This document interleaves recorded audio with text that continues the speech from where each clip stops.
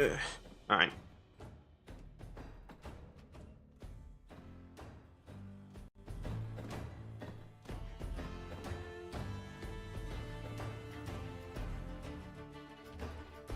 I like this song. It's cool as fuck. Anyway, I'm gonna end my stupid stream now.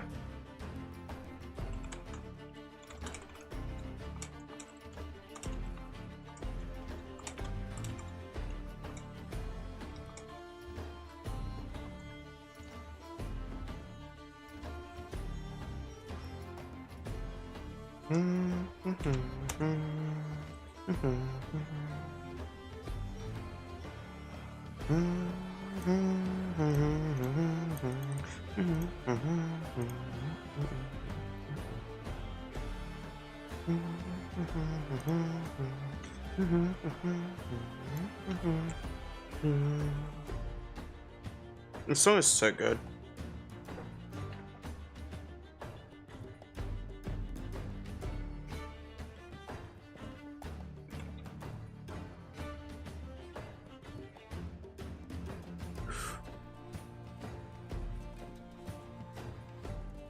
That's because somebody drinking my nose. Hey, Bandit.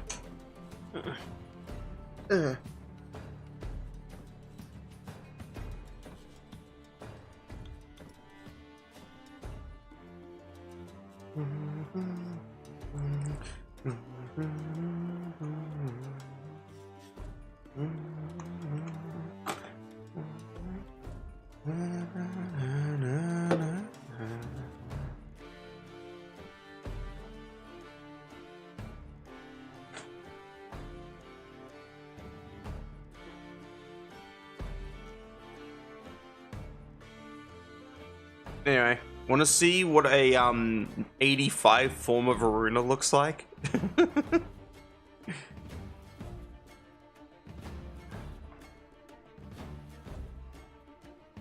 So it says this goes logged in Switzerland. What the fuck is wrong with you then, dude? Like, change your fucking password. How is it that I'm the only sensible person when it comes to computer security? And I'm the idiot running Windows 7 in 2026. I'm literally using Windows 7 in the big 26, but I'm also the most, like, secure individual on the internet nowadays. What the fuck is wrong with everyone?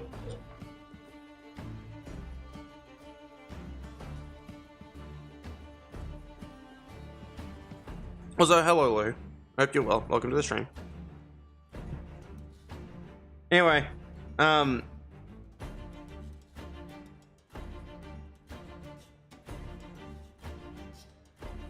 we're playing fucking Warframe. There it is. I was hoping it would fade in as I said that, but it took it a second. Thanks, OBS. Anyway, Warframe. But yeah, no, Bandit. If how am I? I am existing. I had a weird dream. I slept in, and I had a weird dream, like while sleeping in. Bruh. You have a VPN? Wait, you can't afford to, like, subscribe to my content, but you have a fucking VPN? How? Those are expensive. What the fuck is wrong with you? Anyway, my Voruna is a free VPN. Oh, that's sketchy. I don't trust that one bit. Anyway, I have 85 Forma in my Voruna. We're gonna get that number to 100 today. That's our stream. That's literally it. I think the idea is funny.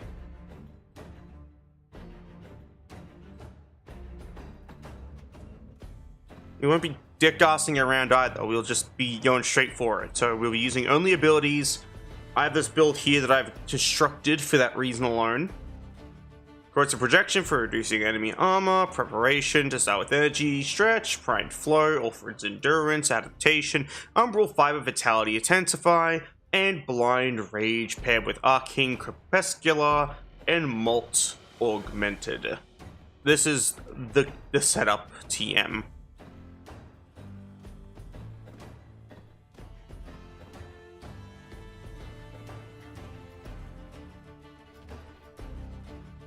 This is not a permanent build on my Voruna. It's high-key kind of boring to play. I'm just spamming my abilities at enemies and they're dying.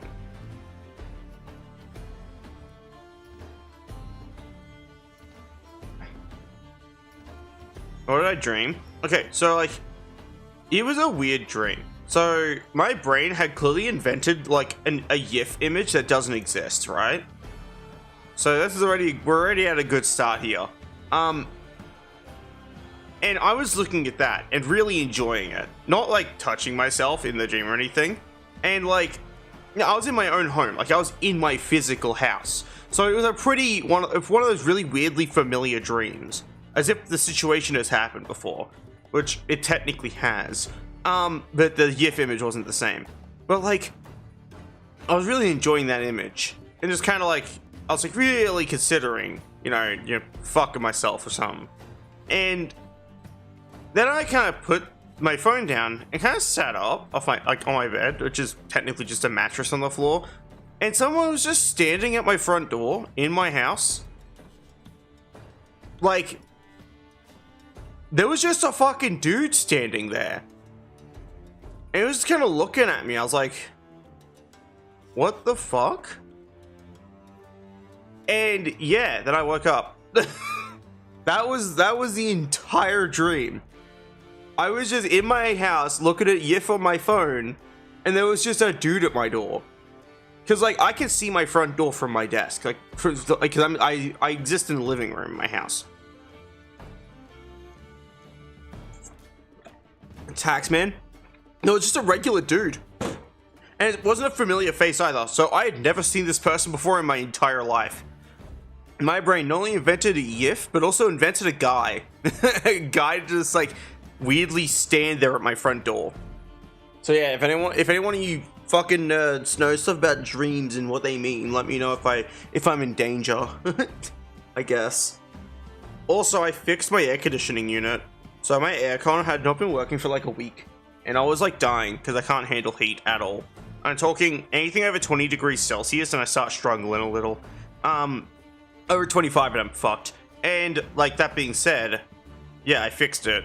So now, we had like a random power outage like some time ago, about a week ago. And that had completely fucked up my AC. So I had to like turn the key to turn it off. So I have like a key in my house and you turn that and it like powers off the indoor unit, and I had to go outside and flick a different switch to turn off the exterior unit because it's one of those air cons. And yeah, then I had to stand around for 5 minutes, so I sat on the exterior unit playing on my phone, and then I turned it back on and went inside, turned the thing back on and tippy tapped the remote and it's suddenly working again. So we take those. I did it. I'm very proud of myself. But yeah, that's the end of my story. We're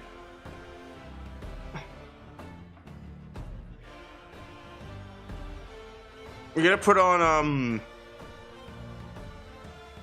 magic repair boards. Not really. I literally just fixed the AC unit and that's it. I didn't do much else. But yeah, no. I think the weird thing is I get dreams like that weird one where someone's just kind of in my house.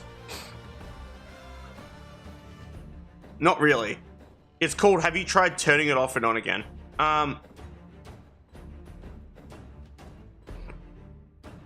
Anyway, as I said, like the weird thing for me at least is the dream. Because I have dreams like that sometimes. That's what makes it weird. And I don't like having those dreams because they're creepy. But I get those dreams weirdly often at the same time.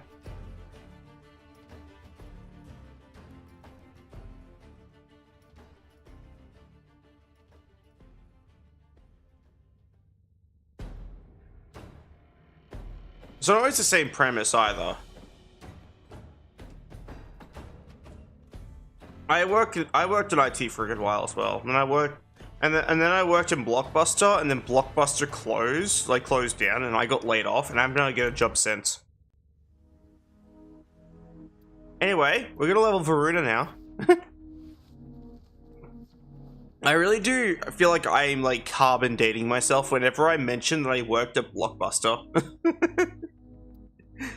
Yeah, so here's a fun fact. D might patch this, probably. I don't know. I've shown stuff on stream enough time. This is the Abyssal Zone. The Abyssal Zone is a replayable mission that you can get a key to if you talk to your faction leader. So if you go over to here, you can earn faction currency with these guys, depending on who you pledge to. I currently have 4 friends. How cool. And if you go into here and you click view offerings, Abyssal Beacon. And that's how you access the Abyssal Zone. I know, right? Pretty intuitive. And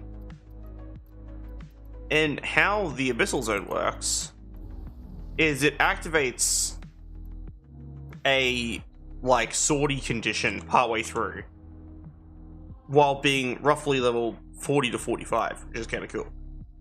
But the swordy condition in question, this is a swordy, the swordy condition in question is something called Eximus Stronghold. Eximus are relatively scary if you are new to the game. But they also give a lot of XP, especially compared to regular goons, right? So what you do is you murk enemies until the Eximus show up. Then you murk the Eximus, and Bob, there's a likely chance Bob might be your uncle. Or it might be Dane. It's hard to tell. I'm being a smartass in that regard. But, yeah, no, it basically... The Eximus provide a pretty solid chunk of XP each time. Like, I'm talking... How are they the bane of your existence, bro? Their counter is just fucking walking. Like, I'm one of the simplest Warframe players in the universe, and even I know how to counter them. What the fuck is wrong with you, man? Just use the analog stick, bro. It ain't hard. Imagine not knowing how to walk in a video game. Fucking Unreal Engine 5 couldn't be me. Anyway, never play the game. But I love hearing you talk about it. That's fair. When someone shoots, preferably stood still. Well, learn how to shoot while walking. I can literally aim a sniper rifle while I have nerve damage while walking. You can manage doing the same with your non-nerve damage hand. What I'm saying here is you have a functional limb. You should be fine. Bonk. Oh, look at that fucking guy. Bonk. That was an Eximus. But yeah, you can't see affinity numbers because I turned them off. So I don't really need a bunch of extra numbers on my screen. So I don't want my game looking like one of those background movie games that has like a bunch of arbitrary numbers on it. But yeah, no. That's that. Also, apparently, like, calls to action encourage people to give me money. So yeah, if you like my content and want to support it, I have a Ko-Fi.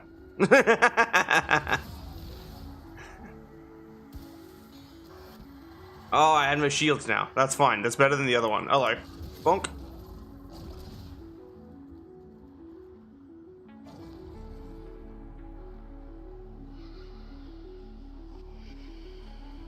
You mean the Vectis?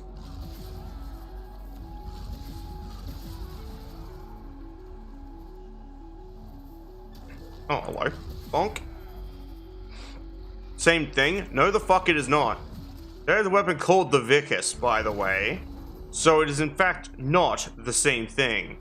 Learn to spell. I will not sit here and have the good name of the Vicus melee weapon be sullied by thee. I will stand up though. And then I'll cry. Bonk.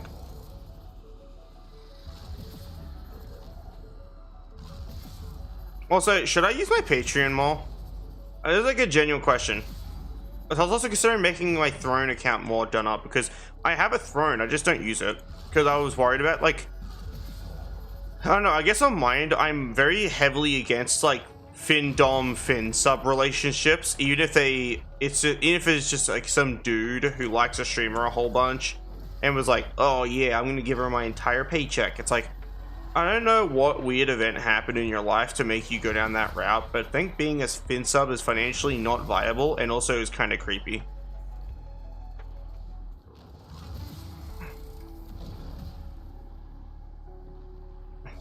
Okay, Patreon is a way to monthly subscribe to a creator to support them every month.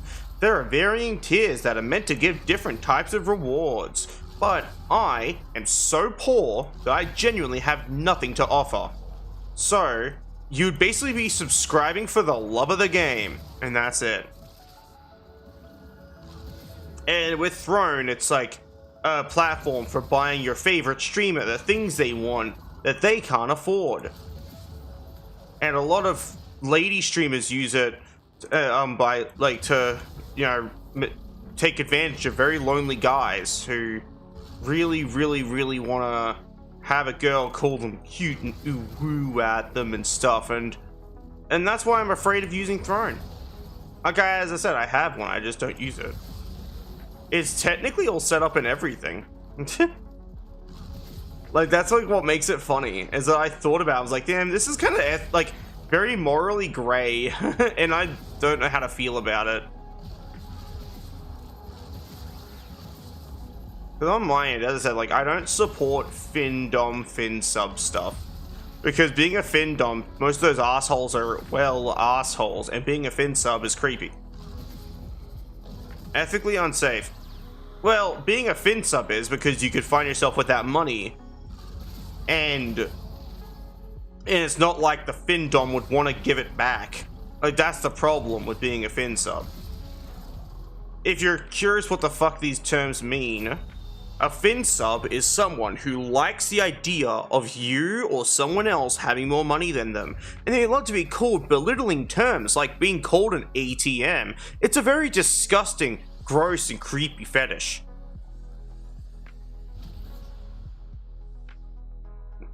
Like, I don't know. There are people like that, though. I actually had someone do that shit to me. So I made a friend on like a Team Fortress server, and that friend's name is Rusty. You've seen them stop by once or twice, likely, Bandit. But they had a partner. I'm not gonna say their name because they're actually, it doesn't matter because there's so many people with this name on the internet that you wouldn't find them anyway. So their partner's name, like their screen name, was EP. And EP thought it was a good idea to get me a gift. How sweet of them. An unusual taunt. I love unusual taunts, and I main Pyro, so it was a pretty nice little thing to see. And then later, they revealed that they kinda wanted to like get me another expensive gift in TF2. And as I was talking about it, I was like, I'm not sure, like, it doesn't seem fair. I haven't really done anything for you at all. And they're like, oh, well, you could call me belittling terms like ATM and stuff. I'm like, ah, gross. You're pushing your weird fetish on me.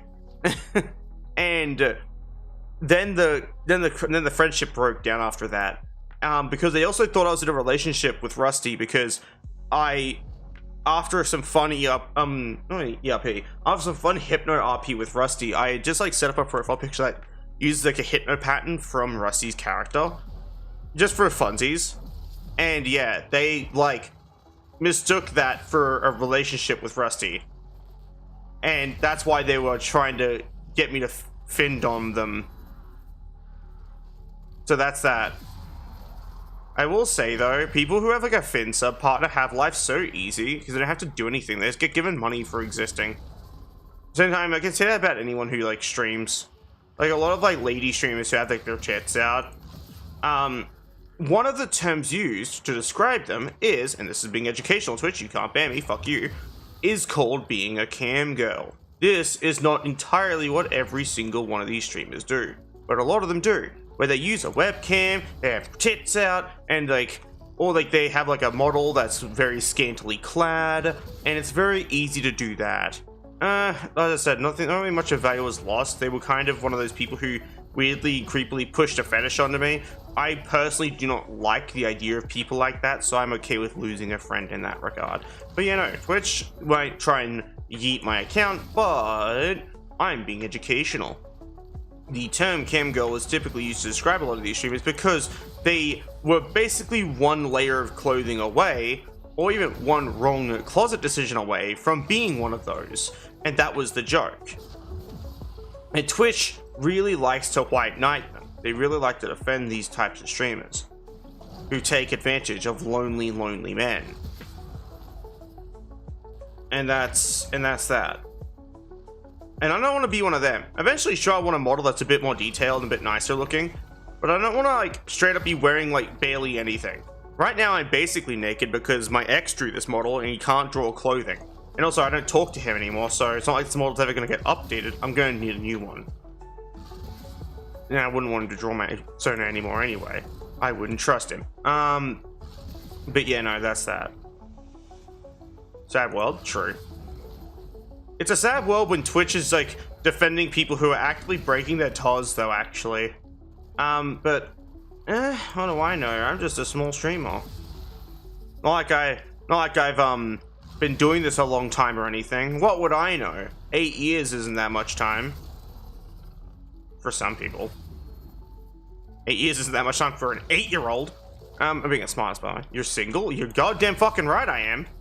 I got fucking, so I got like dumped. Okay, I'm not gonna go into too much detail because I don't think I need to, but I'll just like give you a bit of a lore breakdown on like the recent events in that regard.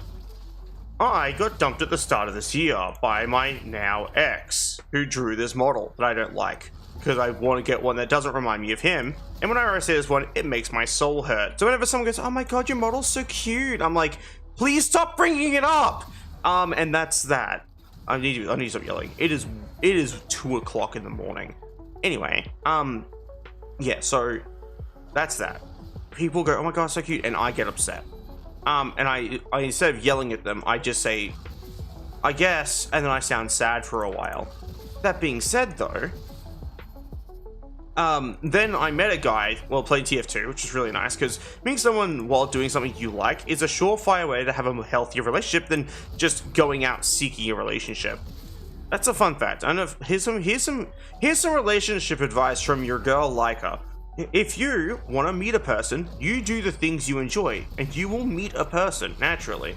Sure, you and them might not become a couple, but you might make a friend. So even if you don't end up in a relationship, making a friend is still a W. That's how you meet people. You do the things you enjoy, and if you meet someone, you meet someone. If you don't, you don't. But if you are entirely relationship focused, like one of my no longer friends, Zyri, people will take advantage of you frequently. Like what happened to my someone who's no longer my friend, named Zyri, who decided to up and block me without even telling me what I did wrong. He probably spoke to someone who didn't like me, and that someone spun a bunch of BS at him. But beside the point. That's that, basically. But, yeah, no, Zyri is very easy to manipulate. I didn't try to, because I'm not an asshole, but a lot of people did manipulate him. And every time they did, you know what I would do? I would tell him to stop trusting these people. I'd tell him to stop using dating apps and just meet people naturally. Because you know what he would do? He would install a dating app or use a dating site and then wonder why he had advantage taken of him. Who would have thought that the weird person on the internet who was on a fucking dating site was looking to take advantage of a guy? Huh, you know, like, color me fucking purple. But yeah, no, that's that. What the fuck was I talking about? Oh yeah, so I met someone while just doing a thing I enjoyed. I was playing TF2, right? And he was, he seemed really great. And then he kept kind of being very evasive in regards to some problems because he caused an issue and then refused to address said issue. And I eventually said, hey, we need to have a talk about this behavior. It's not very healthy and it's very bad for me, despite you thinking it's okay for you. And he literally, when I said, hey, I even pay you back for the gift you got me, because he helped me get a cold flamethrower, unusual, in TF2. He didn't pay a lot of money. I think it was like 20 something bucks. And yeah, basically. But yeah, he helped towards getting a cold flamethrower. I think it was like $29, and he also got me like a Love Sense toy, or Love Sense, or however you say it. And that's like a long distance couple thing. And like, I offered to pay him back for both of these in full. Like, I mean, every dollar he spent on me, he was gonna get back. And you know what he said to me? You are incredibly selfish. No, insufferably selfish. He called me insufferably selfish for offering to pay him back for the gifts he got me if the relationship didn't work out. But bro timed up calling me insufferably selfish with the Discord message sending delay, so he could block me at the exact frame the message went through, so I couldn't even respond to him and have a proper conversation with him. He was that much of a pussy when it came to confrontation, that he blocked me instead of actually handling confrontation like a man. And that's insane. I'm a woman, and I handled confrontation more like a man than he did. But that was that. Very crazy experience. And that's my recent events in trying to date. Also, I had like one friend tell me they liked me. Yeah, that is true. At the same time, it's very ironic hearing that coming from a Siege player. I'm fucking with you, by the way, Bandit. I'm being a smartass, I promise. For now. But yeah, no, that is dumb. Very, very dumb. But yeah, no, my experience with dating has been absolutely, as you know, okay. That's Rich coming from an Apex player. It's just as bad. I don't know what to tell you there. Like, imagine playing fucking Apex when you could be playing the better and more impressive game, Titanfall 2. Titanfall is such a good game, by the way. I hate that we're not getting a third one because some stupid asshole thought battle royales are better when they're objectively not. Fun fact, I think battle royales are shit. Anyone who disagrees with me is allowed to. You're entitled to your incorrect opinion. That Grenier guy almost like it's only but like oh fuck as he saw like the dog.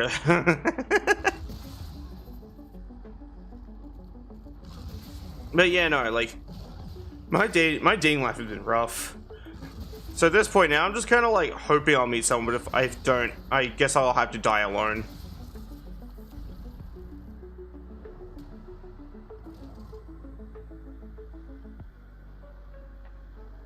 Lol. Chatty can't spell. Anyway, bonk. But yeah, no, like it's just on my end. I found that people nowadays, like people in the modern age, hate commitment. That's what I've actually learned. Yeah, lol. But yeah, I want to talk about this too. So this makes me sound like a rude piece of shit, but I'm in firm disagreement of the relationship structure of polyamory because it's kind of born from this overarching issue of having commitment problems. You don't know how to like actually commit to one person, and you don't want to. You want to be able to sleep around, and that's like how polyamory happens. Yeah, commitment and greed. You want to stick your hand in every cookie jar, but as soon as someone calls you out for being greedy, you get offended because it feels like they're insulting your entire personality, because some people who are polyamorous make it their entire thing that they are polyamorous. That being said, I'm in firm disagreement of the relationship structure of polyamory. Like, completely and entirely. Even if someone vaguely hints at it, I get evasive and hostile. That's how bad it is to me. Which, rightfully so, I have been in a polycule, and it sucks. Especially when the person who started said polycule has a favorite. If they have a favorite, oh boy, is it sure as hell not you. And that's how that works. There's always going to be one person who's not going to get enough love and attention, and they're going to be miserable. That's just the way it is, every single fucking time. And I'm not going to get too much into that, because I do just hate polyamory, and every time I talk about this, I get at least one person who clicks on my streams and gets upset.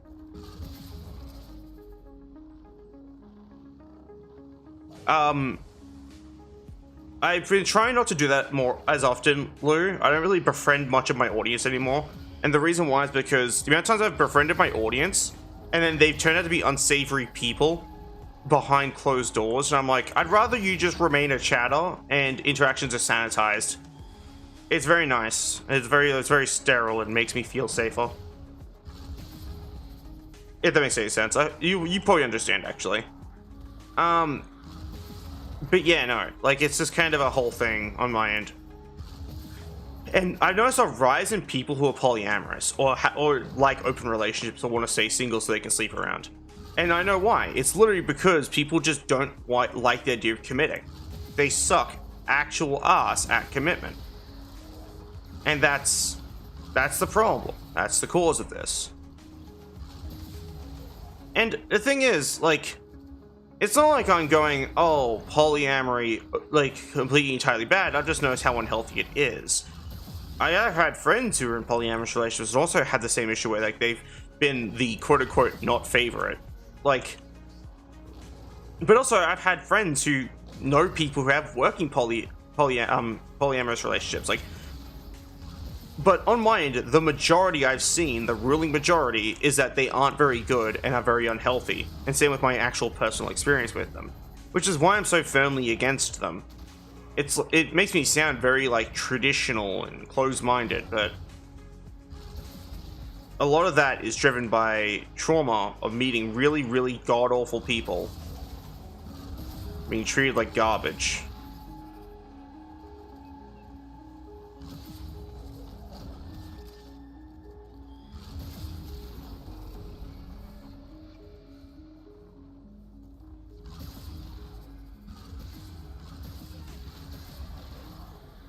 Anyway.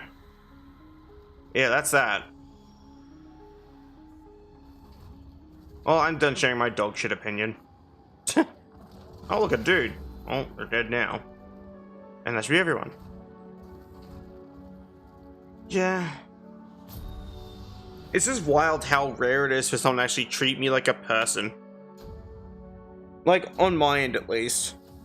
It does make me have this joke theory that I'm like a fucking NPC in a big video game. And the people who treat me well are like the players like me, where they go, hey, look, an NPC, I'll be nice to the NPC. And a lot of the other people I meet are just like, haha, look, an NPC, time to be mean to it. Treat it like exactly what it is, a pile of code.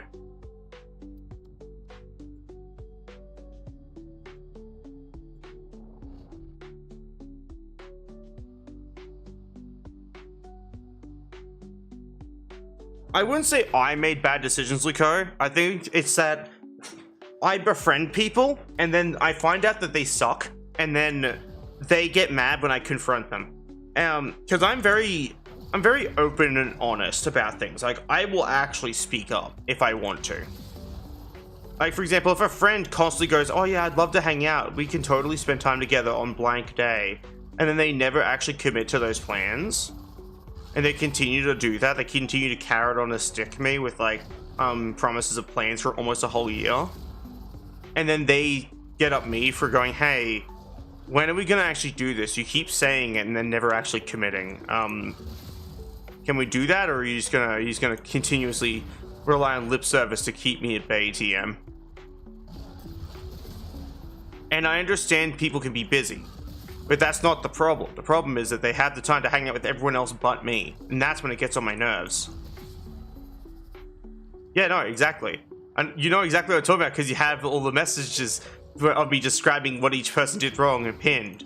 Another one will be like, you know, going, hey, yeah, we could totally hang out on the weekend, and then you never actually make an effort to hang out on the weekend.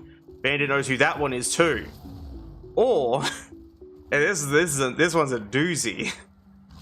You could tell someone that they mean the world to you, then you can dump them just after New Year's Day. And if any of those people I'm talking about find this VOD on YouTube, you know who you are. Fuck you. Anyway. But yeah, no, I guess my case in point is that, like, I get a little fed up with being treated like an NPC, which is why I do confront people. I am not scared of speaking up. And it's because I have to speak up, man. It's healthy. It's healthy for my brain. So if I don't speak up and I just let people continue to treat me like this, I'll eventually only think of myself as an NPC, which is what I was like when I was younger. Like, when I was very little, people only treat me like that, and it led to me having this outlook where I really mustn't matter that much. And I just never, ever spoke up and never defended myself. And I've learned that that's not healthy. It's fine. I'm not repeating myself, though.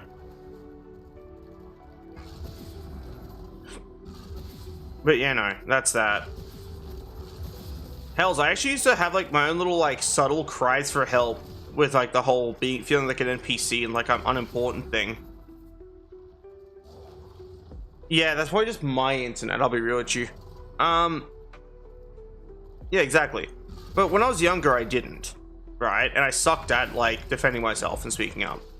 And I still felt like an NPC and like I was being treated like one. So there's a bunch of very subtle cries for help. One of them was I just didn't customize my characters in games. I always ran the default option or closest to a default or something that looked like an NPC. So if I got given an option or found a way to mod into the game NPC customization options, I would actually run those. Or like in Warframe, I would just be a default uncolored Warframe with no armor on, like a Spectre, which are NPCs. And that's how I did that. And no one really noticed, obviously, because of course they didn't. They meant to be subtle cries for help.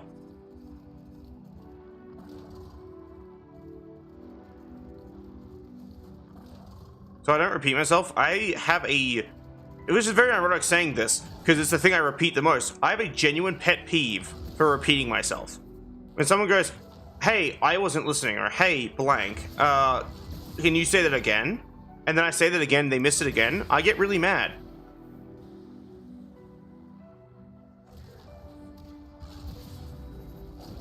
I'd go as far to say it's my least favorite thing, which I've also repeated myself in saying a lot of times.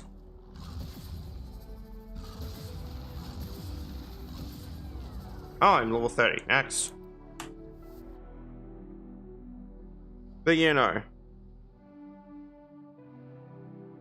Actually, there's a good chance, because even Bandit's stream buffered for a second, it was my dog shit Australian internet, so... It happens.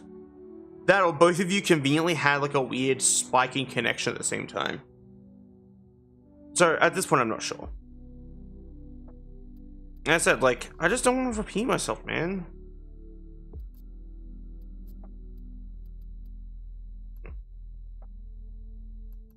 I don't want to be vilified for having preferences in life. Yeah. There can still be a spike in connection. Like, that can just happen. Hells, it's a clear evening or morning technically. It's like 2:20 in the morning.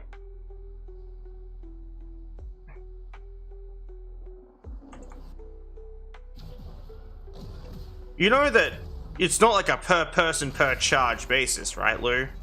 Like, I've had to repeat myself time and time again on streams, and now I just don't do it as often. And I was talking about a bunch of like personal shit. So repeating that would make me sound like I'm trying to push a point or something.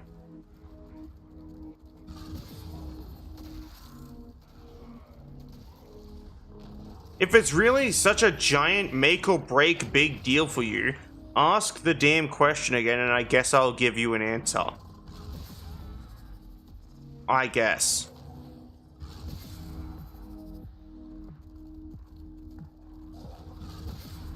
It just feels more like you weren't happy with the first answer and want a new one.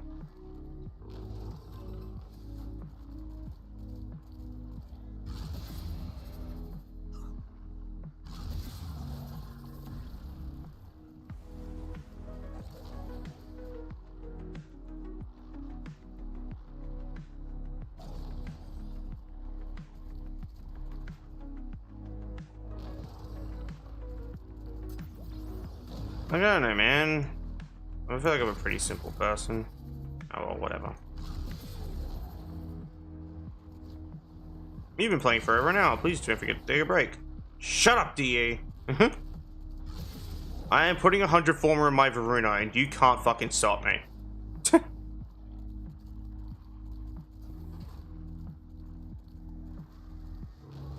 Slaps roof of Voruna Prime. This me can fit so many Forma in it. I mean, I made that my clan like message of the day, which changes every like 3 years. So even a message of the day at that point.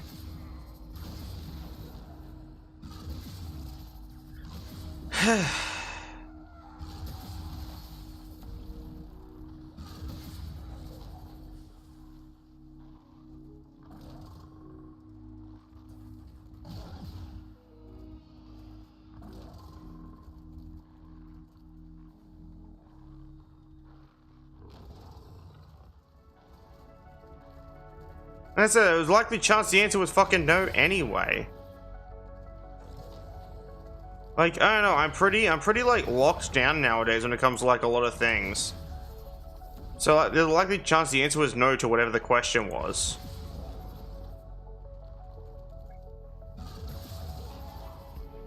And I feel like the Australian accent that's over my Canadian accent really comes out when I say no over like a lot of other words, but my Canadian accent really comes through when I apologize. Oh, I guess that makes sense.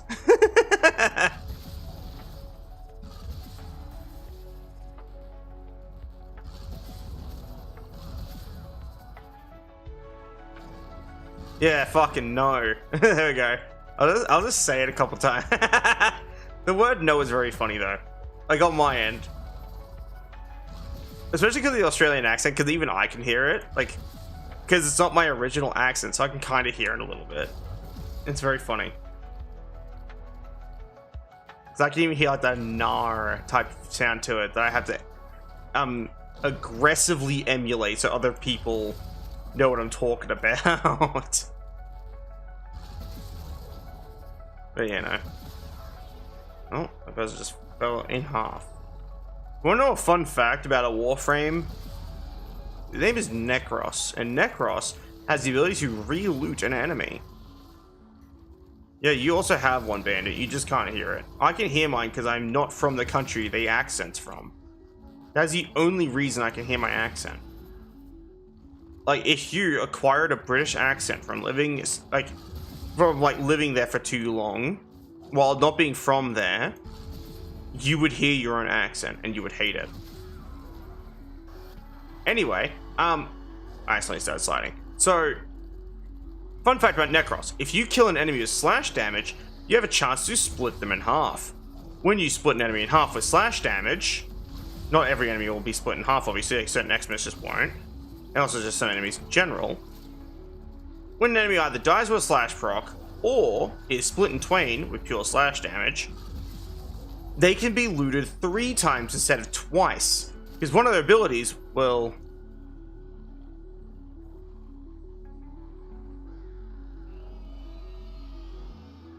Hey all, welcome to the stream. But yeah, so Necros can loot enemies using an ability. And if they die to slash, they create 2 ragdolls, which can be individually looted. Which basically means you get triple the loot out of an enemy, instead of only double, which is really cool. So Necros is kind of fun for like farming stuff.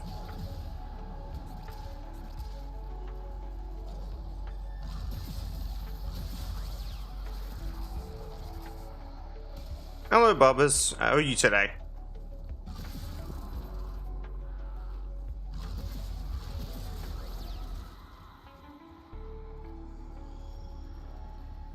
Sure.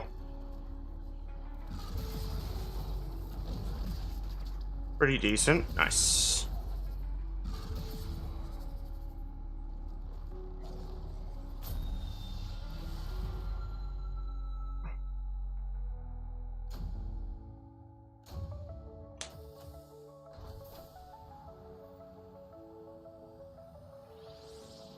I do also send you a DM real quick, Bandit, just so I'd let you know.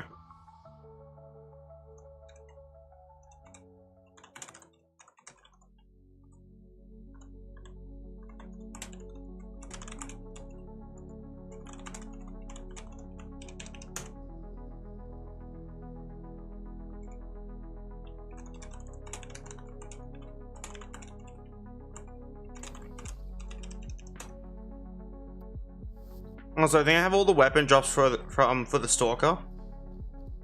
So that should be Hate, Dread, Despair. Those are 3 weapons that the Stalker can drop. You want to see my Stalker loadout?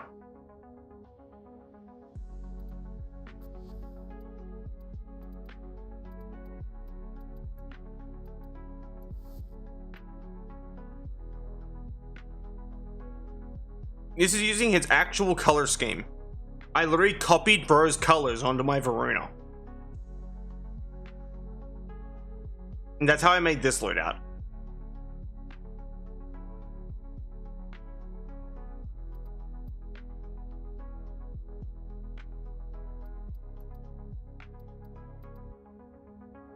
It is edgy Voruna, but it's only because of like how the Stalker's color palette works.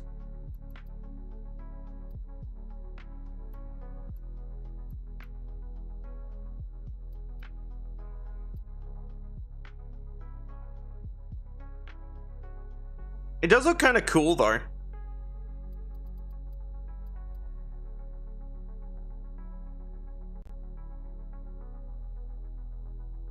The tail looks cool as fuck, actually.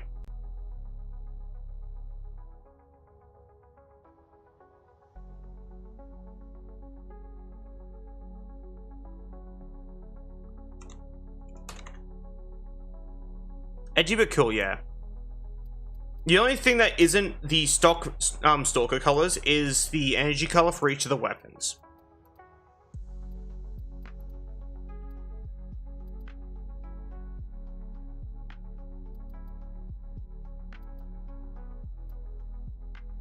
Dread it. Run from it. But soon everyone will have a red and black Warframe. It's not a matter of if, it's a matter of when. Anyway.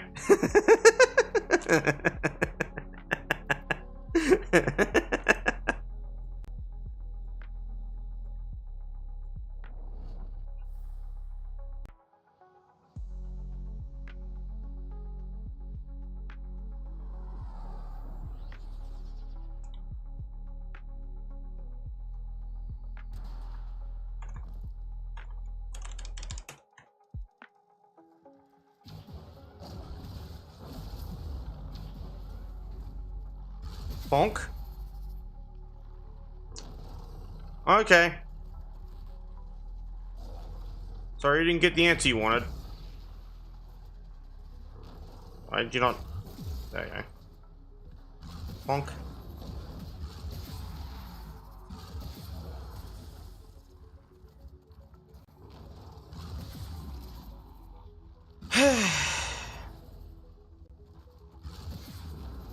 And some things are just stressful.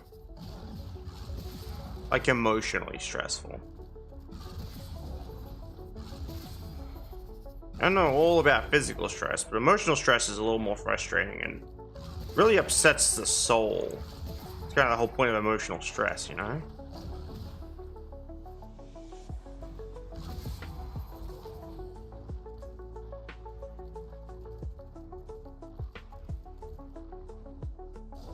Bruh, I love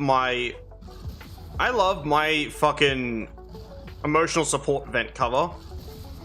I want one in real life. Just an emotional support vent cover that I can drop from a high place and drop down next to it. And be like, look, I came from a vent, guys. Every time I look up like, what the fuck? It's such a cool idea.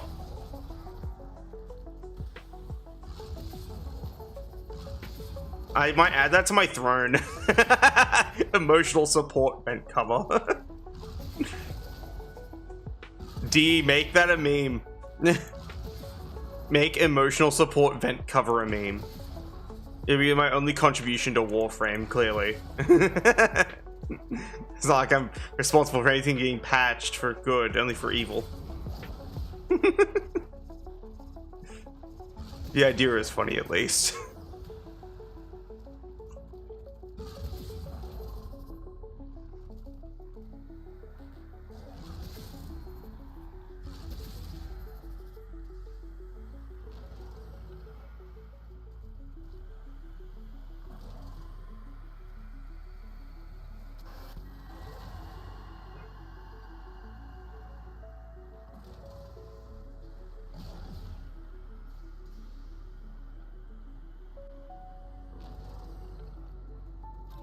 Lol.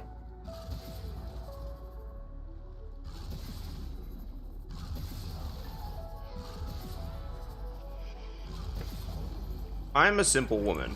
I like Warframe emotional support vent cover. And that's about it.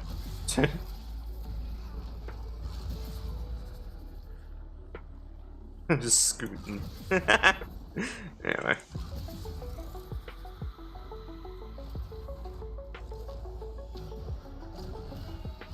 Bonk. Random cat lady.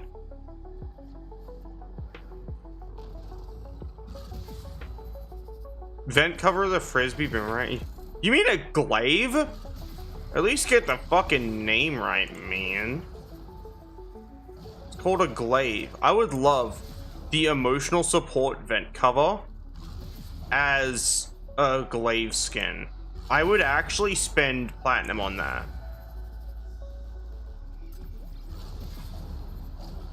But I also proven that I would spend platinum on anything. Given the fact that I'm putting 100 Forma into a Warframe.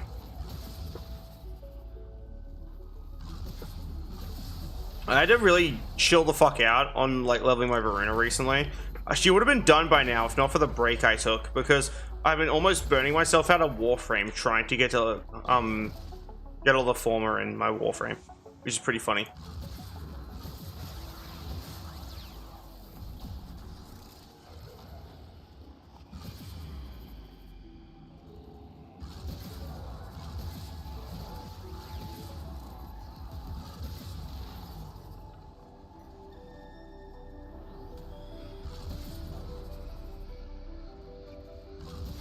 You know what's really funny? I'm not even doing this for a reward. I'm just doing this for the love of the sport.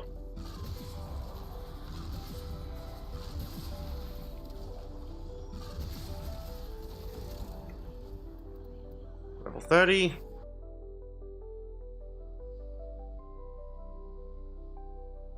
Yeah, why do you think I want the emotional support vent cover as a weapon, Org? I want to throw it at people. The idea is very funny to me.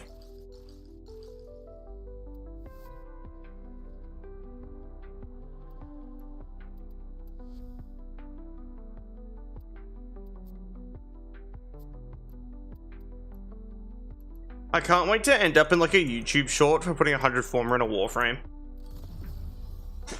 You know, remember that? Like, I'll be all done, and there'll be like a YouTube short with a billion Minecraft sounds like, this Warframe streamer has put 100 Forma into a Voruna Prime. They're the first to do the blah blah blah blah blah blah. It's like, bro, stop with the Minecraft soundboard, or I'm gonna have to kill you in Minecraft.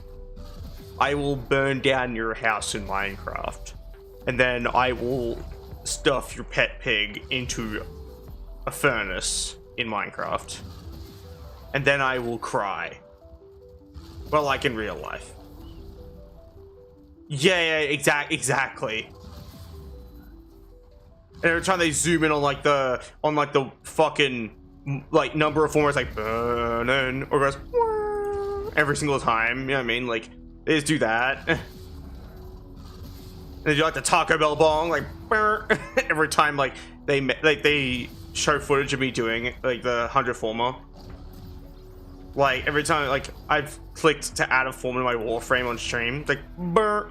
Yeah, man. Like I've seen this brain rot content before. I've played these games before.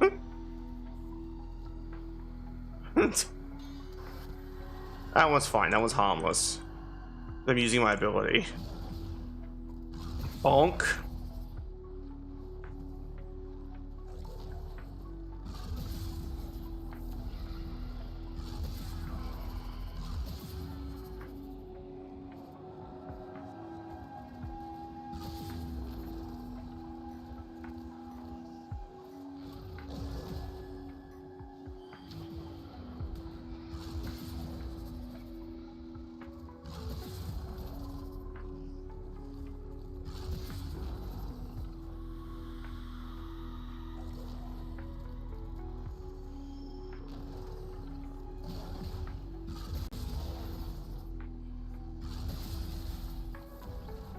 I have my Discord going off.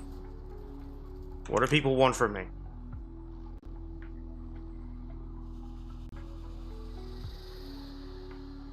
Is there someone I'm thinking of?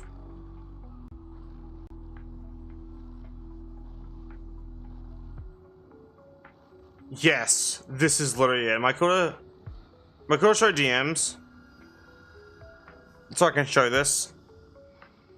It's just pretty out. Actually, I'll just use the Discord audio.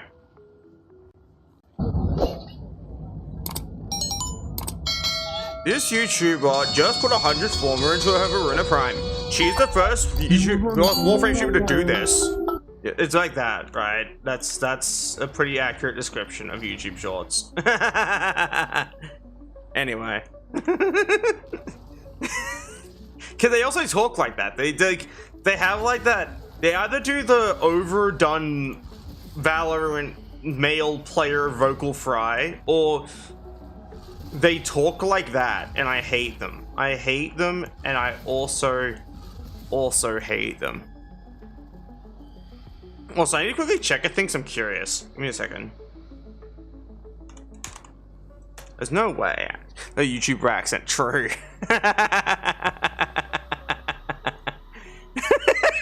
The YouTuber accent. Community. I'm just kind of curious about a thing. Oh my god, they actually did. Holy shit.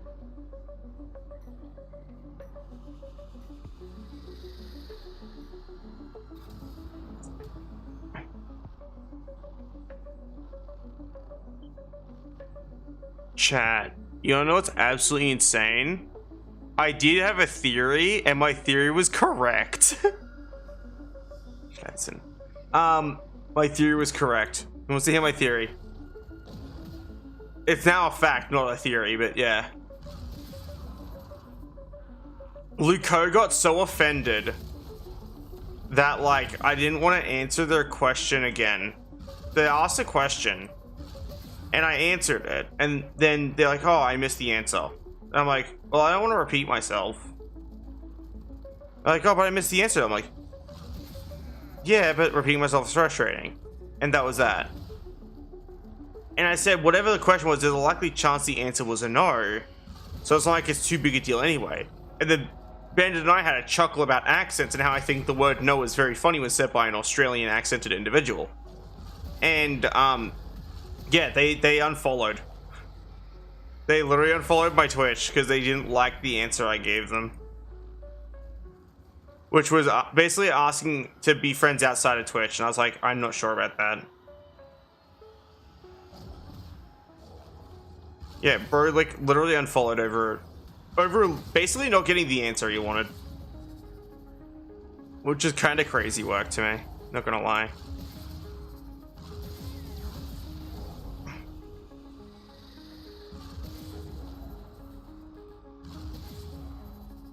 Ah, well, I didn't lose a follower lost me. I need the back. Yoink.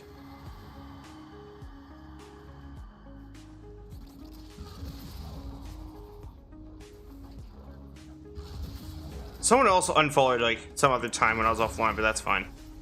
Who gives a shit?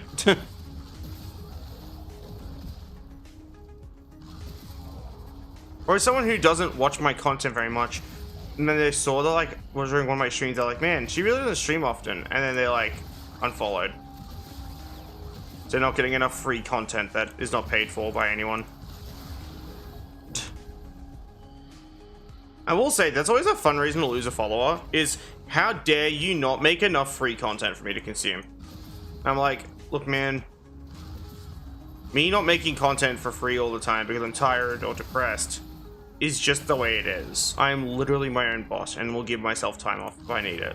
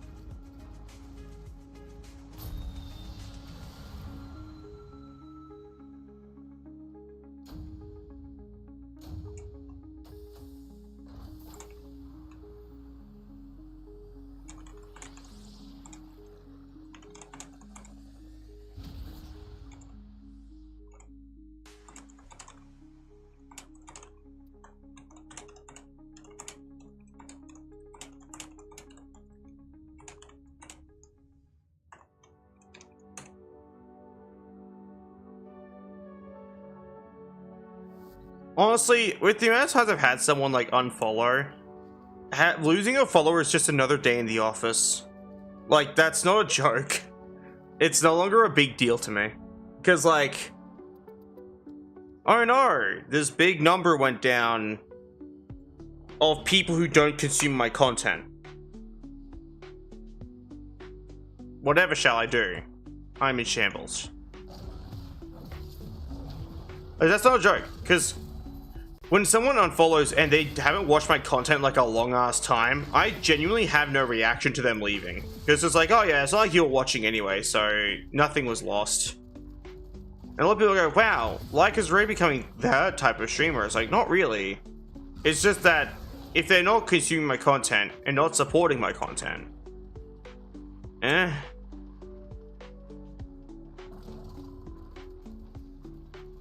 Oh, now Luco's gone.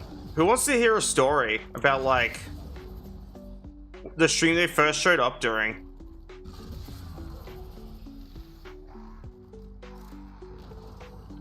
Yes, alright, so I was streaming The Legend of Zelda Twilight Princess, my favorite game ever, which is one of the only things I will repeat because it's kind of funny that I always say it. Same with when I talk about my friend Kirby, I say my friend Kirby. It's really funny. That being said, and they had, you know, found my content and followed. They had taken it to a pretty creepy level pretty damn quickly. That creepy level was saying that if I wasn't so far away, they'd ask me out. Which is really creepy to hear when someone has known about your existence for literally less than an hour. That is that's a huge red flag. Yes, the first stream, I'm talking only not that long ago were they a first time chat from viewer type situation. And yeah, no, that was scary as fuck. It made Bandit and I profoundly uncomfortable. So much so, that I was actually struggling to get sleep. I actually felt unsafe. And that was that experience. Oh, dead. Anyway, but yeah, no, that was that. It was very creepy. Yeah, right. Which is why do you think I don't seem too fussed about him specifically leaving? But I suspected he left because when I started the stream, I was at like 282 followers. Because someone had unfollowed when I was offline, maybe from the amount of streams I do where I stream for like an hour, get sad, then turn the stream off and delete the VOD. So people assume I'm not making content and they go, wow, this content creator who's making content for free for 8 years didn't make enough content, I'm gonna leave. And yes, I will always make fun of that, by the way, when someone tells me I don't stream enough. It's like, dude, I don't stream enough because people don't pay me. Like, I would do crazy long streams if I got paid. I would do that shit that Doug does, where he's like, fuck it, I'll stream for like a whole day. But yeah, no, like, that's that. And that was that experience. So that's why I'm not really too fussed about him, I don't know, going. Because it's just kind of like, oh no, the person who scared the fuck out of me when they first showed up is gone. Cool. There's a good chance if they are still lurking secretly, they're pretty pissed about that, about me calling it creepy. They're probably very upset. It's like, oh, I was so friendly. It's like, it's not friendly to say that though. It's scary. Like, you can actually worry a person. I'm just kind of glad that my first like Twitch creep went that way and not the other way, where like they set your car or something on fire or try and find where you live, because those are scary. Like, I didn't get like an Amaranth level like Twitch creep, which is pretty good. I like when I don't get those.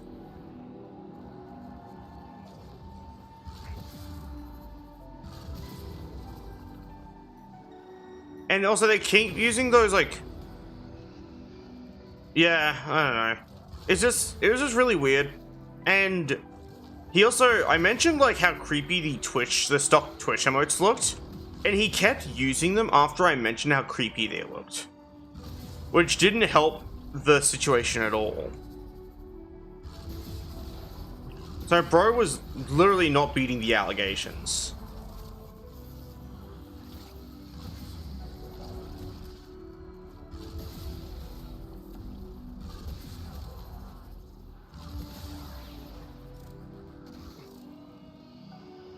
It's like he was trying to get me off of Twitch. Like, I'm not shitting you. It kept always seeming like he was trying to get me off of Twitch. Because, some of his, like, offers were like, oh, if you want, like, private lessons, like, in German, it's like, well, no.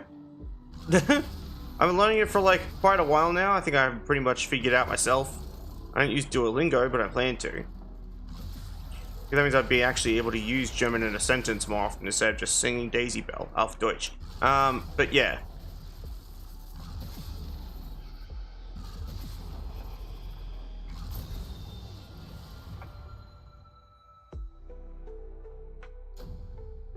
It was just really weird.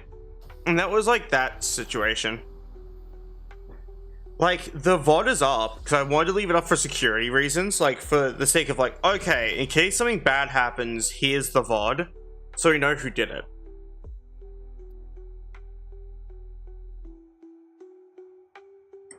So you can see the exact moment in the VOD where like where the vibe changed. It felt like a fucking hostage situation. I had to fake a headache just to end that stream. Yeah. You know the stream, you know, the Twilight Princess stream that had to end early? Yeah, no, that was a headache. That was a fake headache. I really harnessed my fucking drama club acting I learned to get that one. I even set it up beforehand. I set up like a fucking, I'm trying to remember the name of it now. Oh. Give me a second. I'm trying to remember the name of it.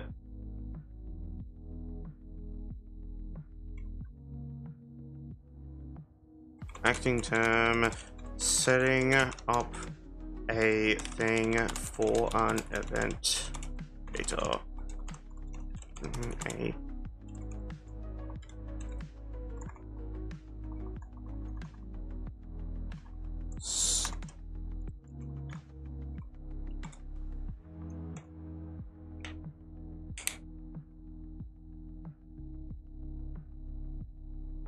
Yeah, Chekhov's gun.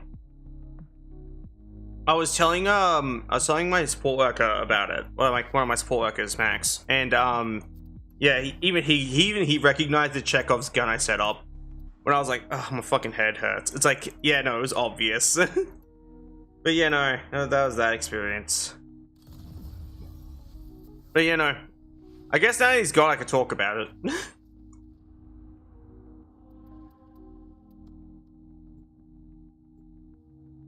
As I said, unless he was still there and he heard all about that, it's like, damn. His entire worldview probably shattered. But yeah. It's like one of the few times I kind of struggle to be nice about things, and it's that.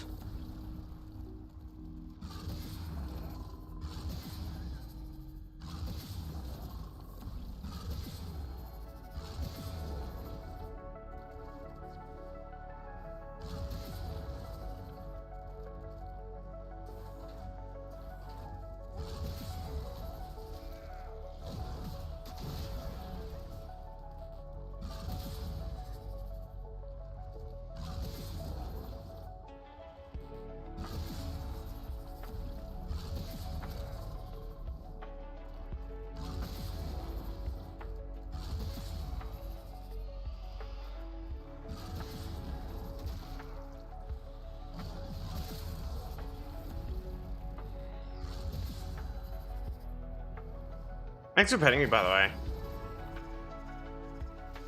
You know, realistically, like,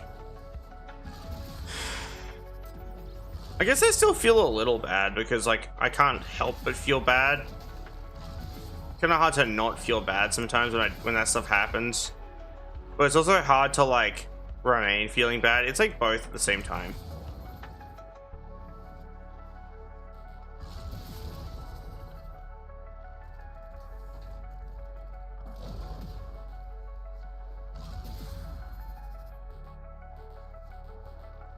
There it is.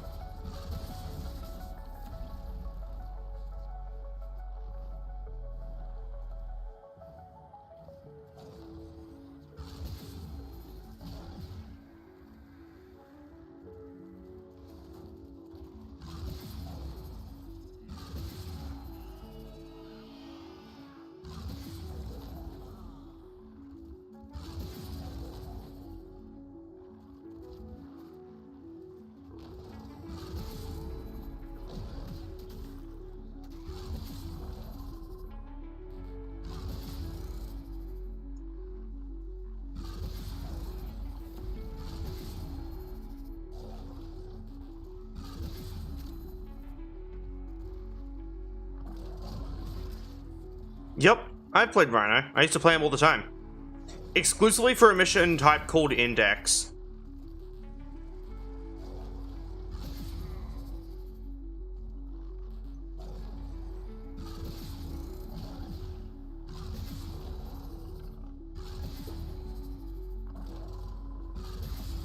You want to demonstrate Rhino's abilities in a mission later.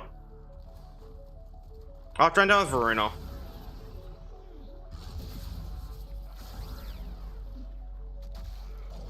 Love watching them just explode from a slash proc.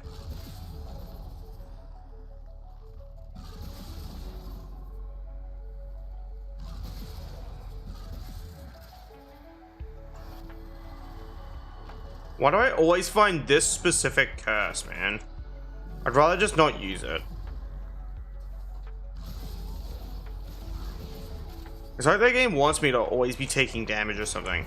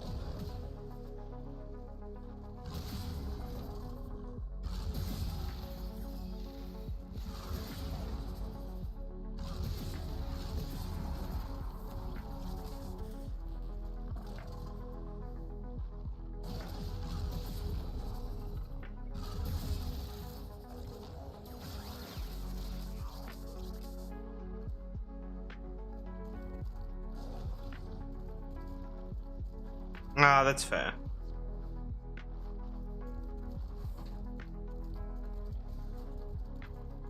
I needed one of the funny items. It's over here somewhere. Oh, it's the one I dropped because it does damage to me. Well.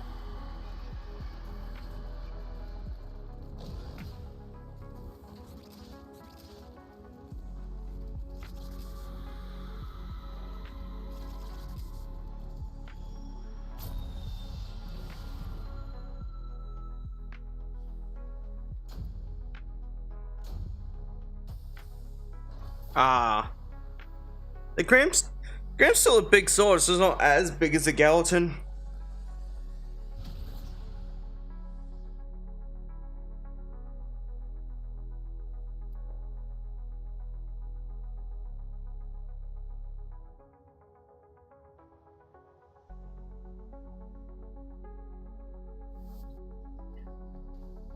I'll just do it now. A short break from Voruna is not too big a deal. So this is Rhino. Oh, this is my Rhino at least. He looks awful, and I want to explain what happened. DE changed how things render. Like, that's not a bit, by the way. DE fucked up how, like, things render, and permanently broke this skin, and will likely never fix it.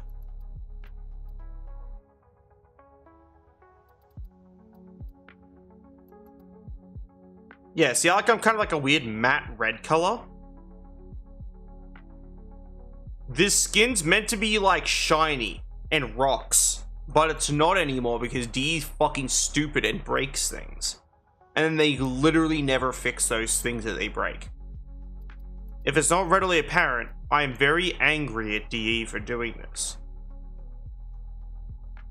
DE, as a letter from me to you, stop breaking shit that I pay for.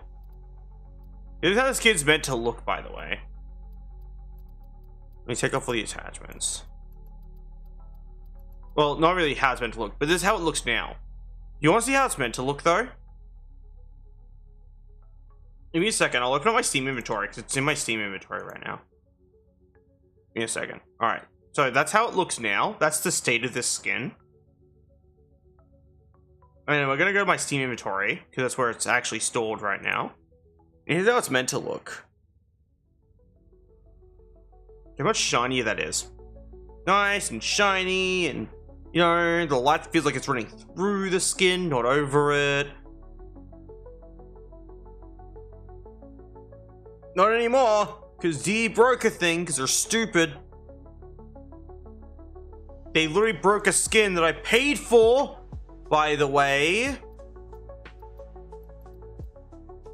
Because these motherfuckers have never fucking understood that their actions have consequences. So yeah, that's that.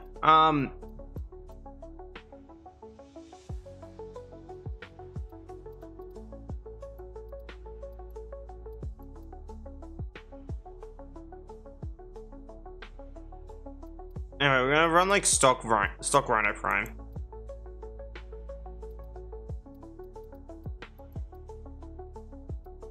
I should do Rhino with Rhino Prime's colors.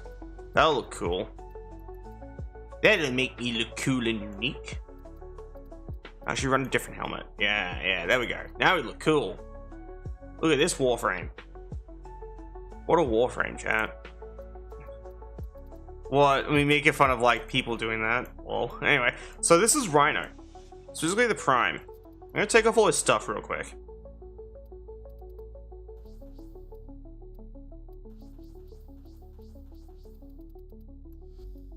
The Warframe of all time, true. Anyway. And we're just gonna go into a mission. So, Org, on average, what content do you do? Like, difficulty-wise? Like, what level? Like, what's the level of the content you're doing?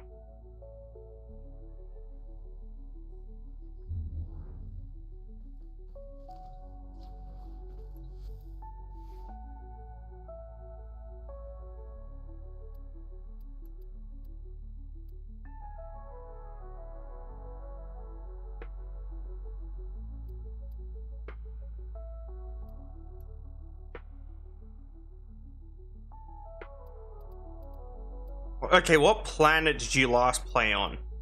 Or what's the furthest planet you have unlocked? This is an easier question.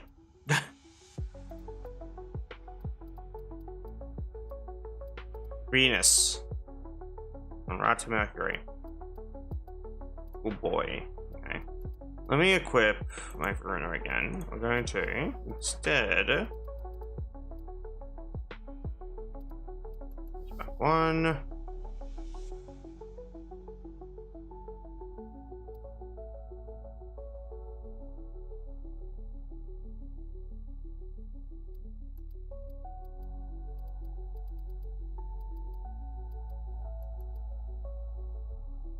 Cool. This is Rhino. Alright.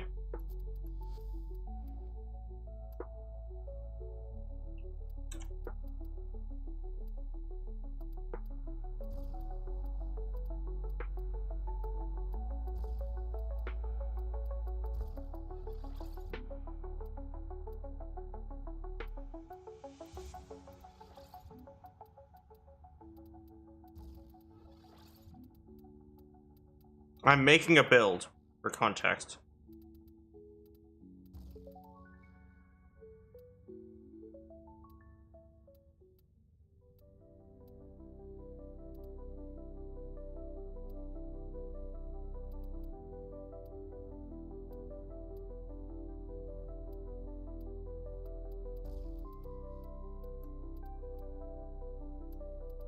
Dreamer's Bond is given to everyone, basically, so I'll use that one. It's like a pretty standard mod that everyone has.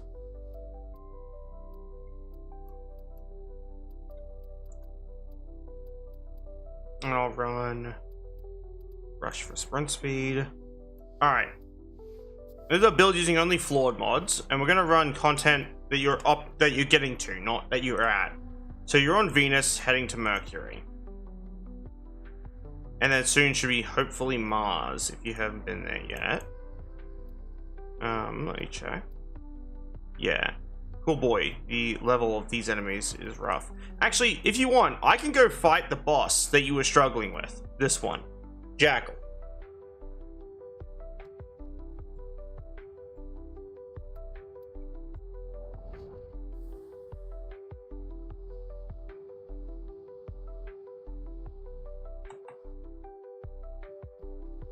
So, oh.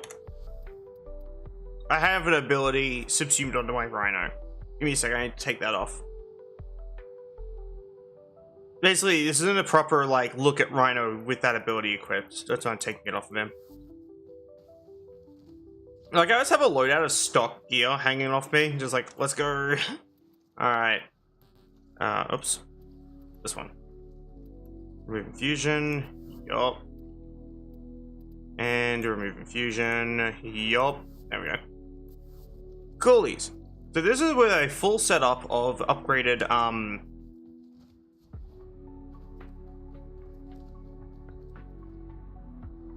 you jump, by the way. That's the answer to that. If he's making you get thrown around, you jump.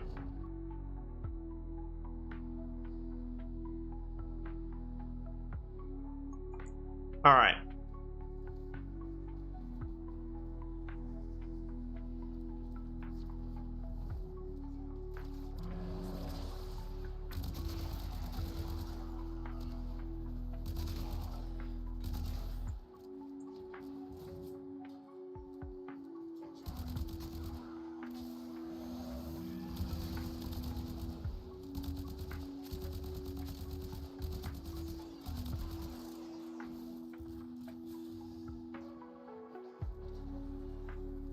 I love doing this, by the way. I love, like, running, like, lower level gear. It really makes me feel like a new player again.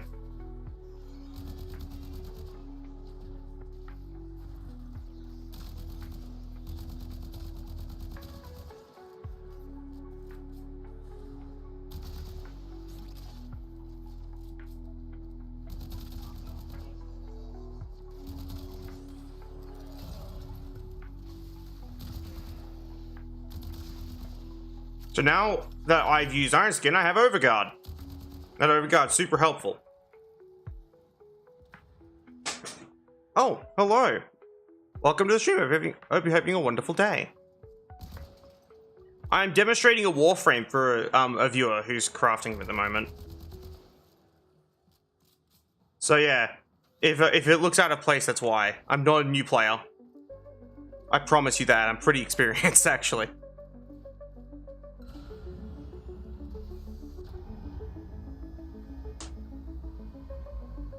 Oh, thank you. I'm glad you're having a wonderful day, by the way. It's popcorn!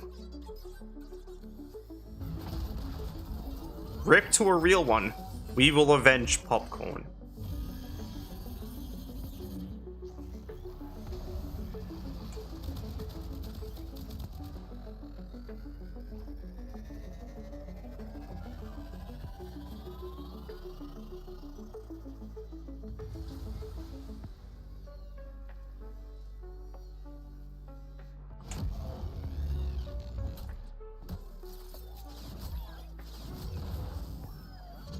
Yeah, no. Rhino's pretty cool, though. So Iron Skin's probably one of the better abilities he has, and it basically just gives you Overguard. It's not very good late game, last I checked, but it's pretty good at this point in the game.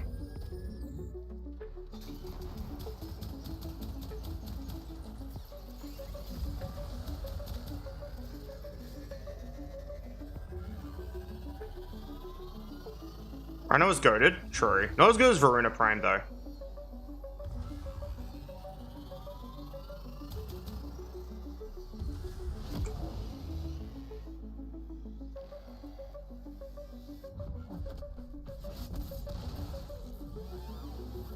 One of the few star frames that can take you to endgame. So is Ember, though.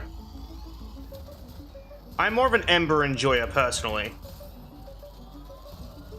Yeah, keep shooting at me. Keep shooting at me.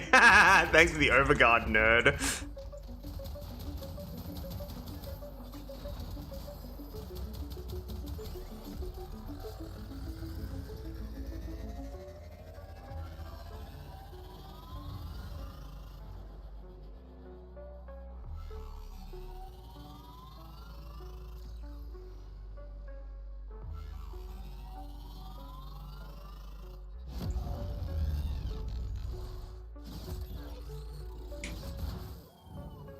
I'm only a Voruna main. I don't like Daggeth.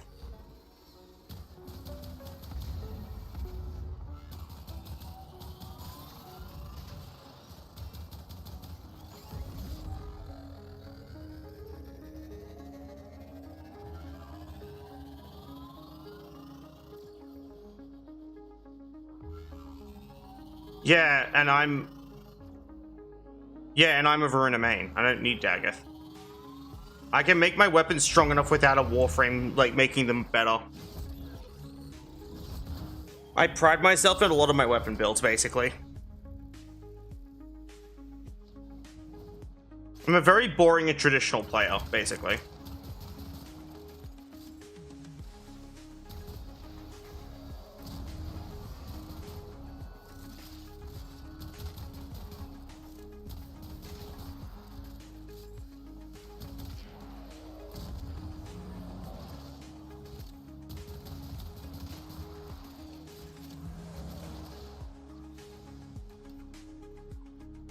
You know what? I'm just gonna...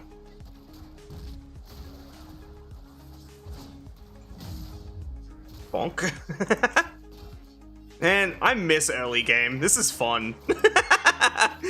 People hate this part of the game. This is great.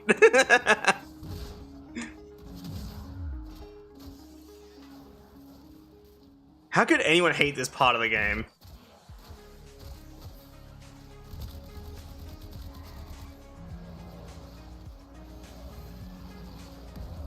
Yeah, I could do that too, buddy. I could stomp. Anyway. Loading. Yeah, no, I've heard people complain about it.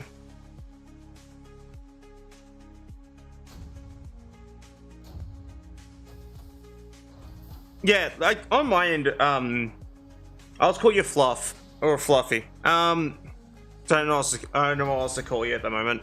Anyway, yeah, but that's, like, my outlook personally, is, I feel like each thing should be able to perform by itself. Call me anything. Alright, anything. Please laugh. I'm not funny.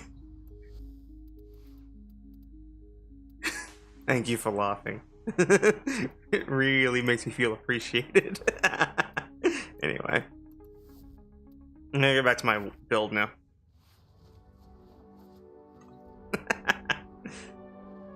Wrong loadout, this one. There we go.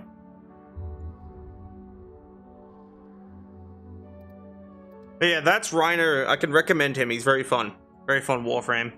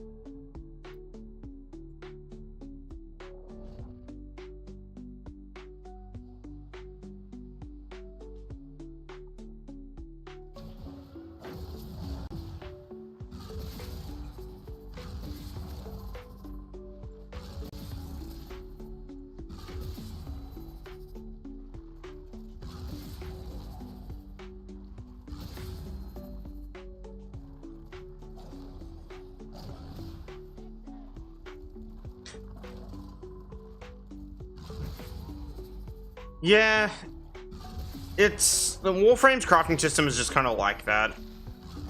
You either hate it and leave, or you learn to live with it. That's what I've had to deal with personally. Like, I learned to live with it because there are some cases where I've just gone, I don't really need this Warframe. I just think it would be cool to have. Bro, IKEA furniture Warframe would be so funny.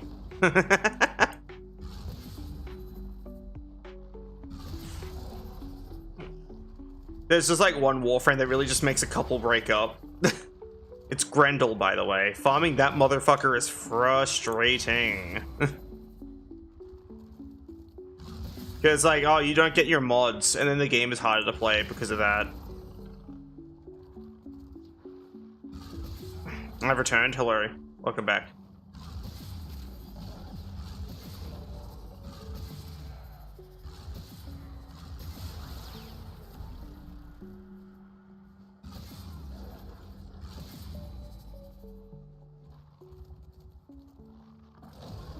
Bonk.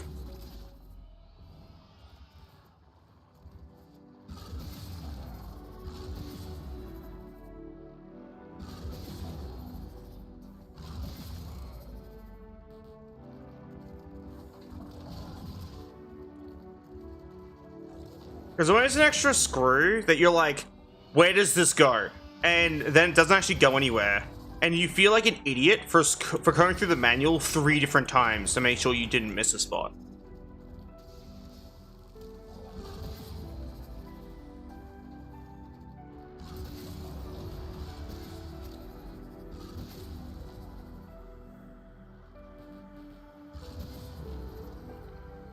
Boing. Give me that. Oh, that's fine. That one does nothing.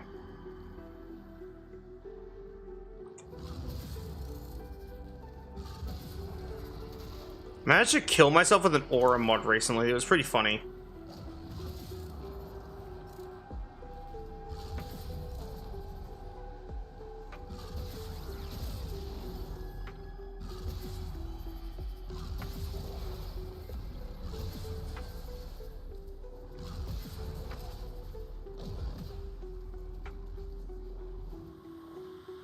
Honk.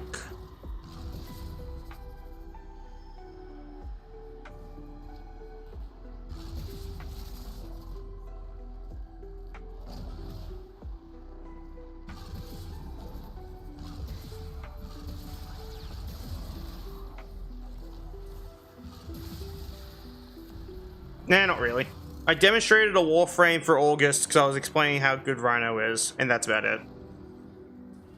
Also, I went on like several long, frustrated tangents about things.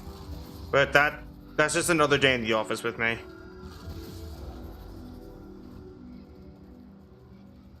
I'll tell you in a second when I'm done with this mission.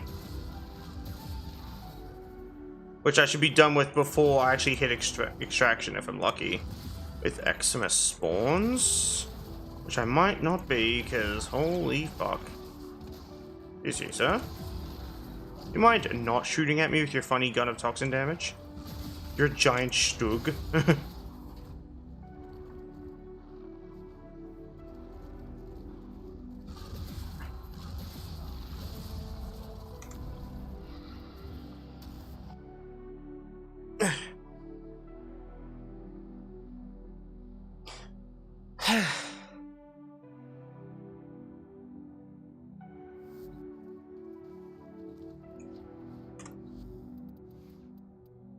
Uh, 89. We're at 90 now. 10 more.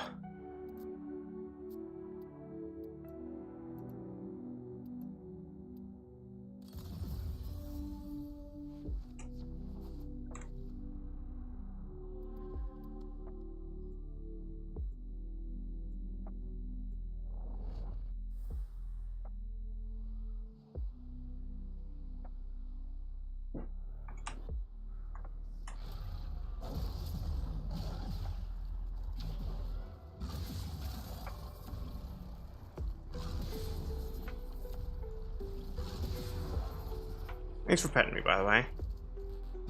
Oh.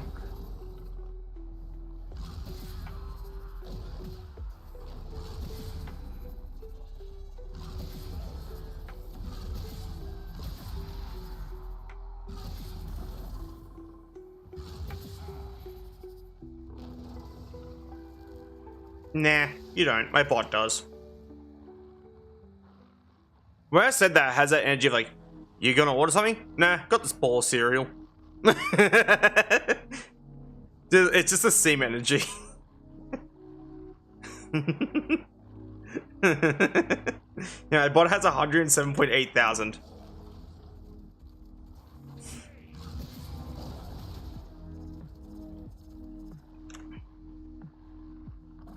It's your bot though. Too fucking bad. You're losing to it. How does it feel to be losing to a bot that doesn't do anything? Crazy work.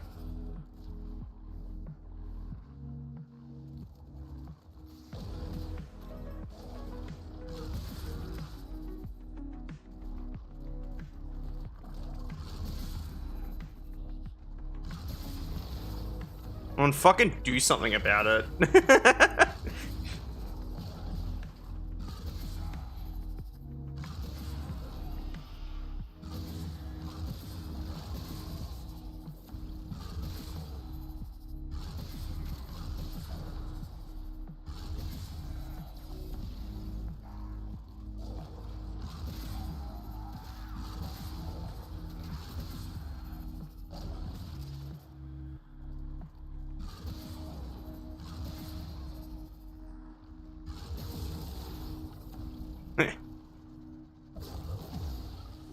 Let's obliterate that ball.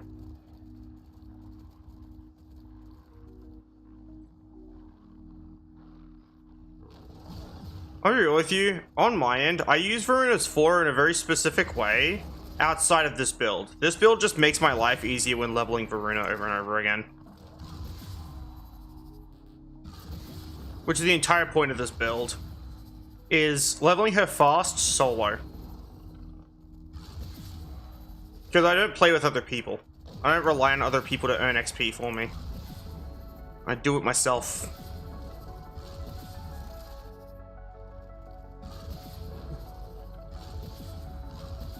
I know a lot of people get really... friend game. Yup. Be great if I had friends to play it with, though. Oh, wait. I don't. So, I don't know. And I'm not playing with fucking randos. They're frustrating. I'm sorry. I'm not a fan of Wisp increasing my fucking hardcore velocity non-consensually and having me careen into a fucking wall at breakneck speed. Thank you. I try not to befriend viewers anymore. Every time I do, they tend to be unsavory people, so you're SOL there.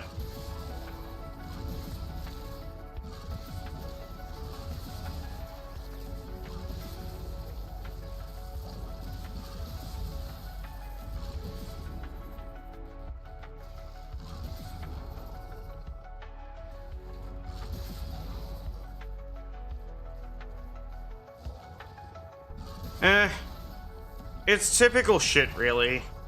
It's the sorts that go... Actually, I'm not gonna fucking talk about this again. I don't want. Never mind. I was gonna go on about what these people did wrong, but I've already spoken about that this stream. And I limit myself to one rant like that per stream.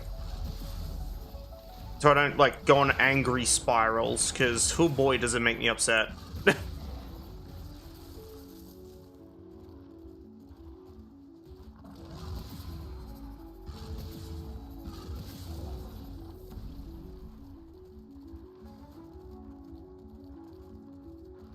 I'll watch back later then. That's fair. To make a long story short, Floof is just a touch upsetting. That's to keep things simple. But yeah, no. Not upsetting at anyone in particular right now, but like... You get it, hopefully. But I'd say someone would have to be pretty dense not to not get it, so... And I believe that, you know... I can't exclusively meet dense people. There's no way. Like, you know what I mean? I do think of that sometimes. Because, like, my ratio is kind of rough. I'm dense. A little. Sometimes. Like, you're, like, sometimes dense. It's not like my friend Kirby, who's, like, more often than not dense. But him and I are still friends because, like... Him and I have been friends for a long-ass time. He's not a viewer of my channel. But he also knows that I call him dense. Yeah, but I still think about him. Like, the shitty people that are no longer in my life, I often think about them because I hate losing friends. Because I value every friendship I'm in. So I get, like, very upset whenever I lose a friend. Basically, losing a friend is a big ordeal to me. It's sure it's not a big deal to them. I'm pretty easy to replace, it seems. But, like, I get upset about it. But also, at the same time, like they even give a fuck how I feel.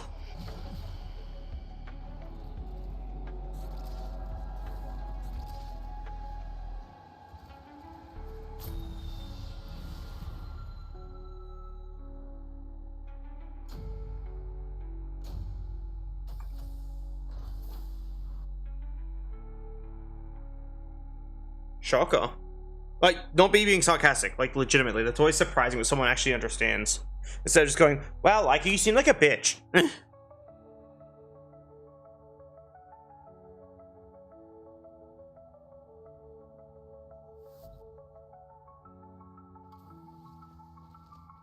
Probably not. Speaking of balls, though. Just fucking... Nice balls, bro.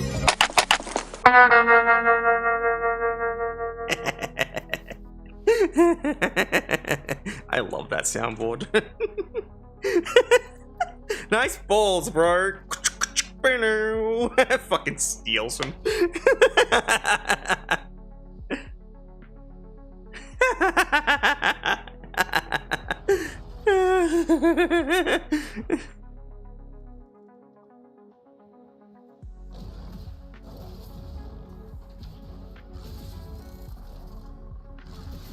Oh, yeah, the letters in my inbox are from someone who gifted me things, I think by way of apology, even though they say it wasn't the case.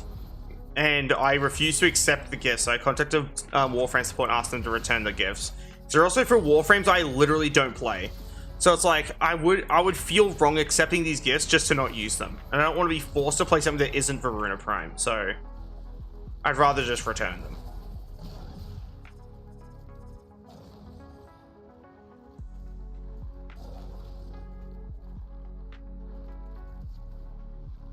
I am bitter. I am profoundly bitter. Like, I'm like I am honest about it. I'm a painfully bitter person. Like, I'm a painfully upset individual. Like, even I know that. And I know it's like a negative quality I need to work on. Because I can't always be bitter and upset about things. But it's just kind of hard to not be bitter and upset about things. Lol.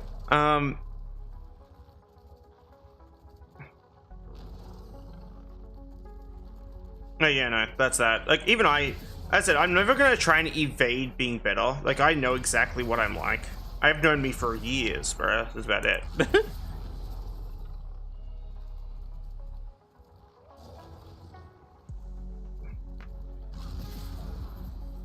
Yeah, it's why I've opted to stop befriending, like, my viewers, because there are just too many cons and no pros based on, like, what I've experienced. It's not even like that there aren't enough pros, is that there aren't any. Like, that's the problem. I just don't, there's nothing to gain and everything to lose. I'm like, yeah, no more of that. Bonk? Oh, dead end.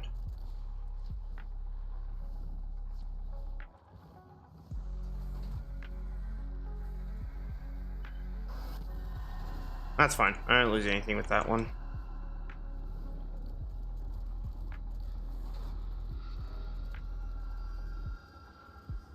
No, Con's British.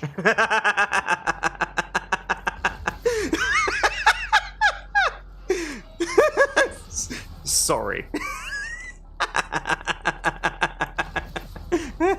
Such a shithead.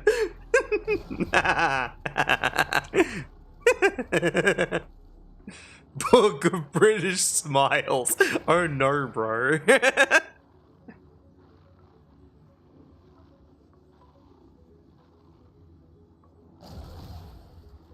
Kind of. It's more or less a matter of wanting to be treated like a person, and people not doing that. Oh my god. Bandit's surrounded by non-British people. Hell yeah.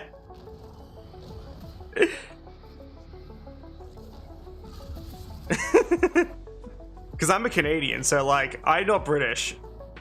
I don't actually know my lineage because I'm an orphan, so like, I could easily be like, oh, French the whole time, but I don't know if that's good or bad. I'd say if I had to pick between being a French or a British, I'd rather die. I'd pick the secret third option.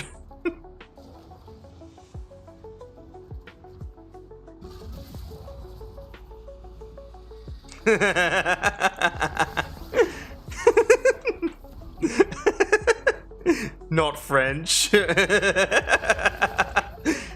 All right, chat. Poll, but like, just give your answers instead of actually making a proper poll. Would y'all rather me be British or French? I don't actually know what type of Canadian I am. I don't know what flavor. So like,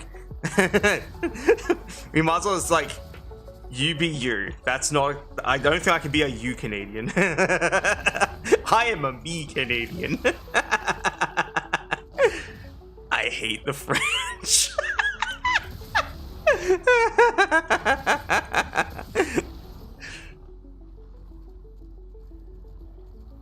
Ah, that's fair.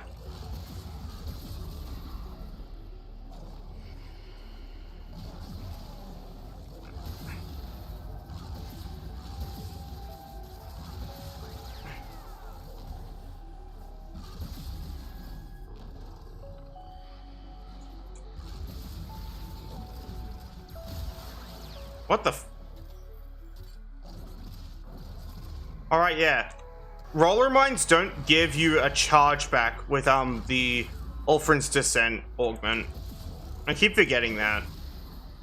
It's really stupid, D. You need to fix that. They probably won't though. They'll just keep patching all the fun things.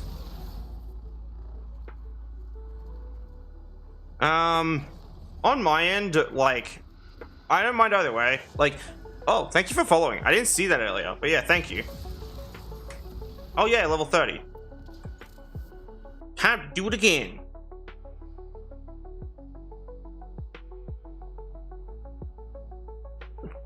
So there's no 2 trash cans, true. That'd be like having dual citizenships for like Australia and New Zealand. Either I technically do, because I'm an Australian citizen. Cause I've been living here a while. And when I was like fostered here. So that's fun. But yeah, that's that. So I'm an Australian citizen as much as I don't want to be. I want to go back to Canada. I want to go home. It's too warm here. That's my problem. Like, that's my primary issue with Australia. Is it's like way too warm and the locals don't speak English. They speak Australian and I don't like that. They say some dumb shit. Like they just like invent words. And I'm like, please stop doing this to me.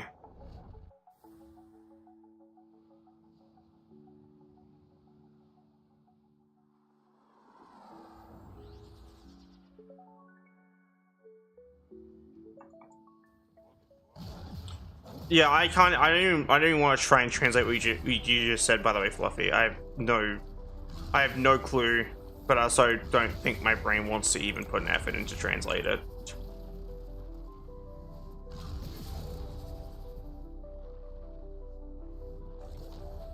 Yeah, bro, I literally need a harness to not fall into the sun.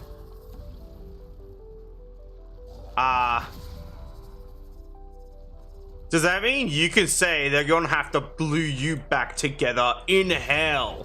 And actually kind of sound a bit like the Demo Man from TF2.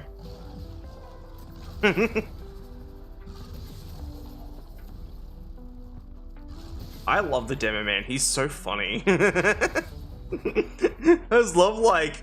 just love his little fucking rant he goes on and Meet the Demo Man. Where it's all like 80% censored. I love TF2. I need to stream it more often, but I can't play casual without someone calling me a fucking slur.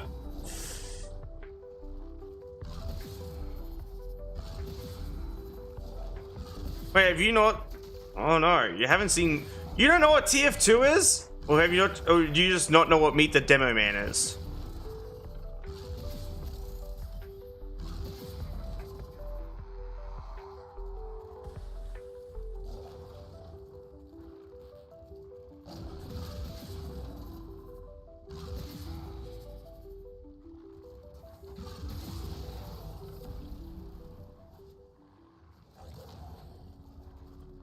Ah, that's fair. Well, to put it the way Demoman says it, the Demoman is a black Scottish cyclops. Literally his words, not mine.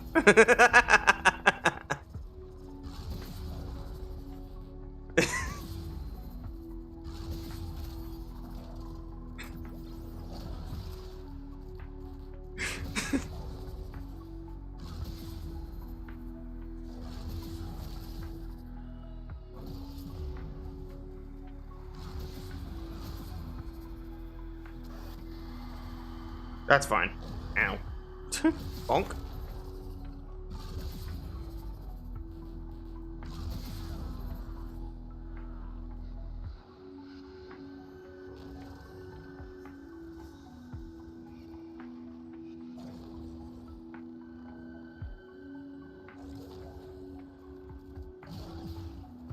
You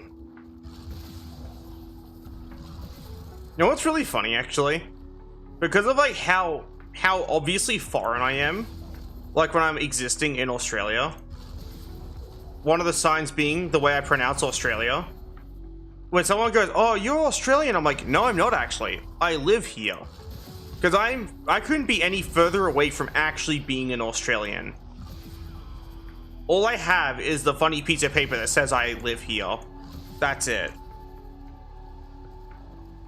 The next thing to a boom, I was quite literally cursed by ancient wizard Erasmus. Bro is cursed to be one-eyed. True. I feel bad for the demo man. He's cool as fuck though.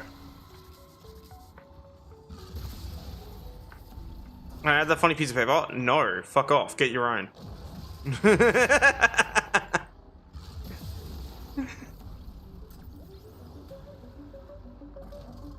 Please stop saying things in Australian at me. It's very patronizing. I want yours too fucking bad. It has my legal name on it.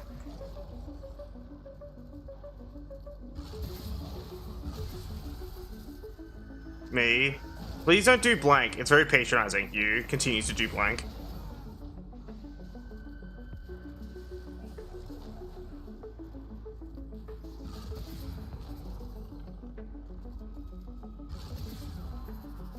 I need to stop telling people I live in Australia, so they stop doing this to me. It's like painful. Like kind of hurts my soul a little bit. It'd be like if you resided in a country you didn't like, but you were from somewhere else, and people kept assuming you were from that country.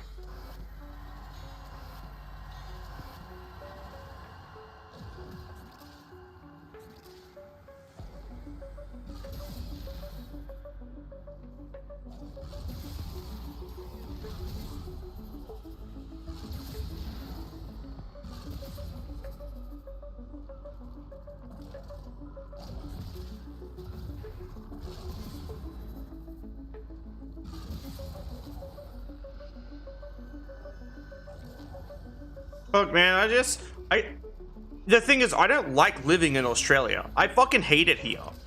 I feel very out of place and like I don't belong, and I have too many horrible, horrible memories here.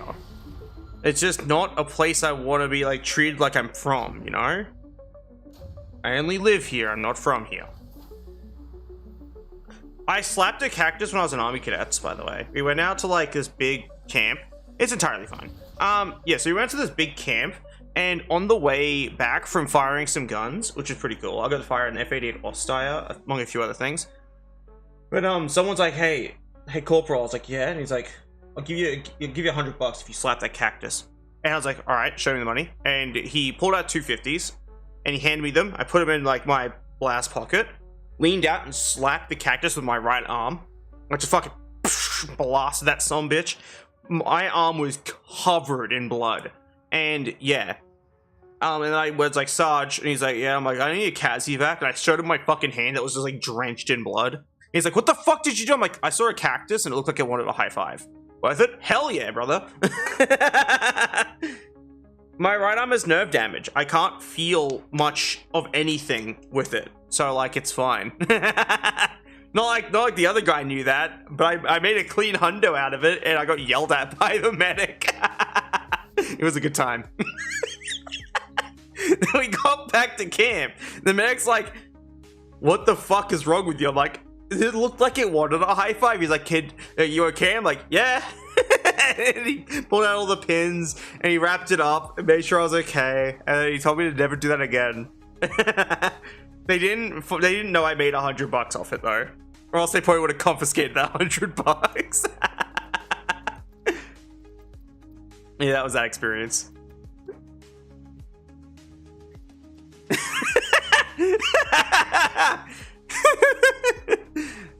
I'm mix-handed and ambidextrous for those behaviors, so I technically can in fact jork it, and by it I mean my peanuts for as long as I want.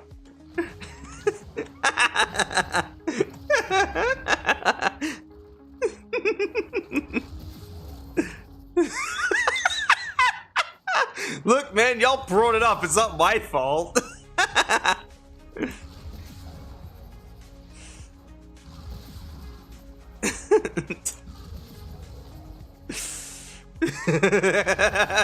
At the strip club, straight up joking it, and by it I mean my peanuts. I fucking love those jokes, man. They're great.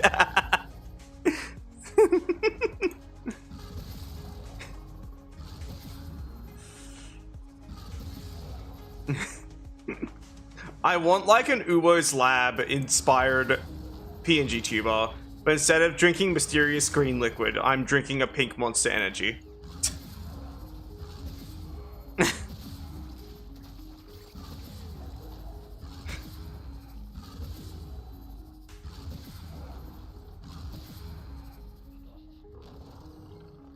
Oh yeah, bro, it's so fucking funny though.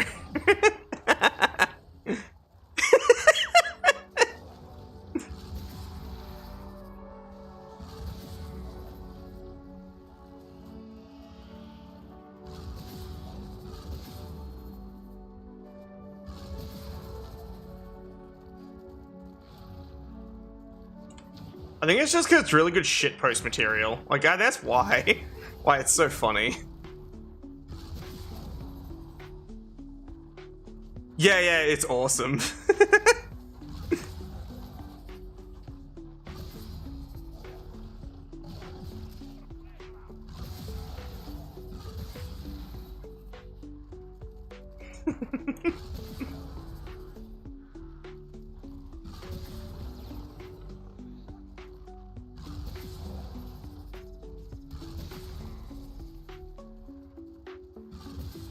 I like the way every now and then someone clicks on the stream and they hear like those parts of the stream, like the straight jorking it bit, and like they just leave. They're just like, man, I don't want to fucking watch this. Content's weird.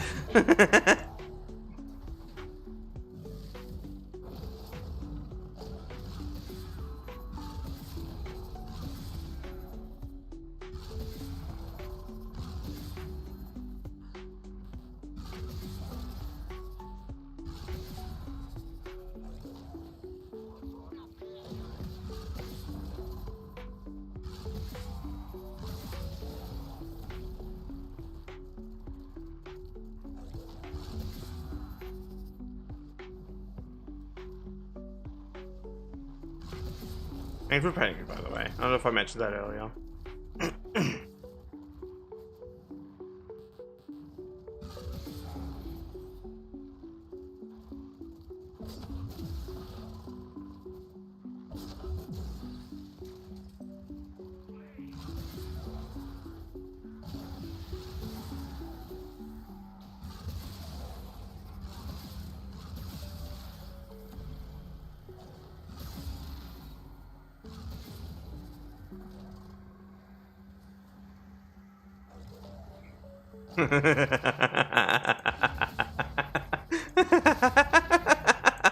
That's so funny.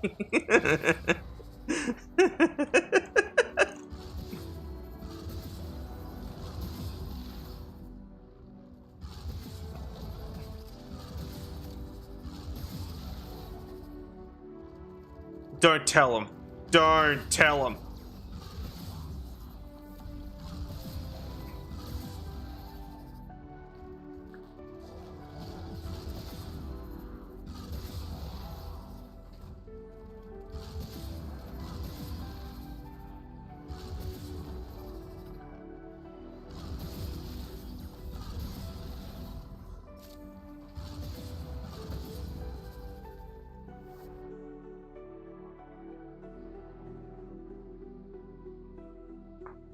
Ugh.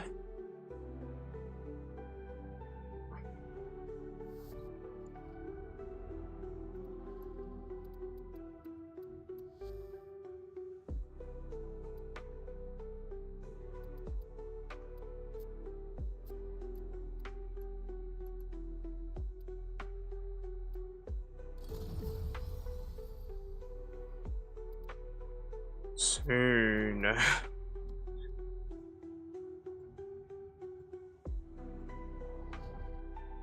We're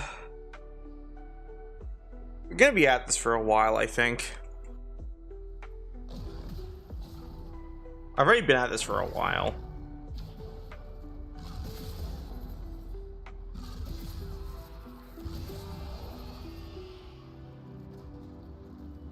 And I just spawn camp to those cats. That's kind of funny.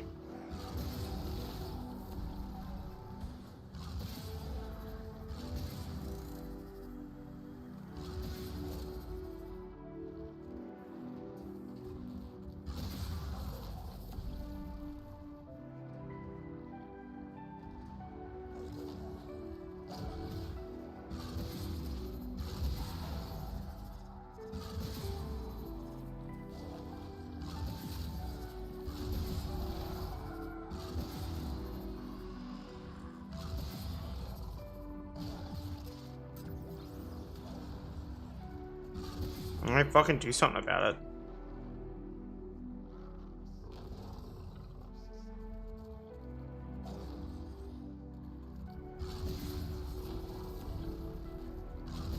I think I just don't like cats in general, like, which is very ironic given the fact that my persona is a wolf. And I'm very dog-coded IRL, but like, it's just kind of funny. My experience with cats has just been negative, so I'm like, I tend to avoid them now. Which is funny, because I've actually had some people take offense to that. Like, that's a real thing. Like, some time ago, like a while back now, I had a, like, first-time chat from viewer, and, like, we were talking about animals, and, oh god, I have a cat. Like, they're really cute. And I'm like, cool. I don't really like cats that much. They're like, why? I'm like, one gave me stitches once, and now I'm not a big fan of them. And then they immediately unfollowed and left. They got so offended that I didn't like the same animal as them that they left. I remember it so well because it was just so fucking funny. What's this? This random furry that got an injury from a cat at a younger age doesn't like cats now? How dare they? I'm gonna leave. Grumpy noises. Or whatever.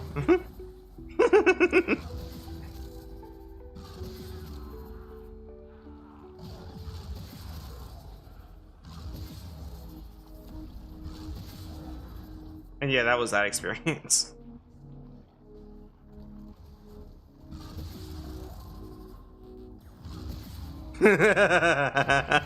Look, man, I don't know what people say when they're mad, other than like slurs sometimes, but I play TF2, so like, of course people call me slurs when they're angry. I encountered the funniest angry people when I was playing TF2 as well. It was great. So, we were playing PLR Hightower, like casual PLR Hightower, right? I queued for it just to dick around. And there was this one guy just getting so angry at everybody. Bro was literally killing people who weren't fighting back and still getting mad at them. It's like, bro. Both of these are shit. I had to pick between garbage and garbage.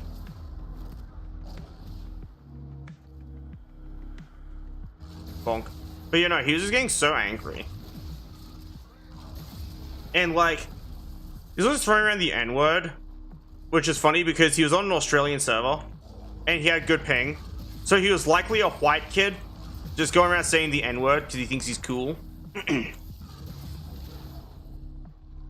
Like, I'm just gonna say it outright. And yeah, it was really funny. He was your typical sniper main, basically. Like, the biggest sweat known to humankind. And then eventually, like, I just kind of got bored, and I was like, man, I need to make dinner. So I was like, alright, guys, I'm gonna go, like, to my team. And someone was like, please don't leave us here with this guy. I'm like, I'm sorry, I have to eat food. And that was that. I said it in team chat, so the angry little child couldn't read it. And I left, so he probably thought he won that argument. I'm surprised he didn't leave a comment on my fucking profile calling me a sex offender for being a furry. So I get a lot of people like that who, like, you'll get like an angry little boy who doesn't like that you're a furry, and they will like leave a comment on your profile calling you a sex offender, or because they disagree with the fact that you're a furry, and that's it. That's the only reason. Where's this fucking manic, bro? Like, he keeps teleporting around. You stupid duck of garbage. Oh, he's invisible.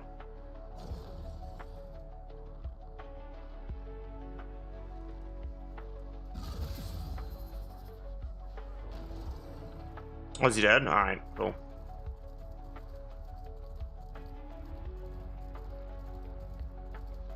Honestly, it's no surprise that all the kids these days are like that, and it's because of shit like TikTok.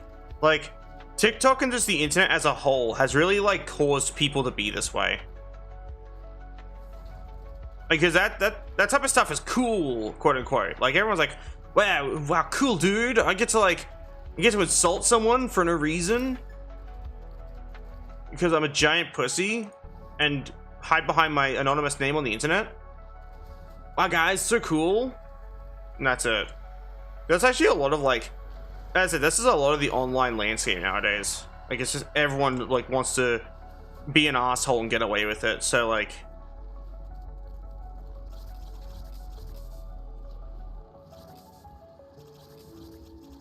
but, you know, it's just really crazy because like that's why I can't stream TF2. It's because of how absolutely fucking angry some people get, and also because of YIF conscientious objectors. I've gotten lucky in the past, but you never know. I don't want to have someone show up and like, you know, show like, I don't know, fucking. I'm trying to think of a good example for character. I don't want someone to show up with like a Lucario getting plowed as like their conscientious objector. Sure, it'd probably look hot, but like, not around here. I don't want to get banned. I didn't pick Luna because that's my job. I have Luna YIF on my conscientious objector, so I can get streamers banned. The actual reason is because I think it's funny. And killing someone with something called the YIF stick is pretty hilarious to me. Because they get really mad when you kill them with something called the YIF stick. Like, I'm not showing you, they hate it. And it's really, really funny, especially if it's an angry person. Like, if it's an angry person, they get so mad if you kill them with a thing they don't like. Also, you know what's insane, too? Is that person with the sniper who was, like, talking shit, he was also really bad at sniper. I was a T-posing pyro, and bro missed 2 headshots on me standing still, and when I walked at him, he switched over to his SMG and sprayed 2 magazines to kill me. I got up in his grill and managed to back him into a corner while fucking T-posing. Bro is so bad at sniper, he couldn't even kill an enemy that wasn't fighting back. And then when he killed me, he called me a slur and was like, "Lol, you're bad, blah, blah, blah." It's like, bro, if I had an actual weapon equipped and I wasn't fucking T-posing, you would have died. I don't know what else to tell you there. It was just really funny. Because, like, it feels like he was trying to play up a character to really upset people.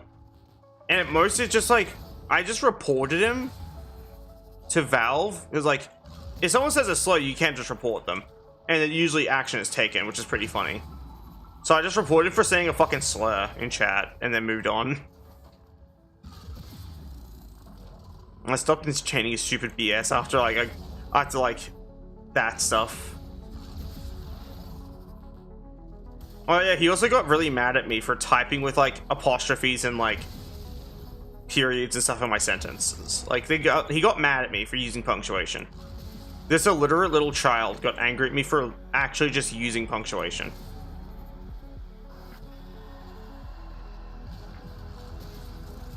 And it's very funny.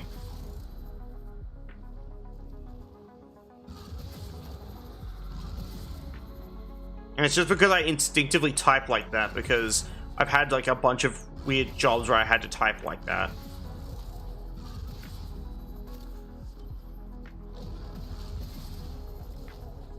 Yeah, it's really funny.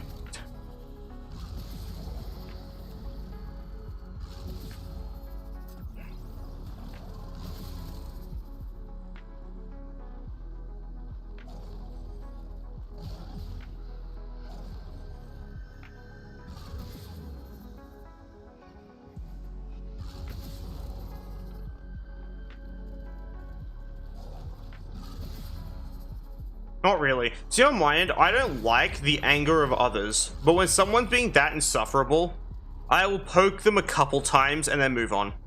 Like, that's it. Like, I usually don't like rage baiting people. If anything, I hate rage baiting people. But I will poke an angry person once or twice if they're unjustly angry and just being rude. If they're going around calling people a slur while being clearly white and stuff like that, it's like, I don't know what to tell you, man.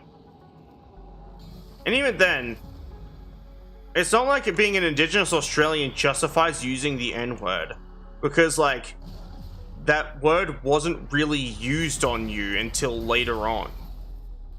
It's not like a word that like, you know, it's not the Indigenous Australian word, it is the African American word. There's a difference, you know?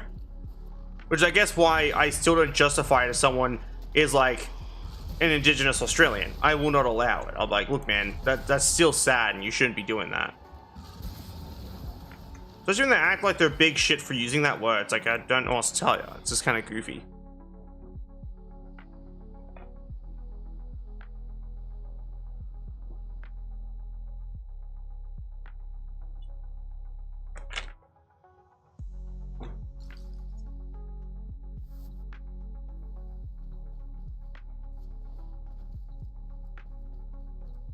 Hey, look, it's my dog.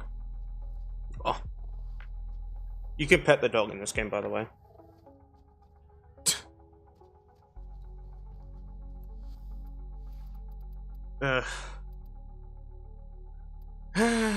Did you do like low tour? Cause that's fine. If you play high tour, it's a different story.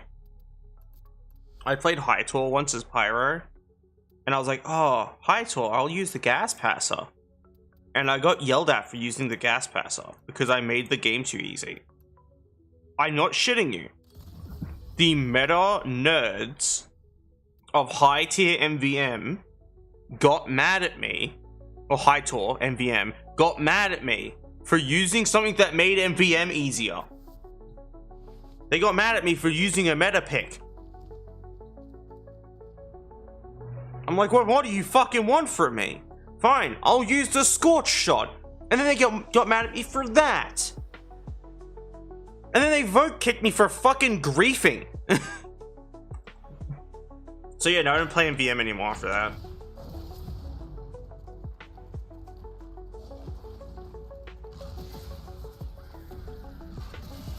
That was my experience with MVM though.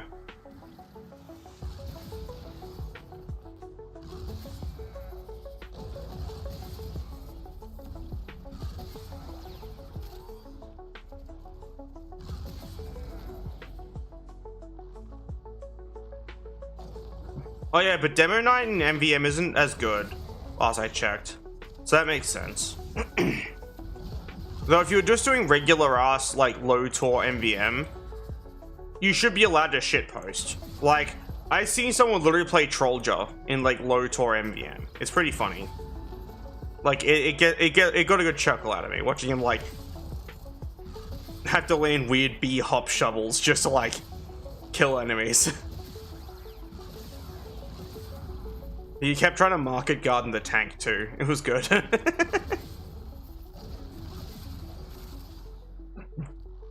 Yeah, no, on my, like, I don't take MVM seriously, which is why I'll just run the gas passer if I want to, like, really destroy MVM. Otherwise, I'll dick around with, like, the back burner and the stock flamethrower. I usually use a Scorch Shot otherwise as well. So I don't run the Flog. I just don't like the Flog. That's the main reason.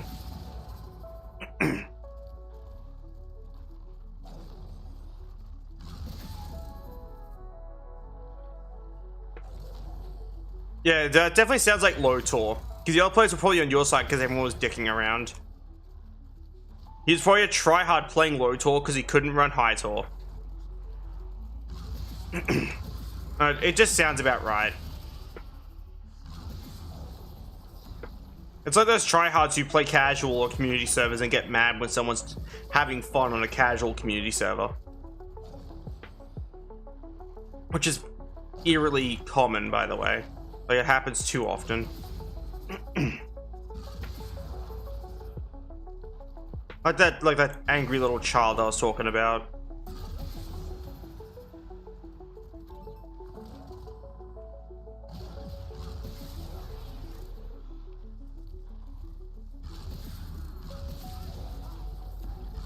I wish I could, like, queue to American servers despite me being in Australia, only because I'd rather play with Americans because they have a better sense of humor.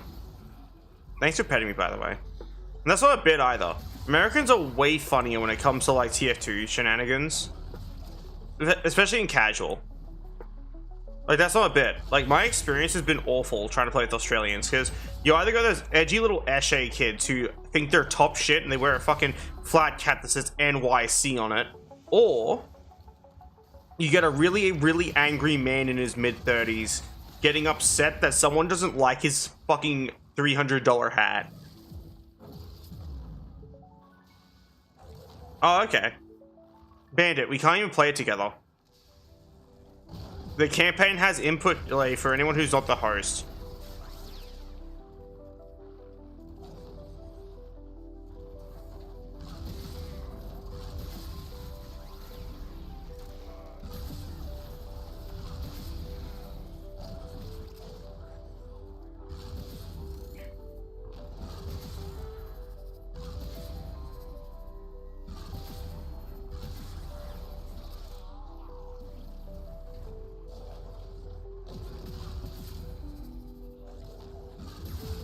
Do you mean I'll be doing basically everything and you won't be doing much at all? Because if so, that sounds about par for the course.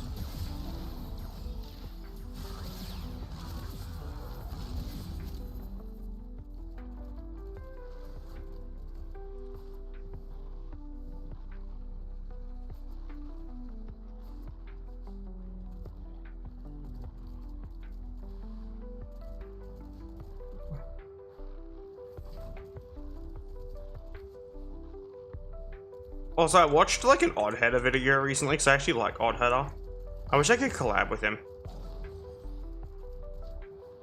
I think we would have, given where you're based out of, roughly a 300 millisecond delay, which means everything you would do, like from walking to jumping to shooting, would have a 300 millisecond delay. And that makes the game borderline unplayable. Actually, no, not even borderline, literally unplayable.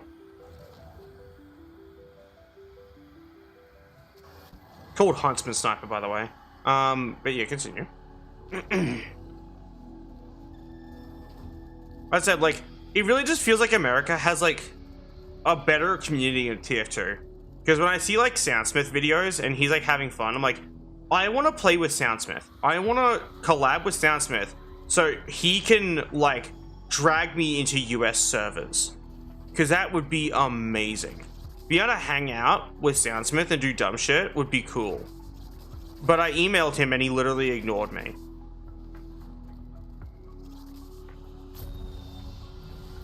Which made me very sad, by the way.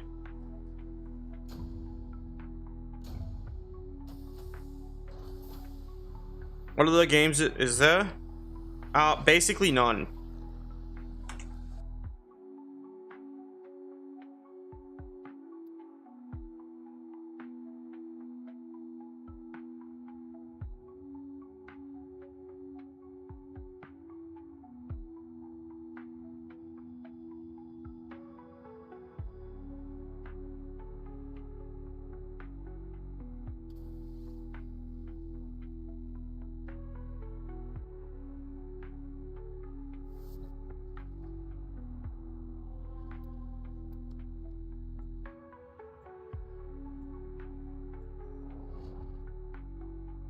I'm not playing fucking Elder Scrolls Online with someone. I don't play it anymore anyway. And it's subscription based.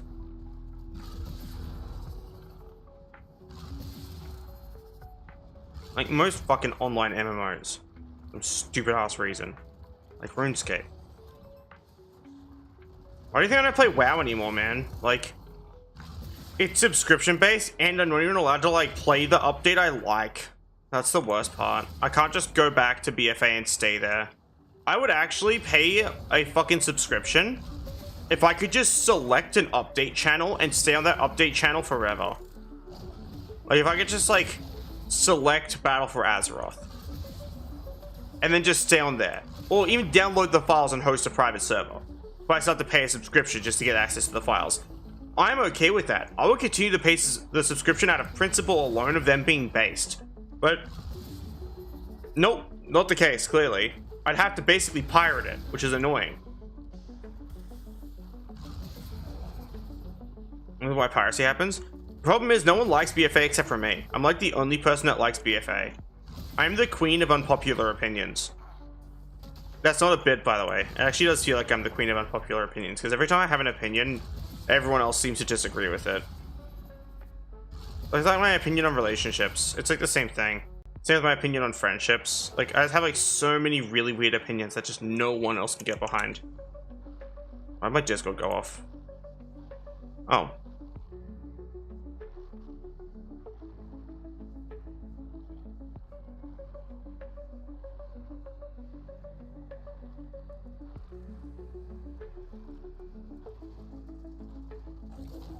Why is this ball attacking me? Fuck off. Anyway, I'll go back to what I was saying with the odd header video. So I was watching an odd header video recently. Like, it's a pretty old one. So I like rewatching a lot of his content. He's another person I would love to collab with because he's just really cool. And he was talking about like an Apex Legends voice line for Pathfinder, where he's like, "I'm just a robot standing in front of a loser, asking them to die." Is like the voice line. And I was like, did they ever add that to the game, or was it meant to be like an unused voice line that they were testing and they decided against it because it seemed a little harsh? So I know that Apex really likes to be Weenie Hut Jr. with a lot of their stuff.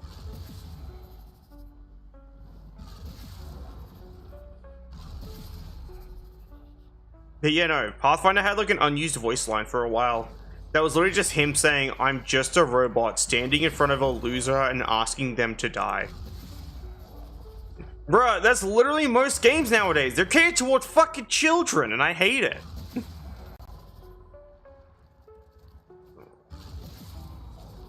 Why did my Discord go off again? Oh.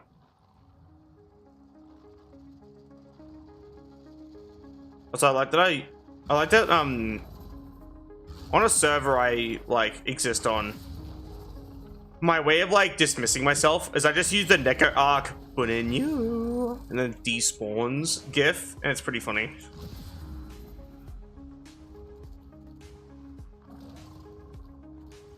Oh, so it was never added to the game. They probably removed it from the files though. But yeah, it was caused by a glitch that players kept randomly getting, where they would go to use a voice line from Pathfinder and he would just randomly say that instead. So it was likely an ID issue where like it was IDing the wrong fucking voice line and playing that one instead. And yeah, that's basically what had happened. And a lot of other players heard it and it was really weird.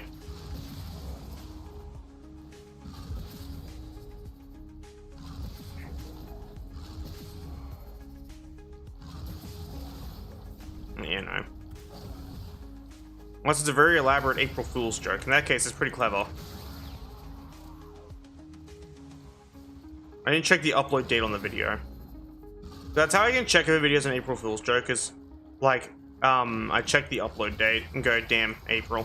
That means everything in this video is a lie.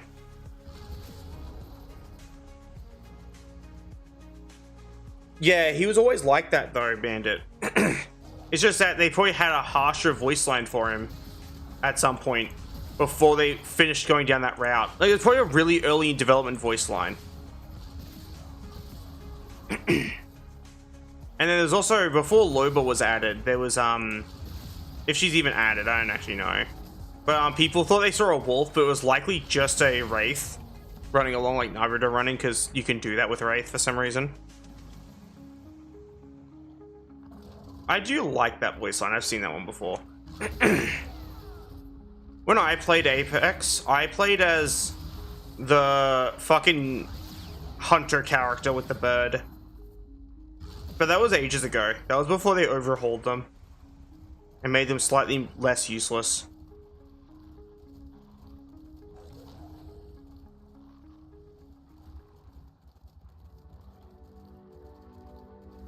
Yeah, but like, she was found really early on, Bandit, like in the files, like basically when the game released, and people thought they saw a wolf running around the map and also thought they heard howling. But there's a likely chance. Yeah, Bloodhound, that's who I played. But yeah, like, and people thought that was like a secret announcement for Loba, but that was long before Loba was even added. So there's a likely chance it was just a Wraith player and something that sounded eerily similar to a growl. Because there are a lot of sounds that sound similar to other sounds when you're not thinking. But when you, especially when you think you heard something or think you saw something, your brain starts adding information to that. So like, it's called confirmation bias. It's very unhealthy.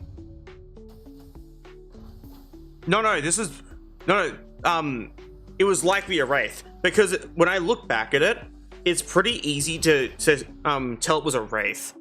Let me try and find it. Actually, I'll show you the odd header video. Also, my fucking blue sky keeps glitching out. Anyway, let me go to YouTube. And I'll bring up the video because I think it's actually fascinating. Odd header Apex. Unsolved video game discoveries. Most mysterious video games, no. Mysteries and discoveries 2024, no. Out of bounds discoveries, no. I think it might have been this one. Yeah, here we go. Here we go.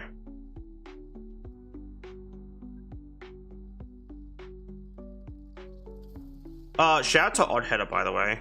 She'd love his content. It's fucking great. So he documents like discoveries and stuff. But yeah, you could tell it's a yeah. Look, see, that was a wraith. They're Naruto running. You can see the scarf and everything.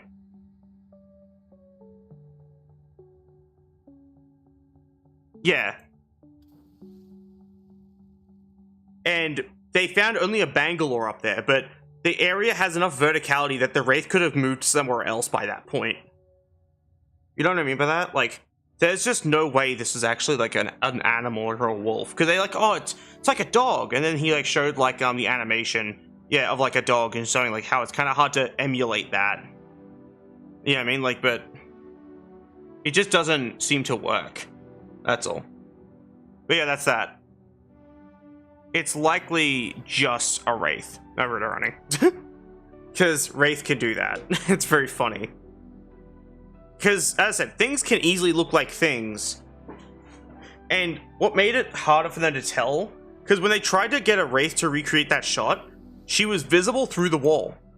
Like, you could see it because of the party outline of like your other players on your team. So you could see the rest of the Wraith shape. So of course it wasn't looking like that same animation.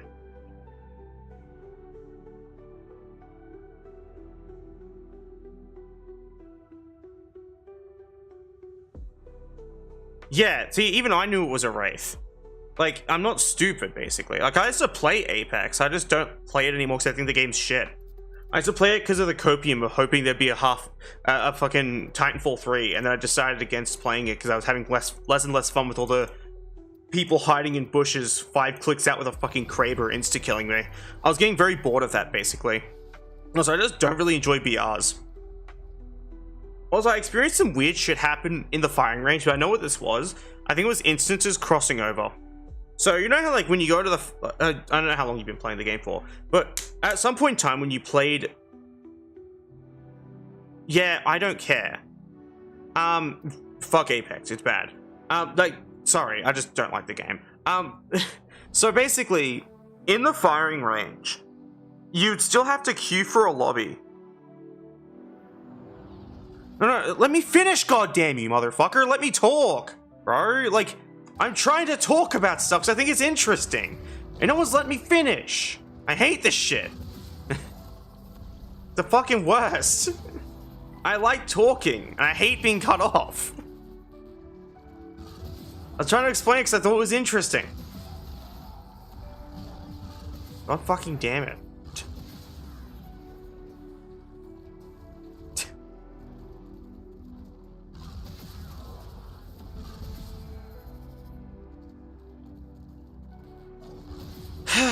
I don't even fucking bother, man.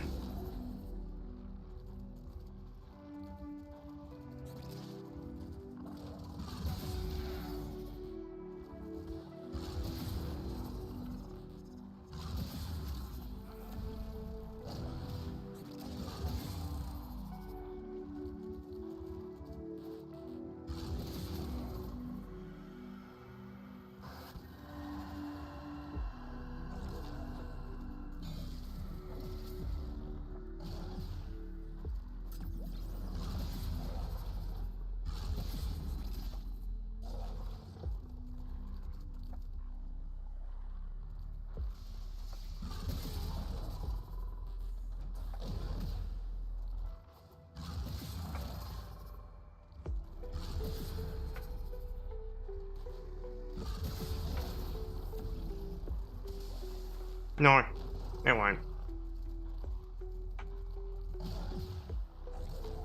Am I cool to talk about the stupid thing now? Like, I'm like actually frustrated. So I don't get to fucking say stuff. It's so annoying.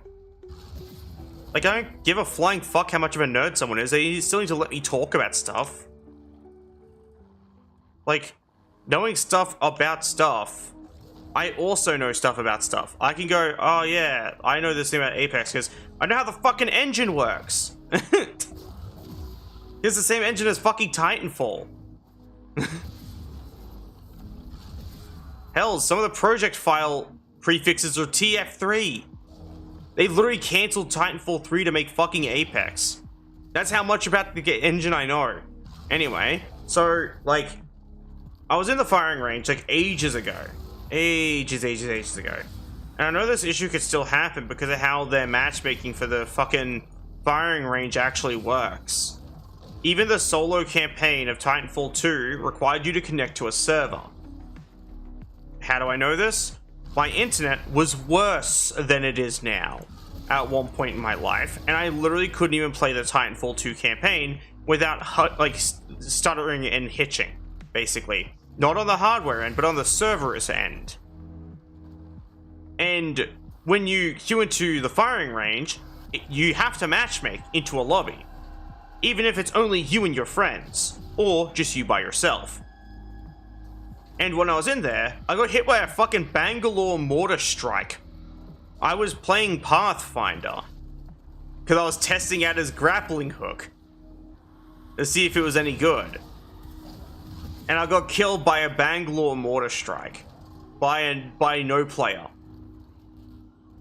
And it's because another player who was playing Bangalore was probably testing the mortar strike thing, and it had the weird instance crossover, and I died.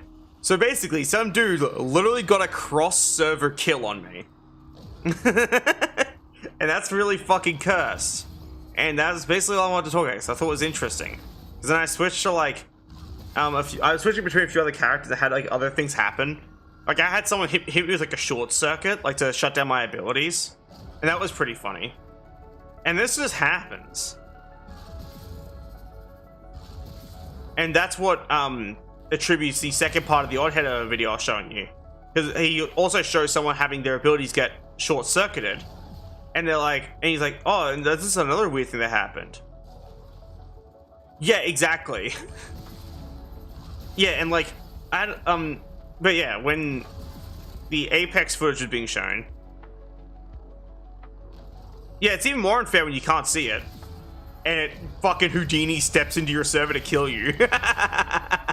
When you're just dicking around in third-person mode as Pathfinder. Because you had to do a weird glitch to unlock third-person mode originally. It wasn't just a fucking tick box. You had to stand in a corner, like kind of teabag a little bit, do some fuck shit, and then suddenly you're third person. It was really weird.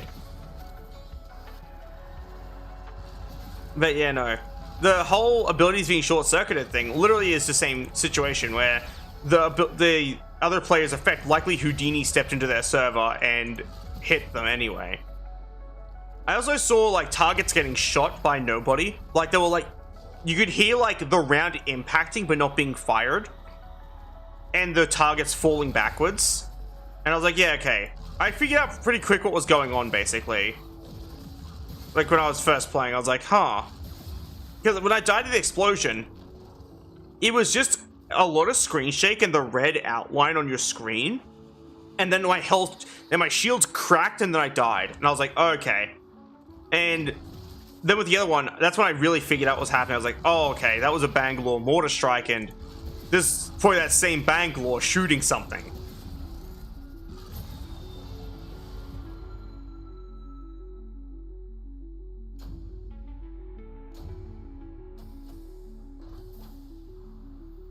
Yeah. But like basically that's what happened. And I know the cause, which is why I got so grumpy when like you're like, oh, they re-cause. I'm like, I know, bro. It's so easy to re-cause because Apex is dog shit. Like, of course they're gonna re-break a thing they fixed. That happens all the time. Even D does it. D's like, oh guys, we fixed this thing, and then 5 updates later, it's fucking broken again. And then he goes, all right, guys, we'll fix it again. Then fucking 2 updates later, it's broken again. Like, it has happened. That's why I got so grumpy, because it's like, I like talking about this stuff, because I know things too. Like, that's why I get so annoyed, because, like, I feel like I'm being treated like an idiot, basically. When I go to say a thing, and someone cuts me off just to fucking tell me the thing I already knew. It's like, it makes me feel like I'm being called a dumbass. That's probably why I get so upset about it, because I technically take it as an insult, even though it shouldn't be. Yeah, no. Sorry for getting grumpy.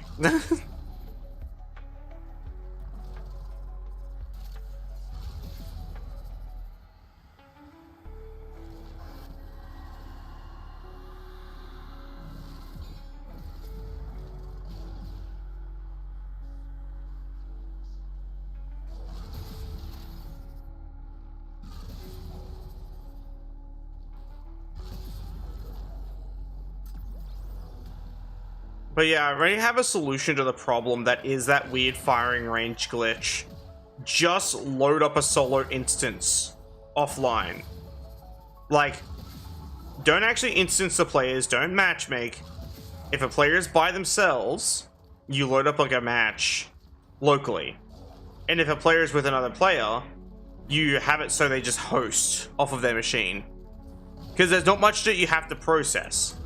So you can afford to just host off the player's machine. You don't have to host off of the server and instance the players, causing weird shit like the interdimensional Houdini step Bangalore mortar or anything. Like, literally, you could prevent this with the simplest solutions. Sure, you have to probably restructure how the server initializes, because it'd be a whole lot of like, oh yeah, what if they already have it established in this system and now it's too much work to change it? I understand that. But it is for the betterment of the player base to not have your training experience interrupted by Bangalore deciding you're dead from across instances.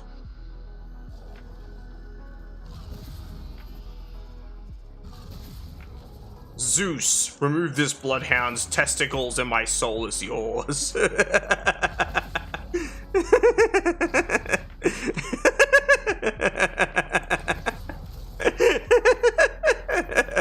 was that Bangor.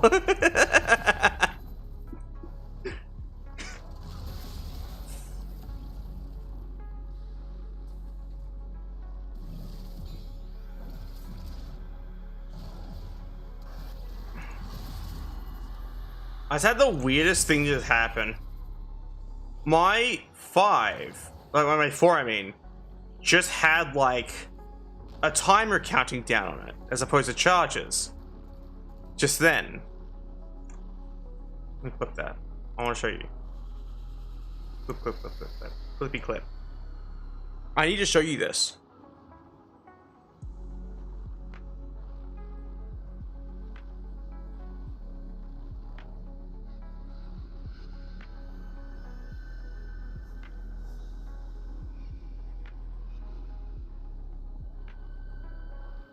Yeah, here we go.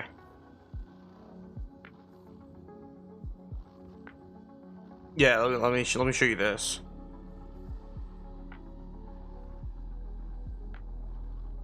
Wow, there's no way to like make this bigger. Really? Oh, actually. There we go. Move it over here. So see this? So watch my 4 here.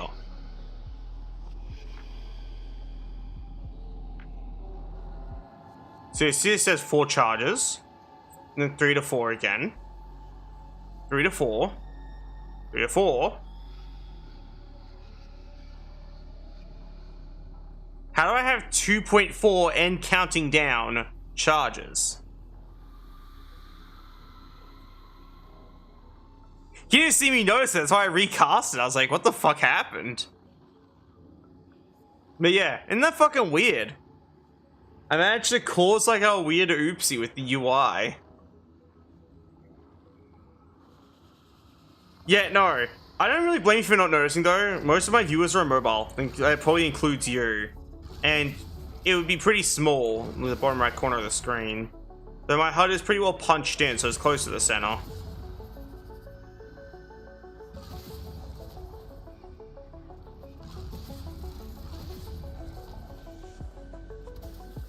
I wouldn't be proud of being a mobile user. The mobile sucks ass.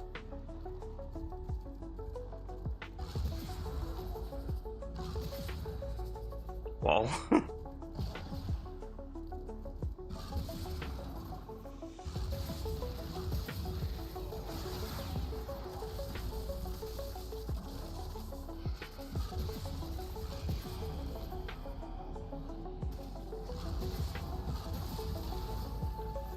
I still think, like, deployable pocket Layka is such a funny idea.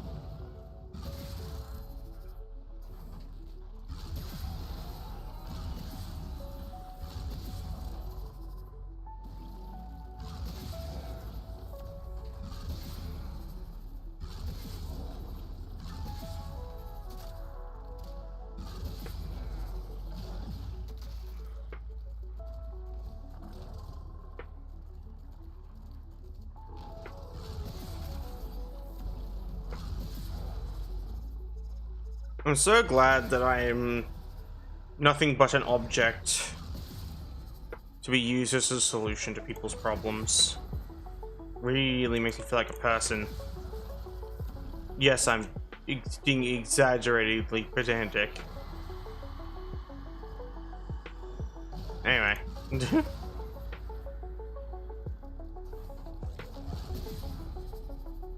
Bonk.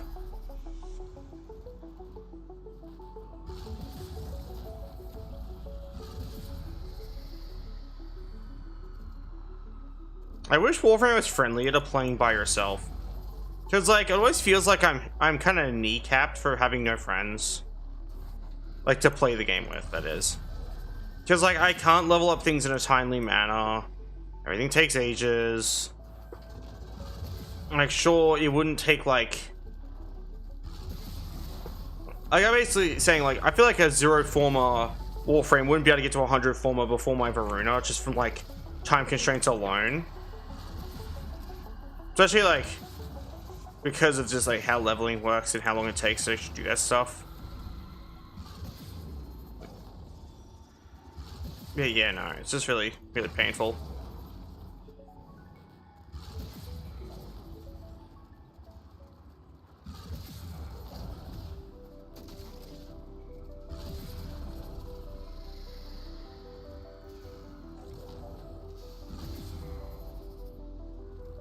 Uh, 95.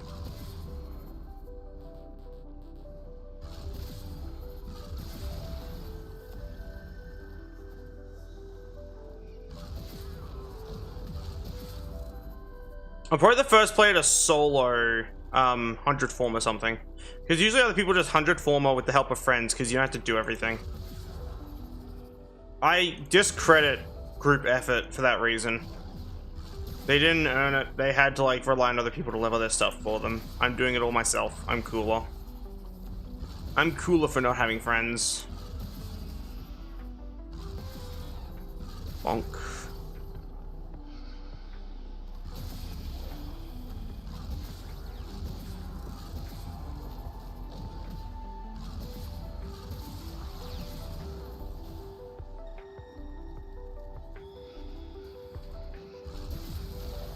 Don't worry, there's some weapons that take 24 hours to craft instead of just 12.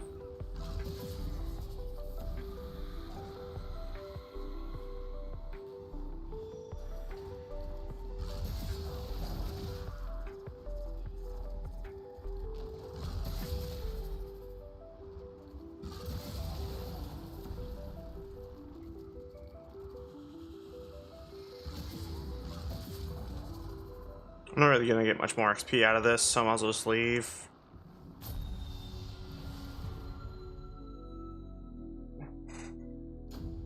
And the bonus XP should get me up to like 20 something. Yeah, 22.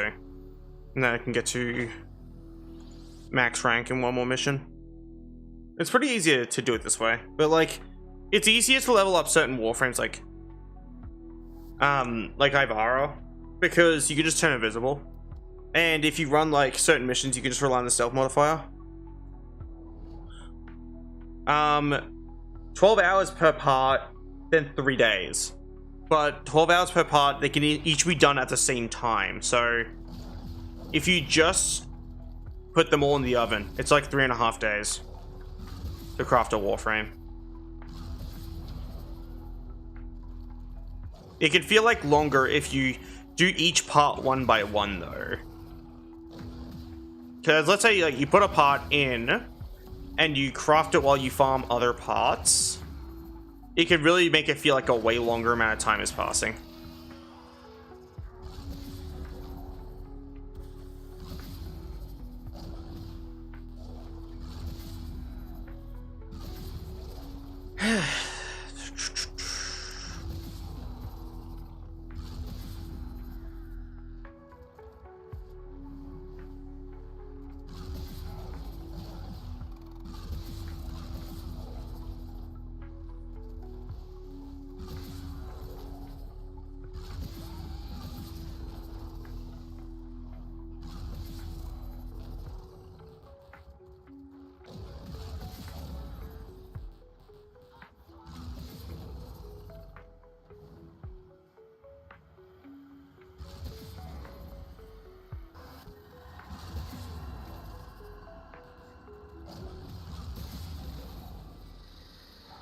Look, I'm only speaking from experience in regards to the crafting time feel, but like it's still at its most efficient 3.5 days.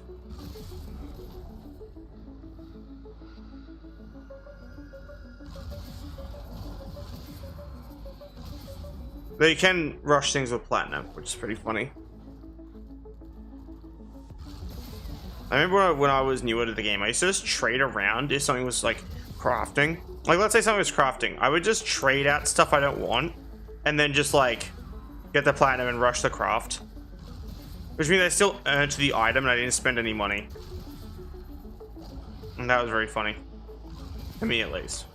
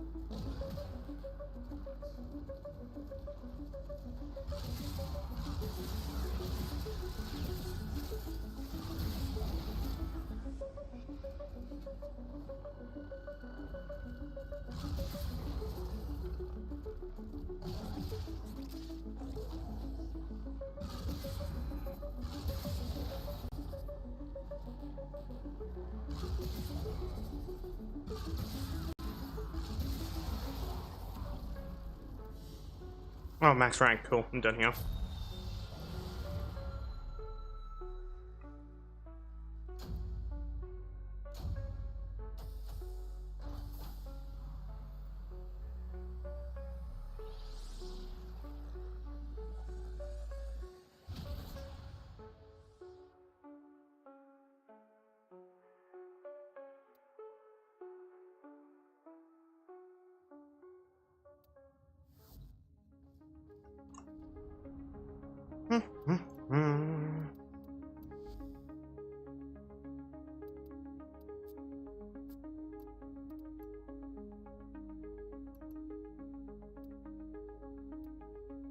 Yeah, almost done. And then I will be free.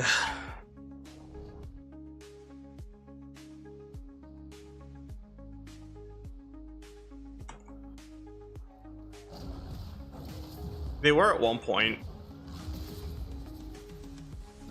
Bonk. I wish there was a sortie with Eczema Stronghold. I would just do that until I'm max rank, then just like quit. But they don't let you run sorties if your Warframe's under rank 30, which is because they're cowards. They know someone like me is too powerful, and they will just like beat it anyway.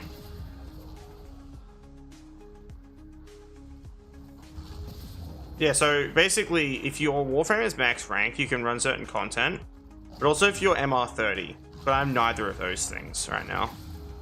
Mostly because I don't want to be MR30, I don't care. Technically speaking, it would be nice, but I also couldn't give a flying fuck about earning it. Just because they made leveling so monotonous. I can't say that, but in the time I've spent maxing Voruna this many times, I probably would be MR30 if I just did it with other things. If I put that energy elsewhere. You know what I mean by that? Like, I feel like I would just be mastery rank 30 by this point.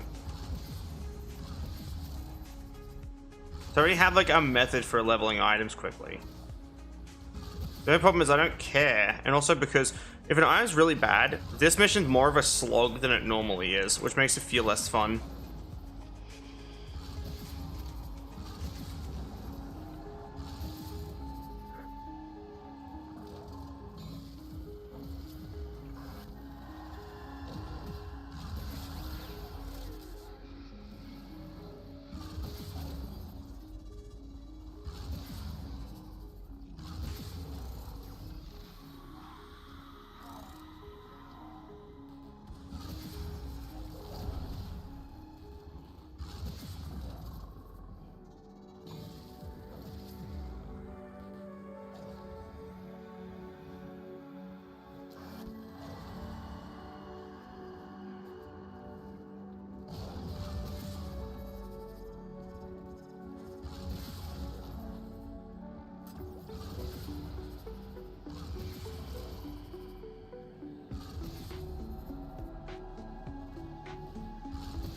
I will say, I think this has given me a new insight into like leveling Warframes though. Not like a good insight, a bad insight. Like I'm like, damn, it really does take a while when you're like leveling a lot of Warframes in a row. Even when the Warframe is the exact same Warframe. No, it's not like with weapons where you can have like a cool mod setup out the gate or ribbons and stuff. It's like, no, this is just a Warframe. It gets half the XP that your weapon should be getting, but weapons take less XP total to level up, so like, it just takes a while. What I'm saying is 100 Forma weapon is faster and easier than 100 Forma Warframe.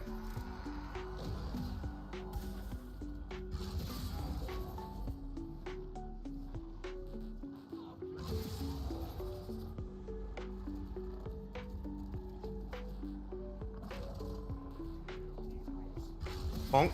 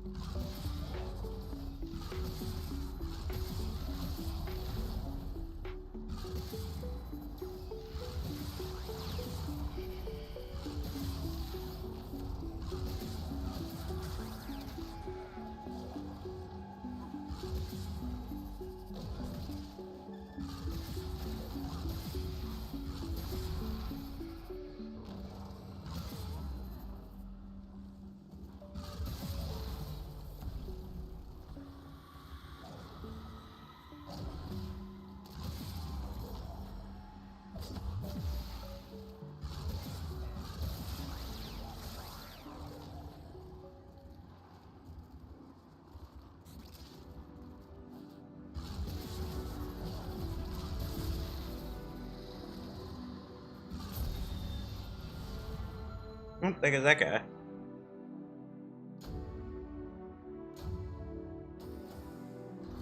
Oh, that's like half a max rank in 4 minutes. Pretty solid.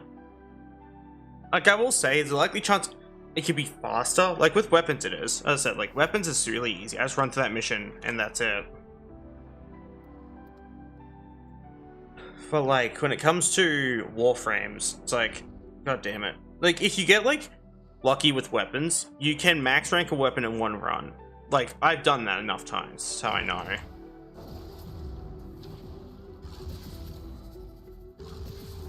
With warframes, it's just, yeah, no. This mission's great for leveling stuff. I can max rank a weapon in literally 1 run.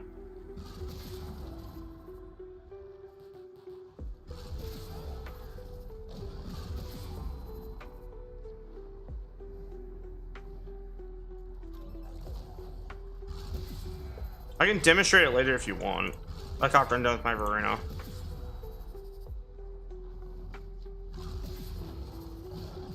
And the problem is, now that I'm saying that, D's probably gonna patch the fucking place and make it harder to level up in. They don't want players having fun with their game. You know, D's are carnivores, they're real meat eaters. I love referencing Haze, it's such a shit game. Obo Shoes Games plays it, and it really makes me chuckle. Because one of the lines in Haze is a guy going, but I'm a carnivore, a real meat eater. And that's literally just a line from a guy in Haze. This game's on PS3, by the way. It's meant to be a Halo killer, but it wasn't. Like every Halo killer, it failed at killing Halo. The only thing that can kill Halo is Halo.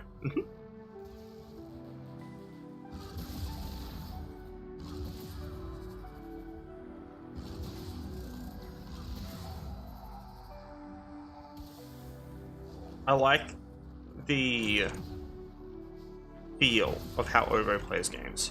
He plays games like he's never played a game before.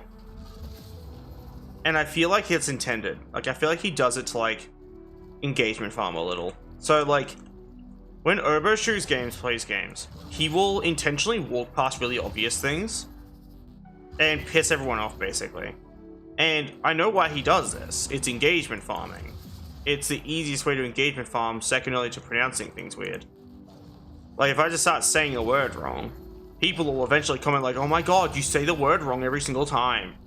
And that's engagement farming. You get engagement. That makes the number go up. And when the number goes up, that means more people see it.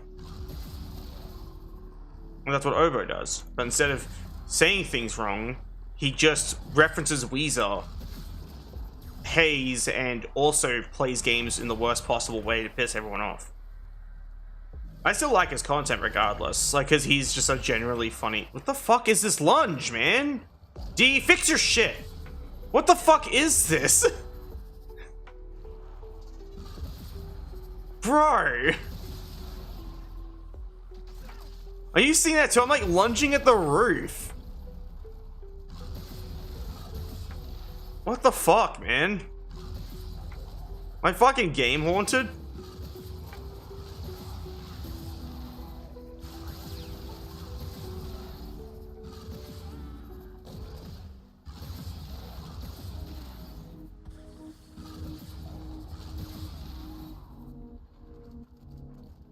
It's fucking annoying, bro. Like, holy shit.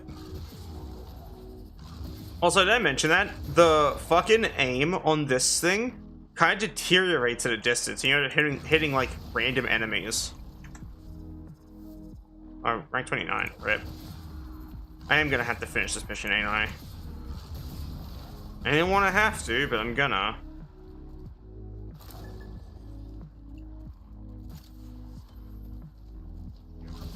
Oh, I might not, actually. No way. Oh, I can just, like, leave? Please be an Xmas. God damn it. Okay. I guess I have to play the game. God damn it. I'm upset.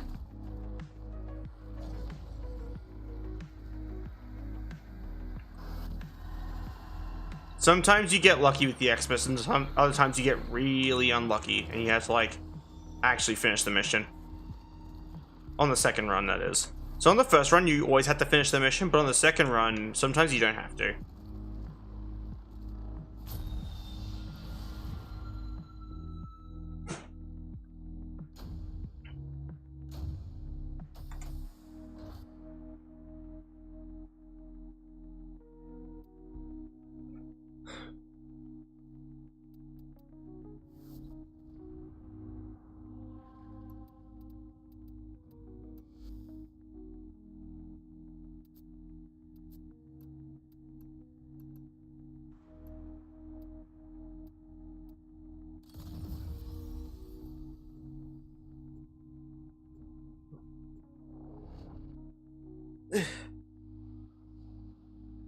Thanks for petting me, by the way.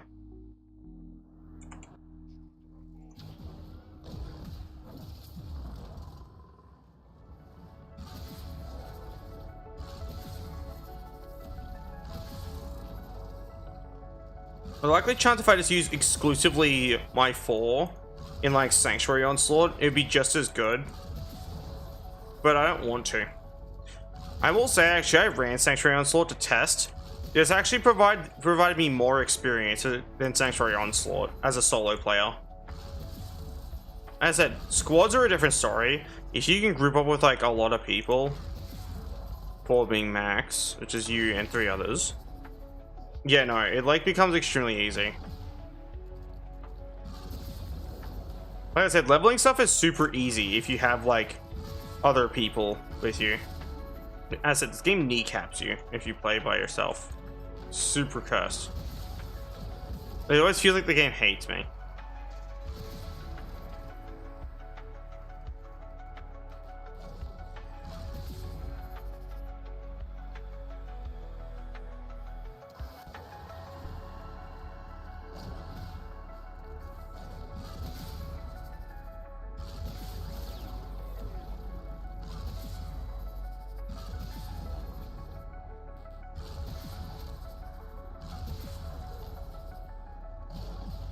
Was that the whole target priority thing I mentioned earlier just happened then, where I targeted a guy behind the guy I was actually looking at.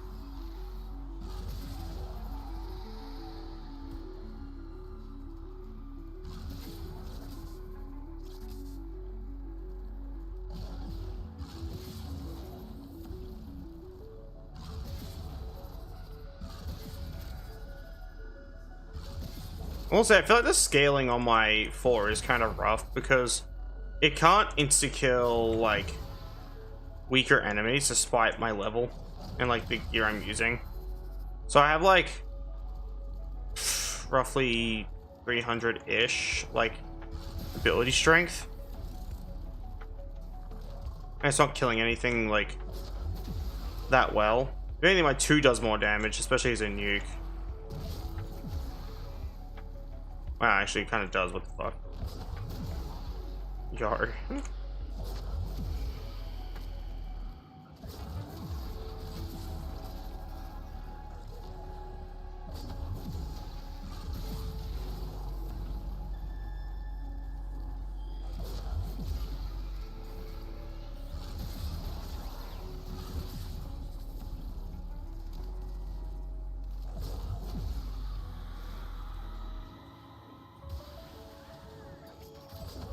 I was basically saying it as a joke, but it actually like rang true. So I was like, hold up. Like in that case, I'll use like this for weaker enemies, and then use this on like the tougher guys. Bonk. There he goes.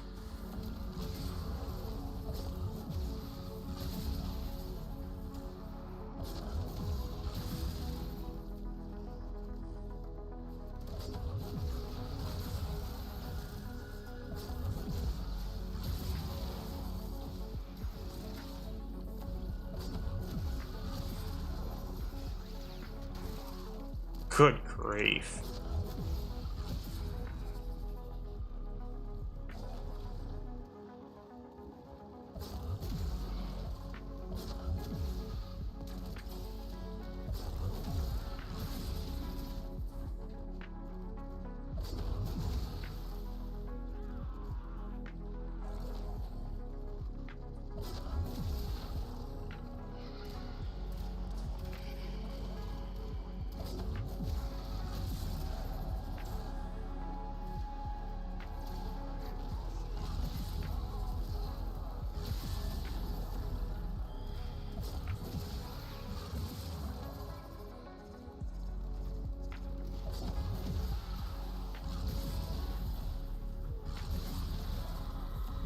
And Voruna's 2 is really good. Really feels like a boring nuke. I press one button and everything dies. Like a real nuke build.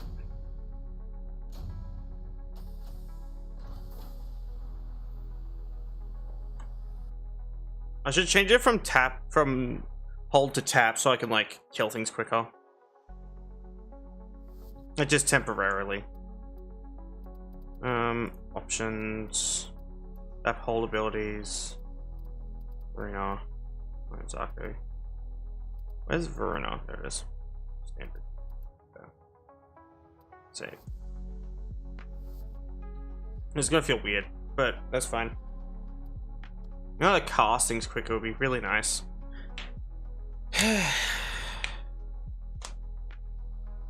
Me finding a more efficient way to level Voruna after fuck knows how long.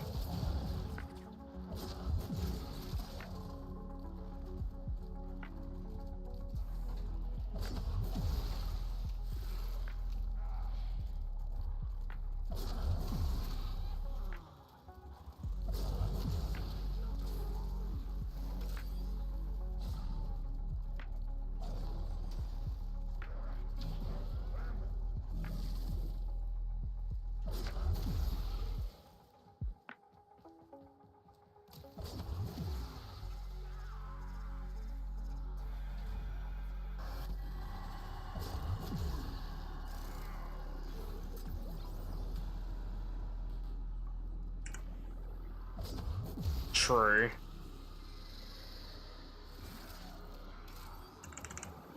That's right, I can just spam pizzas.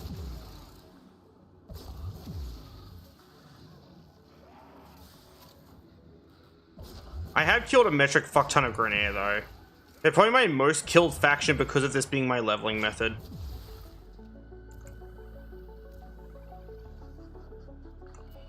Did I finally run out of pizzas? Oh my god, I did. Holy shit. So it took me ages. I've had pizzas for so long. Oh, my bad. I'm trying to figure out why it wasn't working. There we go.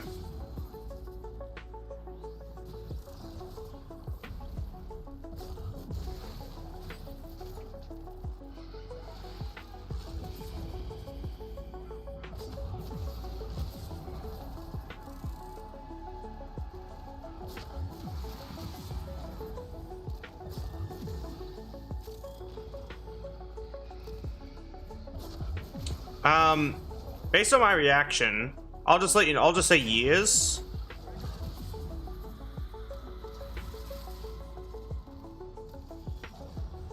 Oh, my bad.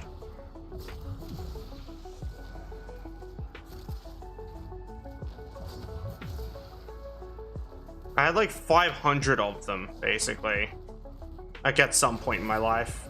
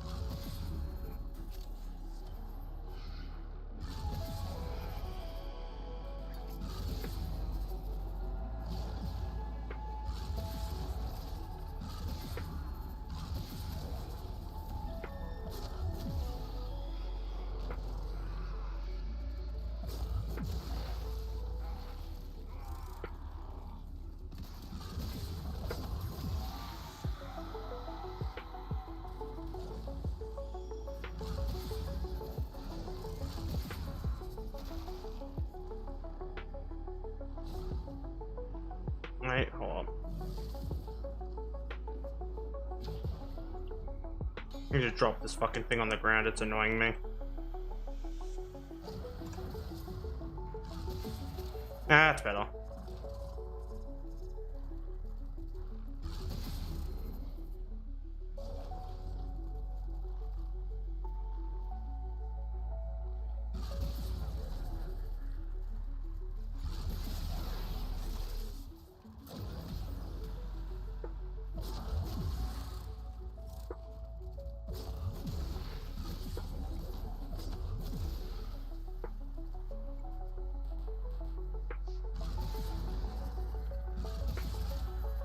My fucking hand is itchy, bro. I hate this.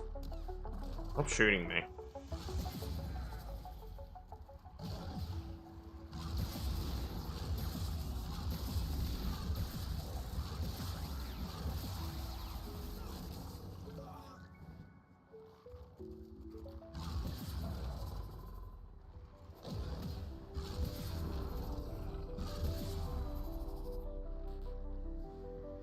Oh yeah, so fun fact. The reason why it takes so long to switch between your passives as Voruna is because a bunch of people who didn't know how to play Voruna and sucked at Warframe complained that they kept accidentally switching their passive when they didn't mean to. Because they panic and press the button.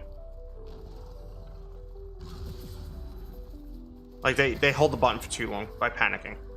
They're stupid. Like, literally a skill issue, and DE's solution was to fuck over everyone who uses inverted controls. So, I use inverted ability cast controls, where I switch my passives instantly. I can press a button, and my passive is active. That's how quick it is. If anything, I now take longer to cast my own abilities. Because DE did not want to actually just tell people to get good. Let me turn on my input display so you can see how long it takes me to cast an ability.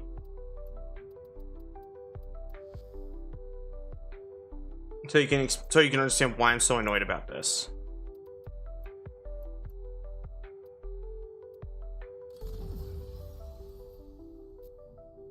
All right, here we go. Here's the problem I'm having. So you can see my inputs are working. Now let's say I want to. That's how quick I switch passives. Let's say I want to cast my one. See how long that takes? That's like a whole half a fucking second. Because people are bad at Warframe and complained to DE about it, and DE's solution was to fuck me over. Instead of just saying, hey, I'm sorry you're bad at the game, but can you please learn how to get better? And stop fucking whining and bitching at us about it. Especially given the fact that it being quick to cast, because it was like less than half that originally.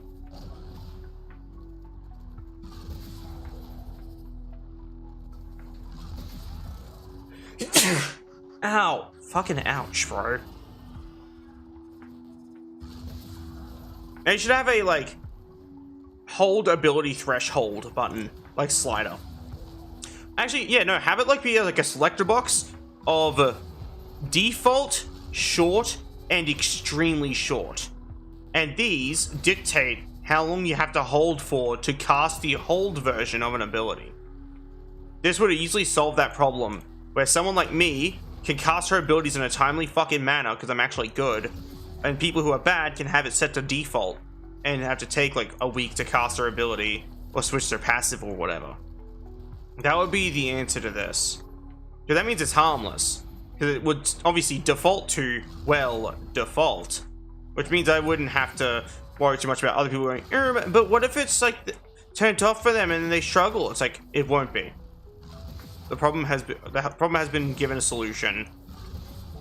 Now, all I ask is that DE actually implement this. I know you fuckers stalk my streams. Probably fishing for good ideas and also bugs to patch. Bugs where I'm having a little too much fun with your video game.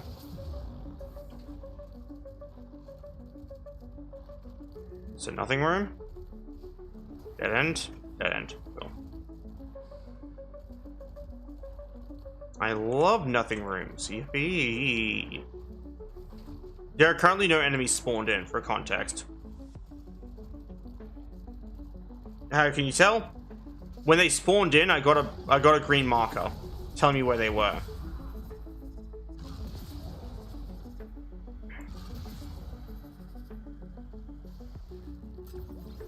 Hello.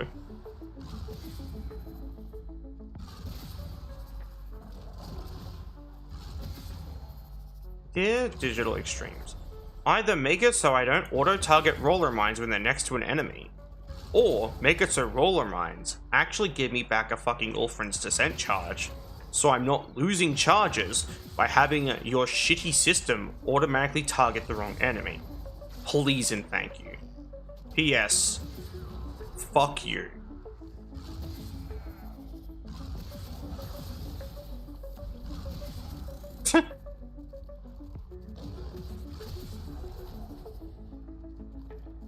That is my equivalent of a strongly worded letter.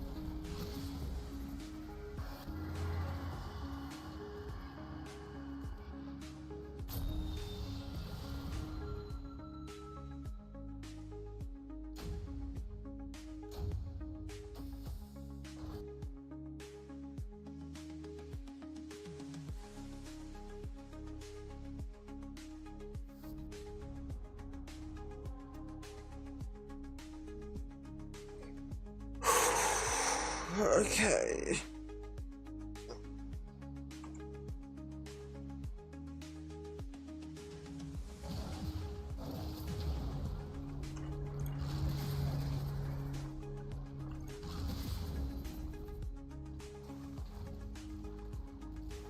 I can hear an airplane near the airstrip that I live next to. Hear like a goober. Think about how airplanes really are just kind of giant metal goobers. Like, I'm not wrong though, am I?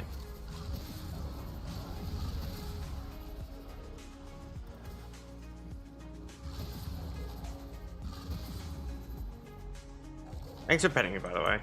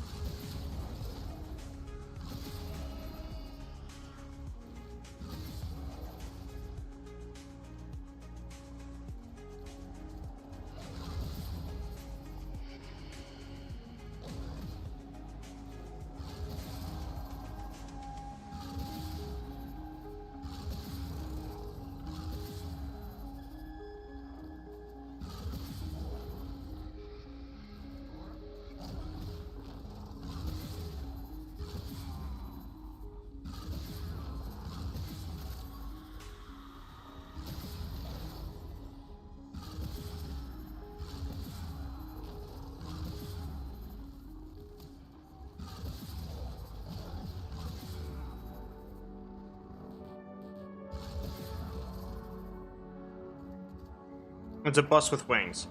And buses are goobers. We love buses in this house, they're cute. The people in them aren't, but like the buses themselves are cute.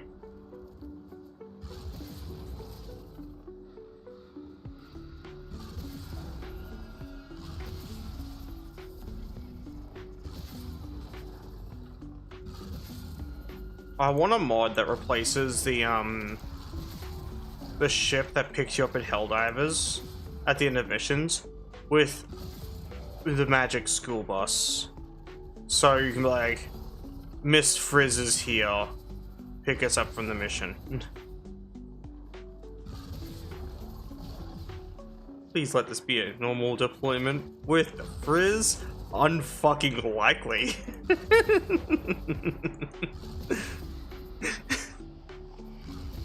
Some of my inside thoughts tend to escape.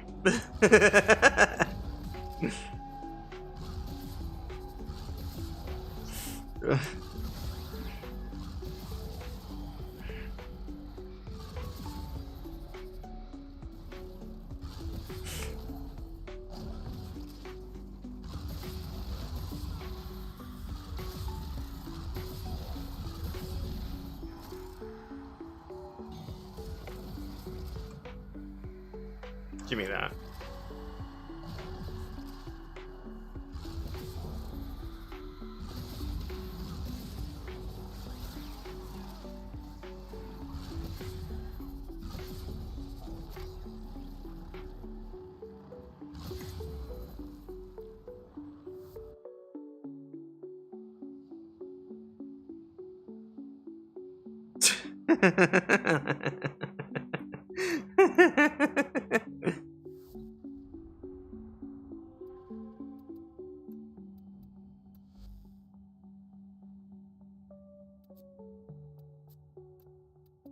Miss Frizz took the kids to Tao in the Zariman 10-0. Dude, the Zariman 10-0 is just the magic school bus. The Frizz took the kids through the void. The parents went insane and the kids got kidnapped to Tao. To fight in the war for the Orican. I love this new Warframe lore I've developed. DE, get my DMs. We need to talk.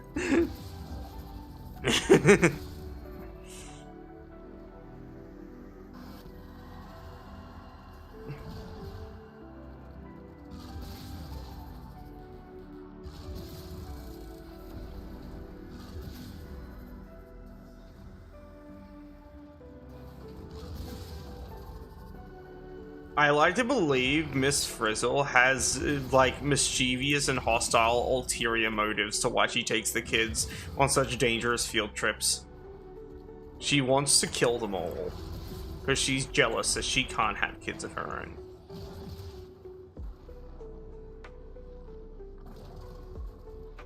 Miss Frizz takes the kids to go see the infestation. One of the kids fucking dies. Miss Frizz is fired from her job.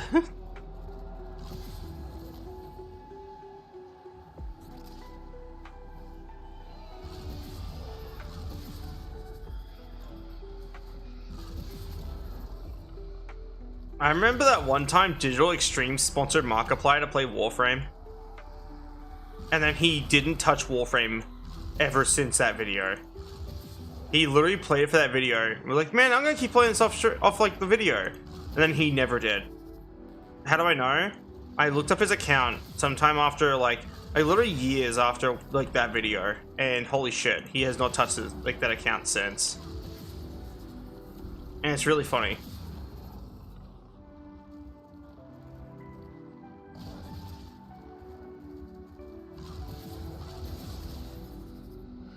But it's also Markiplier. Probably had a different hyperfixation at the time. Or just played that for, like, you know, the sponsor money. I feel like if DE sponsored, like, offered to sponsor my stream, like with Warframe, I would be a very torn, because, like, the money would be nice, but also I try to discourage people from playing, like, Warframe because it's very like soul consuming. I say as I'm plugging 100 Forma into a Warframe. Yeah, no. He literally says, I can't take this anymore, and he takes his helmet off and he freezes. And then they unfreeze him afterwards. Like, one of the kids basically fucking dies, though. Like, a little bit. Which is insane. Man, I haven't watched Magic School Bus since I was pretty little. Like, that's insane.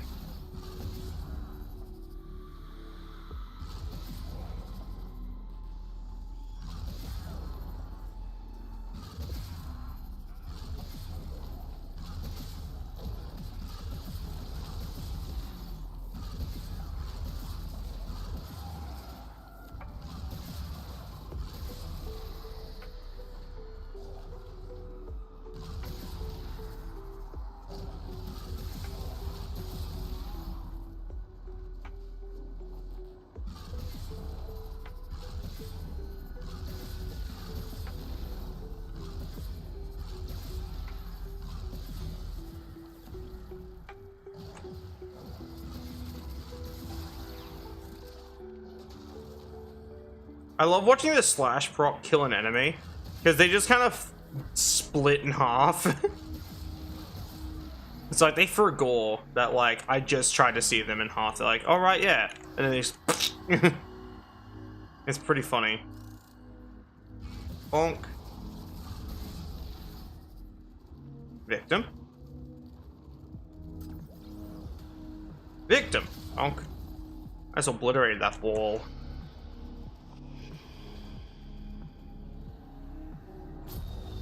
Maybe she's a scientist, so she could just do that. You know what I mean? That's not a good reason, but like, there's probably some weirdo out there that would say it's a good reason. At the same time, if you think about it, who's gonna stop her, bro? Like, she literally has a magic school bus. Who the fuck can stop the Frizz if she has a magic school bus? The answer is nobody. She is, like, quite literally unstoppable. Like, she is like an Avengers level threat. Dude, Miss Frizzle being an Avengers level threat, such a funny idea though.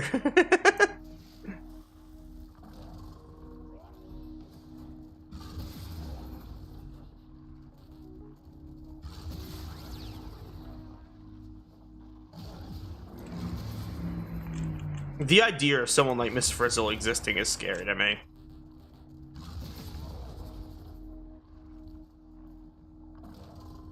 Yeah.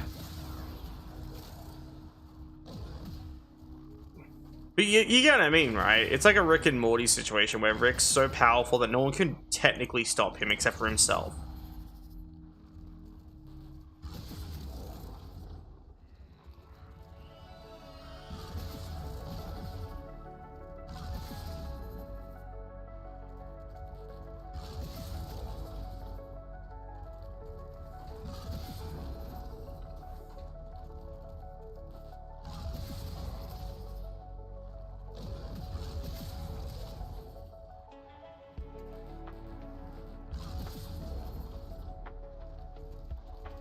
Also, fun fact, I actually haven't really watched Rick and Morty. All I know is that Jerry gets bullied ruthlessly, and it reminds me of Meg from fucking Family Guy, and the idea of that makes me uncomfortable. So I don't really like abuse fodder characters. They feel very shallow, and their only purpose is to be bullied and hated by the community. Which is really annoying, because, like, then these characters, like, rightfully lash out and are seen as the villains. Like, for example, like whenever Jerry's done a stupid in pure frustration, I've heard all about it from, like, theory videos and stuff. It's like, what's Rick up to, blah blah blah blah, and it's like, oh, and then Jerry did this wrong. It's like, did he really do this wrong, or did someone set him up, like what always fucking happens? Same with, like, Meg being a fucking angry and hostile character in Family Guy. It's like, of course she is. She gets fucking bullied ruthlessly. Wouldn't you be an angry and hateful person too? I would be. Hells, I am sometimes. Like, it's just like... It's just stupid, you know? Like, sure, she does shit wrong. That's why I'm like, yeah, that's fine to hate a character. They did a thing wrong. But when it's like, they're getting unjustly bullied, and then they lash out by doing something wrong, it's like, yeah, okay. This just feels like they were provoked and are finally having a crash out.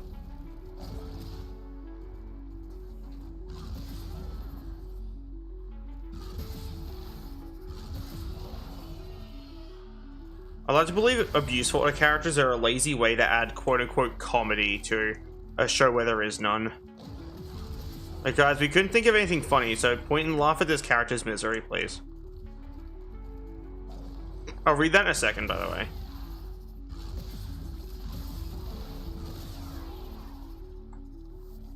I don't watch the show, but I feel like Rick is such a narcissist. Even alone across reality, created an entire authoritarian society hell-bent on any reality where Rick isn't smart is bad. I guess so, yeah. As I said, I haven't really watched the show either. I've seen like a few clips here and there. Also, chat. Guess what?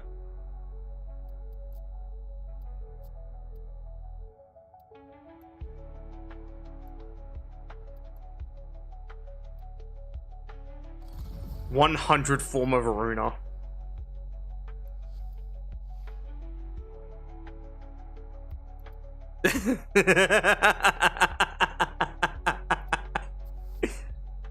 100 Forma Voruna. I didn't do this for a reward, but DE, if you see this, I'm the first. Did I get a reward? Yeah, we're at 100. This is our final level, so we're gonna savor this.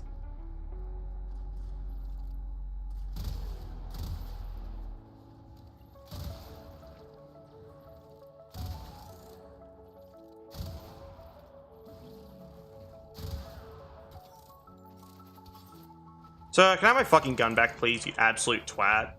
Thanks. Where's your dog? He stole my gun. He started it.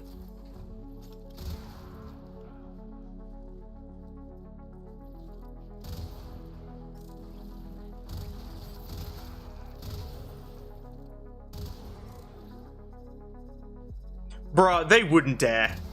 It would make a founder upset. It'd be cool, but they would make us...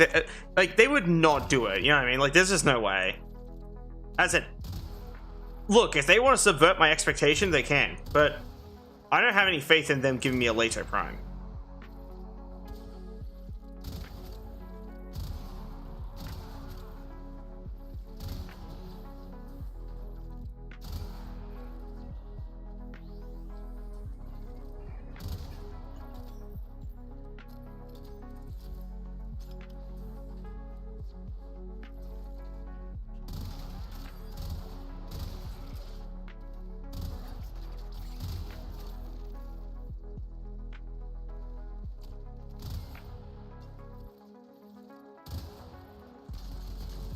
Stupid ass ball. Loading.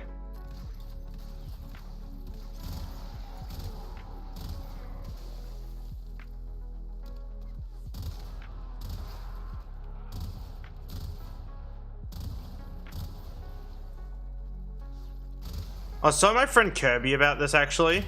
Like, 100 Forma Voruna that I've been working on. And yeah, no.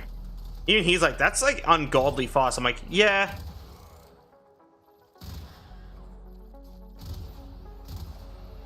Loading. That's even with taking a short break because my fucking soul was trying to leave my body.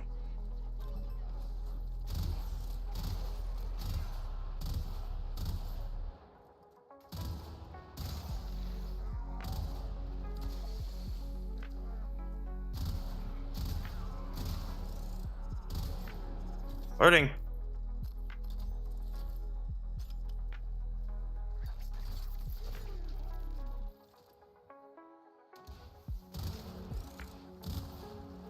Are you just saying that was planned, or is it actually like planned across the universe or something?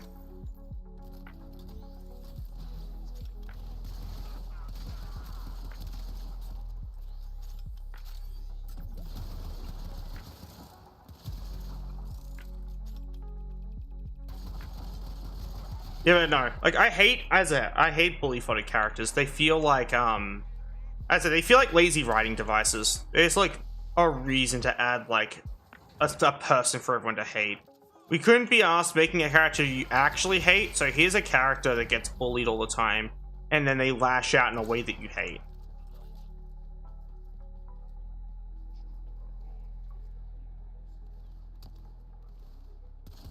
I wouldn't say that he's that wouldn't make him bully fodder though. It's already that, like, in order for Morty to exist, Jerry and Beth need to be together.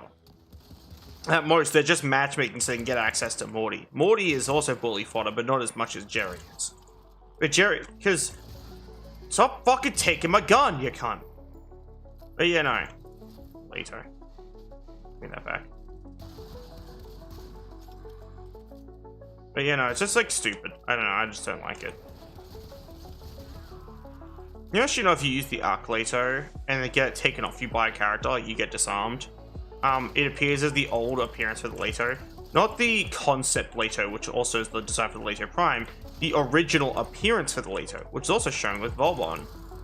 Originally, like his, if you linked Volbon and then viewed him in-game, he would actually be holding the old design for Lato, which is actually kind of like a wood grain with like... Never seen it? I'll show you in a second.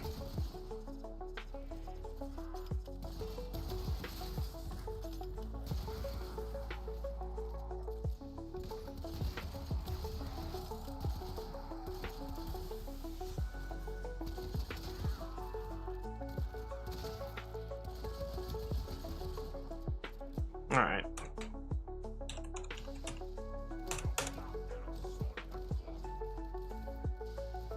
Yeah, see? This is how the old Lato used to look. Also the Arc Lato, same thing. It's like this nice black wood grain with silver. But it used to be shiny silver, but now it's not shiny silver because D keeps fucking up the lighting system.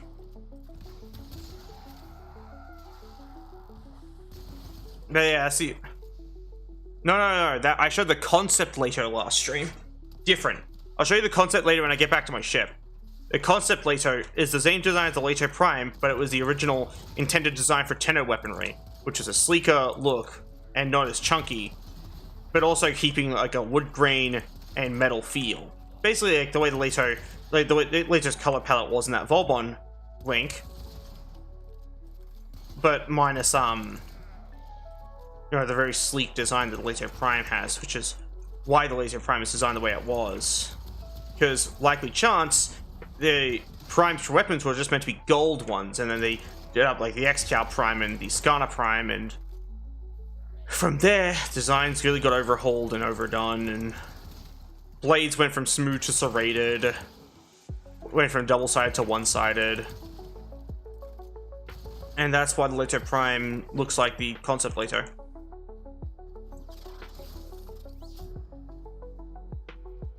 At least that's my theory. As I said, I can't confirm nor deny, unfortunately.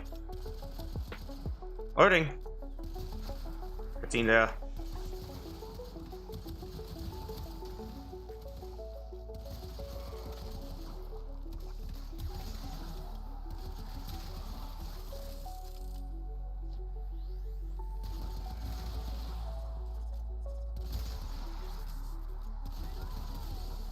I desperately want to meet someone that plays Warframe the way I do, and has been playing for as long as I have. Not new players absorbing my playstyle, I mean like someone who has never interacted with me before that plays this game the way I do. So I feel like them and I would get along really well. Like legit, because them and I would both be against the same things. Like sure, we wouldn't have much to talk about after a while because we both just like have our own little complaints. And eventually there's a good chance our outlooks would deviate. But it'd just be interesting seeing someone with the same playstyle as me.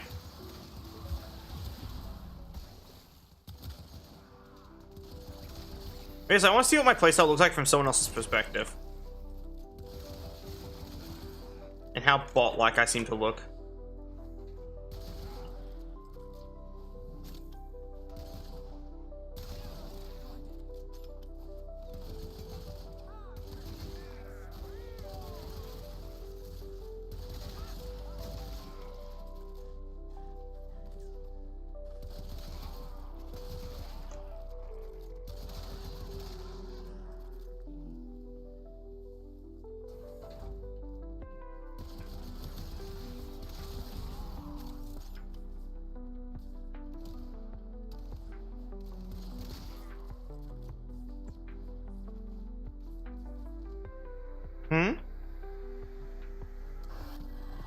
No, it's just a Layka. I like the Layka. It's a very nice gun. I said, I like it because it's simple. Like, that's not a joke. That's like the reason why I like the Layka so much. It's such a simple gun. Which is why I want the Prime so bad. But once again, I know I'll never get it. Because every single founder ever will throw a hissy fit, bar like 2. I know not every founder will, but like, I just know that a lot of them will, because it's like, oh, how dare you get access to this item I've been dangling over your head the whole time. It's like how bullies get mad if they take something off you and then you take it back. They get very angry. They're like, how dare you? It's like, well, I'm sorry that I'm taking this thing back that I need. It's like when I used to need an inhaler, some bully actually took mine and threw it over a fence. Luckily I didn't. It was a preventer, so I had a spare in my bag, but it was still really evil of him. So he snatched it out of my hand and threw it over a fence. I was like, what the fuck, man? Like, basically took a thing I needed to exist normally. And he acted so big and tough for doing that. It's like, what the fuck is wrong with you? Like, it's such a weirdly, needlessly evil thing to do. Okay, so here's the concept later, by the way. Back to like what I was talking about earlier. And that's why I like the Layka. It's simple, it's sleek, it's a good weapon, and I really like it, and I want this one, and I'm very upset that I can't have it. Very skinny. Why does no one ever have a nice thing to say about the Layka? What the fuck is wrong with you people? No one else but me likes this gun. I'm pissed about it. That's why the Layka Primes are getting released. Same with the Skarner Prime. No one likes them. No one likes the stock version, so no one would ever want the better version of the gun. Everyone who likes the Layka is like me. Very few and far between.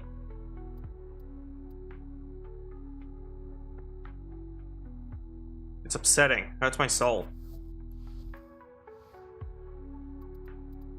But like, there's just nothing, like, it just always feels like that's all people have to say about it. It's like, wow, that's a very weird shaped gun. Huh, it's very skinny. It's like, there's more you can say about it. It's fucking cool. Say nice things about it. It's cool as fuck. Say nice things about it or I'll cry. That's my outlook. To make a long story short, please be nice to the Layka or I'll cry.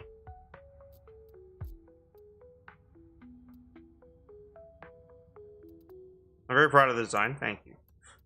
Like, I just hope it makes sense why I like the Layka so much. Like I said, I know other people don't like it. I know founders like to rub it in my face and go, oh, you can't have this. But like, I want people to understand why I like the gun so much. It's not just how it looks. It's just the fact that it's a cool pistol. It's why Floof gets upsetty. She can't have the fucking thing.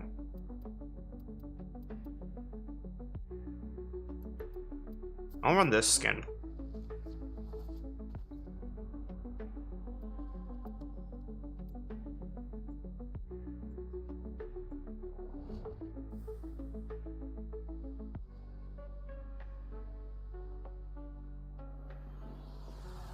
And even then, you don't have to like the Layka because I like the Layka. Like, that's the other thing. I don't mind if someone doesn't like it. I just don't like when nothing anyone has to say about it is actually interesting or nice. I can reload that. I can reload that revolver so fast. Does this change the firing sound? I think it does.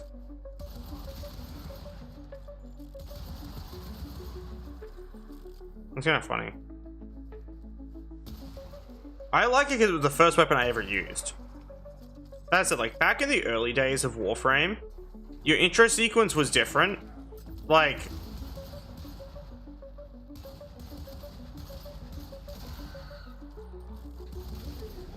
And, yeah, it was just really cool.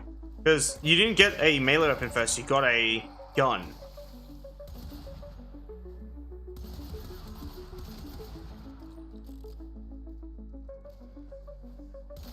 And the first gun you get is a Layka.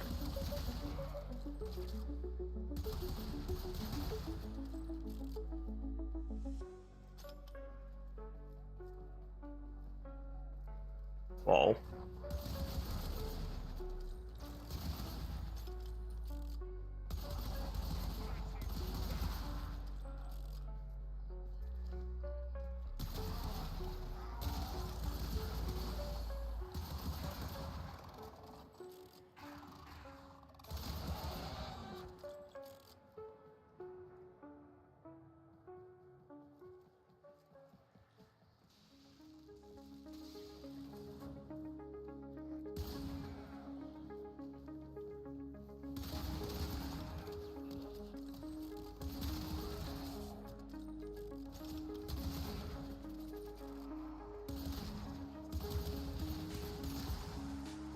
Hello again.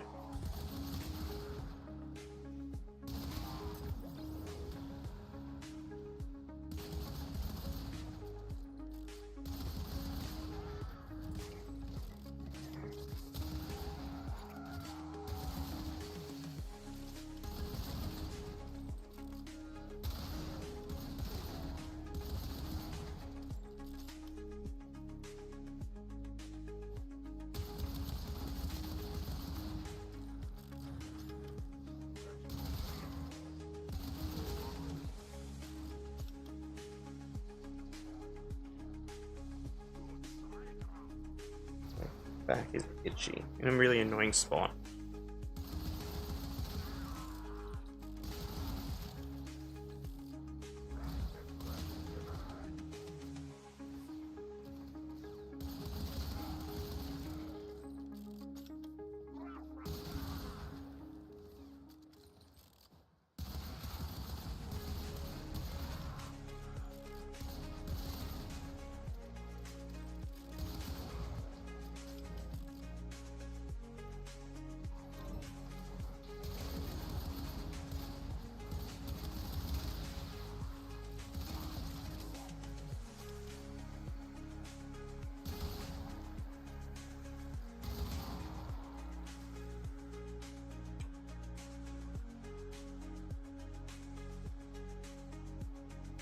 Bro, what? I personally think this is objectively worse than the stock Layka sound, because this one just sounds like weirdly heavy for what the gun is, but it's only because I don't like when a gun sounds way too beefy for what it's meant to do. Because the Layka is kind of like a small caliber pistol by default. It's not like some crazy strong hand cannon. Like, sure, if like they actually made the Protocol 95 an actual weapon, sure, it should sound like this. But I don't think the, you know, Layka should sound like this.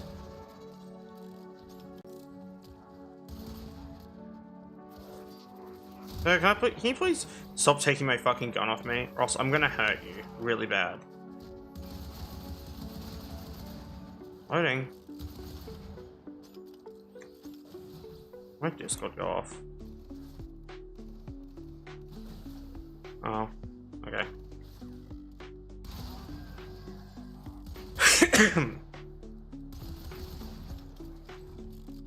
Also, I want to talk about something really funny. So, I'm like suddenly a moderator on like Donut's Discord server, and it's kind of funny. Like, I don't think I've done anything like wrong so far. I'm not bothered by being a moderator. It's just really funny. It's because like I help with a thing, and I've also just been really chill, it seems. But someone got really offended over a thing, and like took it out on me, and I still don't forgive them for it because they didn't fucking apologize. Basically, they got mad that they couldn't look at the 18+ chat anymore because I naturally restricted it to 18+ users. And they, as despite being a moderator, couldn't view it because, believe it or not, their account wasn't set to have the right age for some reason. And they got really mad about that. And what was worse is that they took it out on me.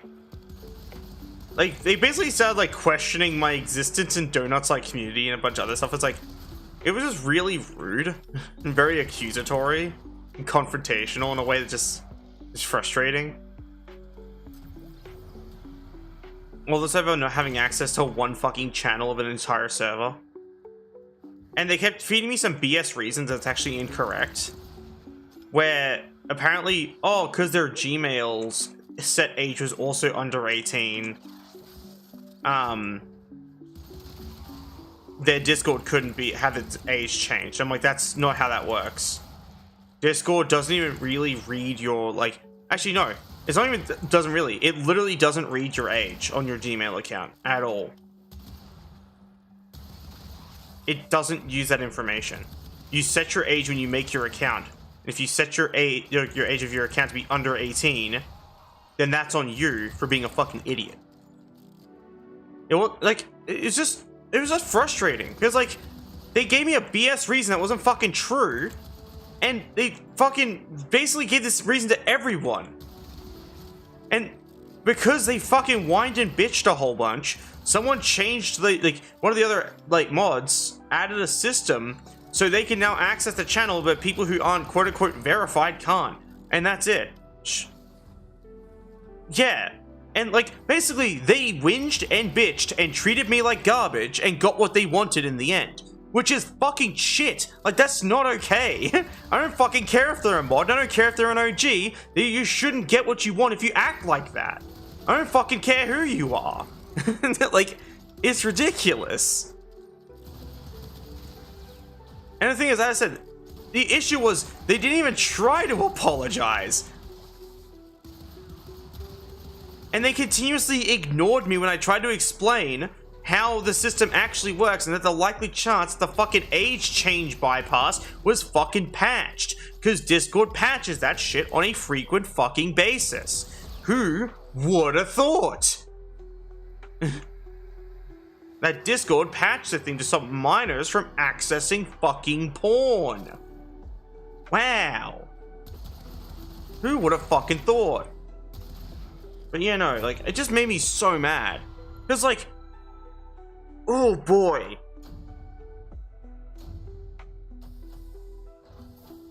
Like, I don't know, man. As the one thing I didn't take kindly to was how they acted and how they treated me, basically. It was so fucking agitating.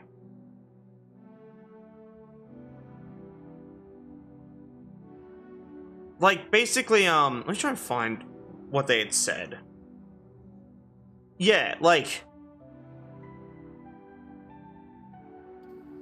Yeah. Someone mentioned that they're making up some more rules for, like, on the welcome page. And I said, oh yeah, and I made the channel age checker. They asked what got updated. And I was just telling them what I did. You're like, I'm sorry, how long have you been here for? I'm like, bro, they literally tried to add me at one point. So it's not like there's any sort of fucking mystery who I am. I'm not some fucking stranger. It just felt so weirdly hostile. All this because they couldn't look at some fucking tibbies without just going to a different service or server. It's like, bro, Rule 34 and E6 exists for a reason. Getting mad at me for following Discord terms of service in regards to, like, server hosting is not it. Once again, it's still frustrating that they got what they wanted in the end after treating me like shit. And this is, like, the worst part is, after all that,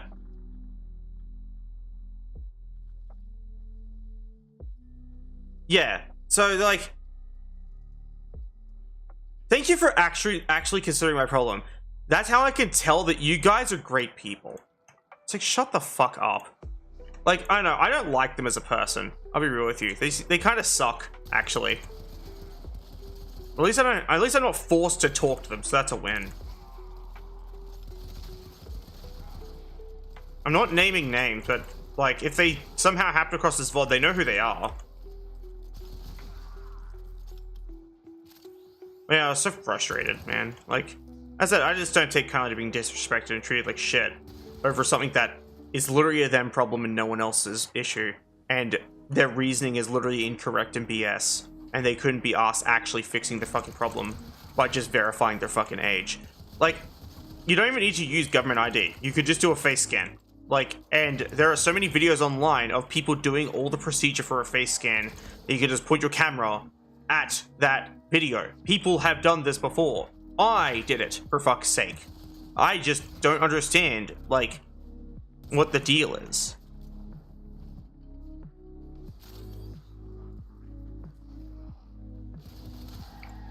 Can I have my gun back, please? Thanks. But yeah, no, as I said, like,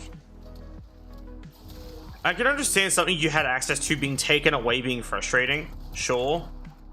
I can understand it more so if it's the entire server, like what happened with me. But when it comes to like a single fucking channel, and them getting that mad is just ridiculous. Especially with the disrespect shown to me. Like, as I said, like, that's where I feel like it kind of passed beyond just a simple issue. Like, personally. Because, like, disrespecting another moderator for literally doing their fucking job is insane.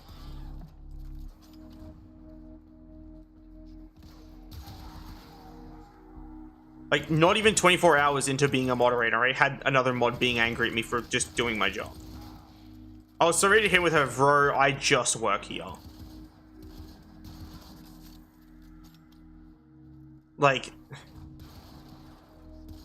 And I said, their reasoning is so BS. They might actually just be underage and are mad they can't have easy access to porn. Because, like, why else would their account be underage? Why else would you make a Discord account that is underage unless you were actually underage? And you didn't think about that when the fucking rules were going to be implemented, because it was kind of a random jump scare of Discord terms of service being updated. There should be no other reason why your account is underage. Which means this person was mad that they couldn't break Discord terms of service by accessing an 18+ server while under 18. Which is honestly even worse, even more egregious than just a simple Discord client mod.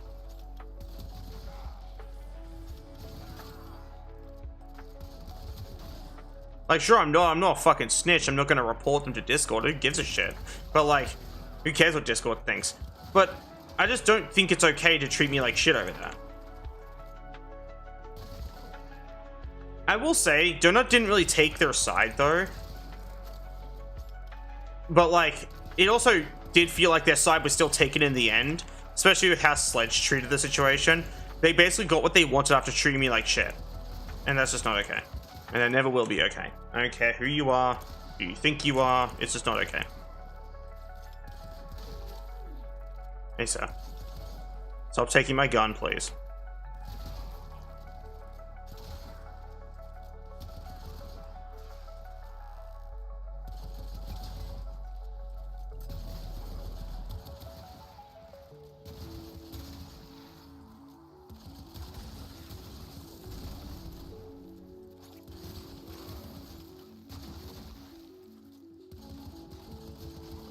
Loading.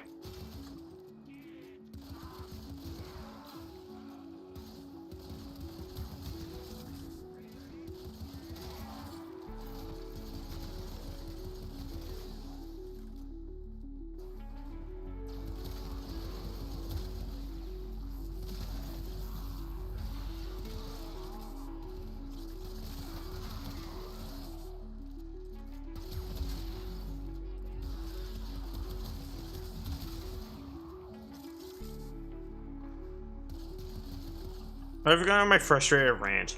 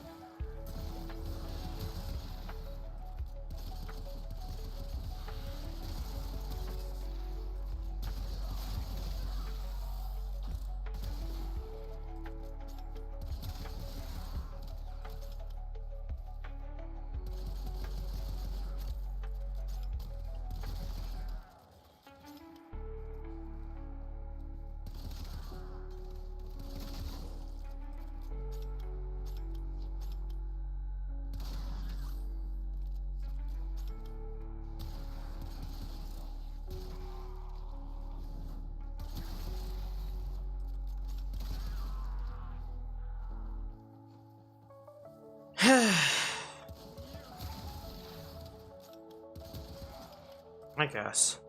As I like on mine, I guess it's just frustrating because like this problem is never gonna like be properly resolved because there's a good chance they really just don't want to apologize. Which is kind of the main thing I wanted. At this point I didn't want like I don't really want their apology now. I want them to go fuck themselves. That's about it. But like originally I just wanted an apology and that's it. I said I don't want to I don't really, you know, endorse taking someone's disrespectful bullshit over nothing.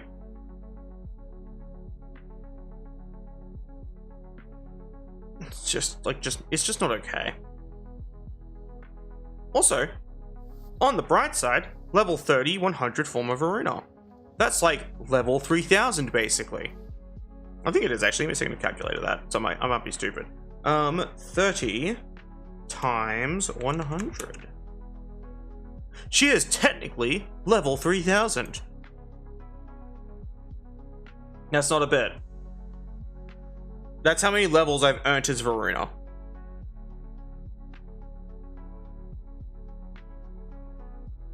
I have the points for your winner. Damn. Does that mean I'm not winner?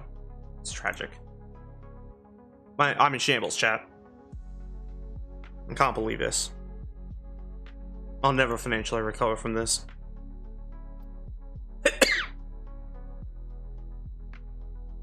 You're a winner in my heart. That's bad.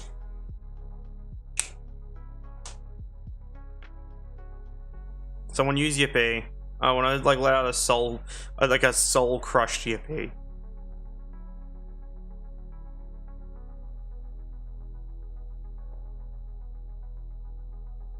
Yippee. I did it.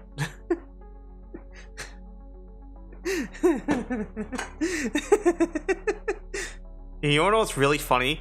I technically don't get a reward for this, right? Like, unless D actually decides to give me something for being the first ever, like, 100 Forma Voruna Prime, and also the most dedicated Voruna Prime, like, Voruna main of Warframe history. Unless they decide to give me something, I don't get anything. Which means I did this for the love of the game. That's it. We can even see my usage of Voruna Prime. It's already up to this, and we've already earned roughly 5 million experience and gotten 22,000 kills. We actually almost have more kills as our Voruna Prime as we do with our regular Voruna. And we've had Voruna Prime for a fraction of the time. Bars, by the way.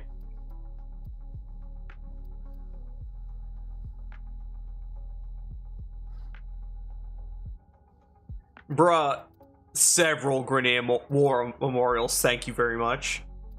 And then our Paragale Prime is already up to here. God damn.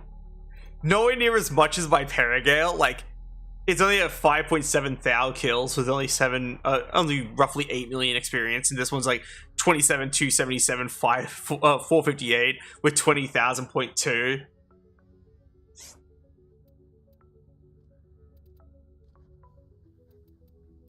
And most of those are headshots. That's kind of cool. And then my Sarafang is yeah. 28,000 kills on my stock Sarafang. And my Prime's already pretty close. My Prime actually has more experience than my stock. Look. Look. 17.5 mil experience earned on the stock Sarafang. On the Sarafang Prime, 22.8 mil. In a fraction of the time, I've earned more XP for the Sarafang than I ever have with the with the stock version of it, which is really funny. And my dual Vicus is around here somewhere. I don't know where the fuck it is though. I'm not seeing it here. They're probably pretty far down actually. Yeah, there they are. Sylvan Aegis. Oh, that's the Prime. It's like a mace and shield. The regular one's a sword and shield. It looks kind of cool.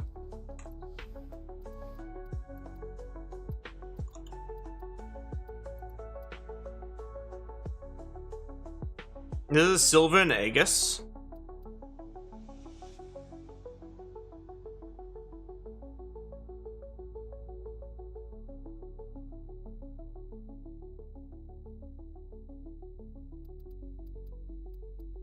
And here's how it looks with my color palette just copied over to it.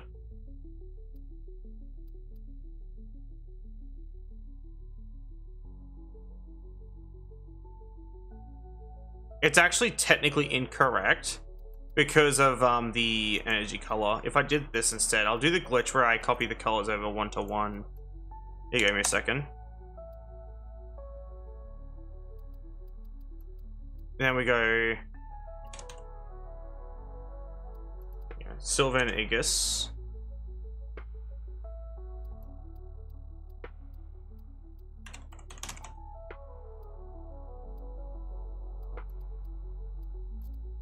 So here's how it would actually look with my color palette.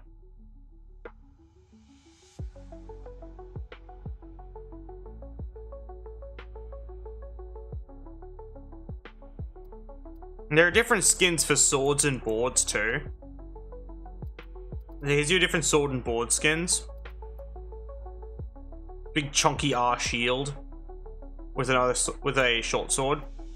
You also get a Tag der Toten skin for it, which looks really nice. Has a skull.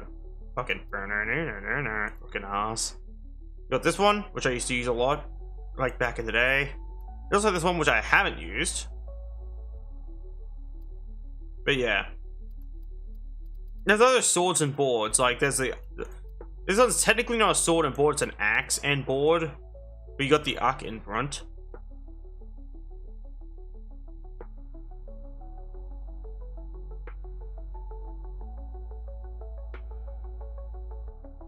Which looks really snazzy, not gonna lie, especially the axe. If I could just have an axe solo, I would actually use it. With the Zenistar. This is a Zenistar. By the way, did you know that the Zenistar becomes really big if you put a skin on it? Like, there's a certain skin you can put on the Zenistar to make it fucking huge. Oh yeah, by the way, this is the skin in question.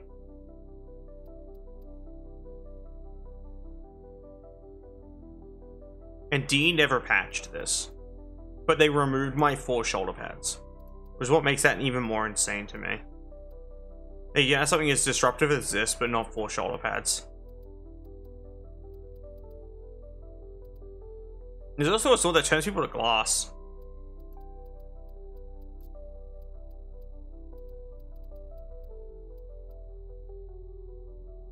There's a sword that turns people into glass.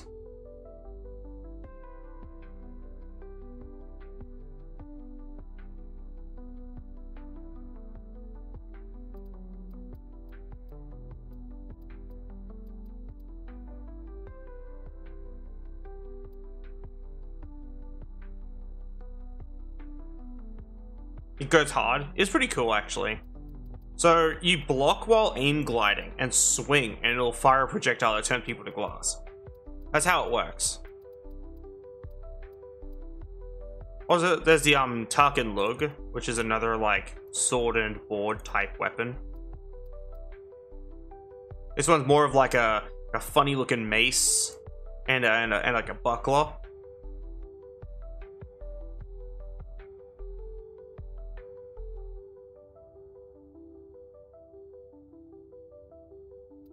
As I said, there's heaps of weapons like this.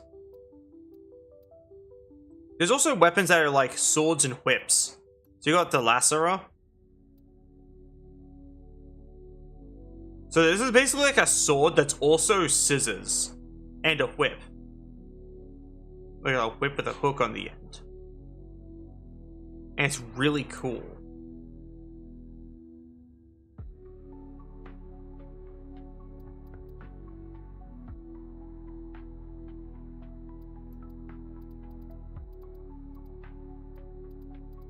You need to have war fans, like the Gunsen.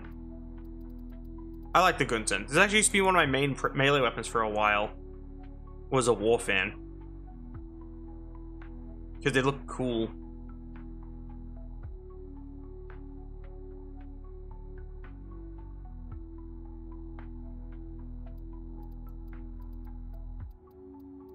Then I moved over to the Quasus, and then I probably ended up going to the Prime version of this thing. I want to continue to my, like, ungodly path of using war fans.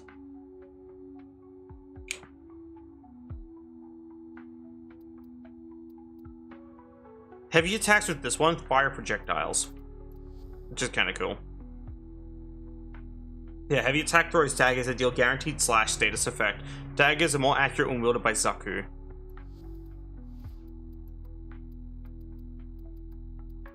And you got the war. This chonker of a weapon. God damn.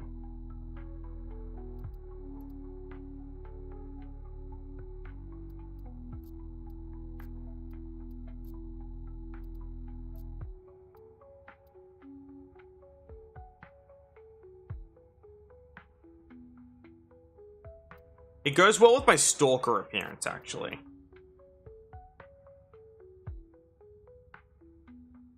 Oh yeah, there's heaps of giant weapons.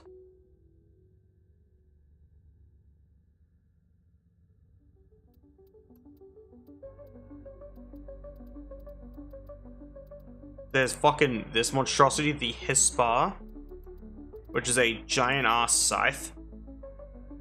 I still like the Hispa as well. So this weapon is really interesting. Wow, ass. Anyway, so the Hispa is what I like to call a deployable arc weapon, despite not being an arc weapon.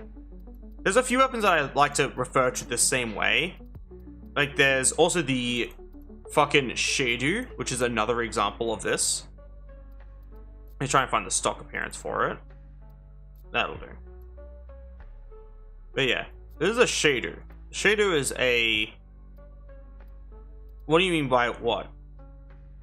Well, that thing? It's technically an arc gun. Or at least its code's built off of an arc gun. Do you want me to explain the fun technical knowledge of it?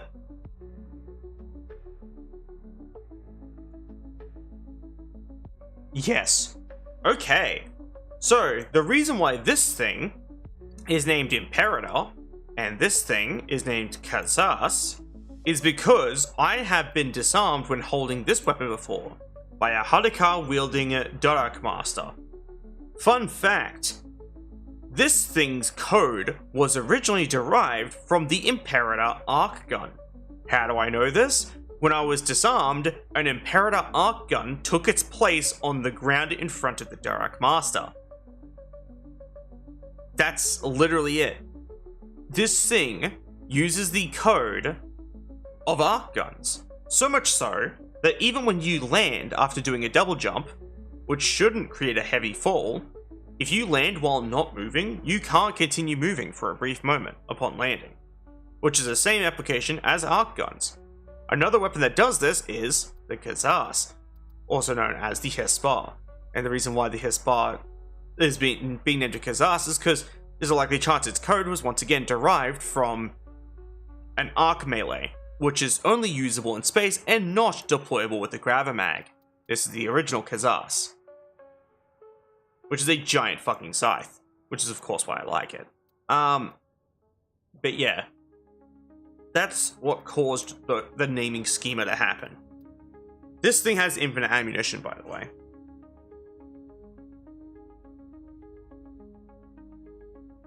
And there's a few other weapons like this. I think there's like one other that I know of. It's kind of a gross infested one.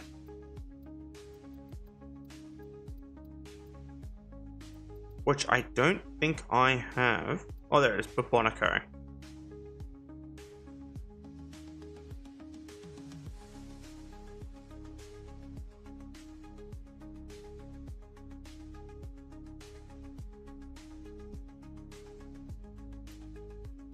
But yeah, personally, I don't use it. But that's the story behind that weapon.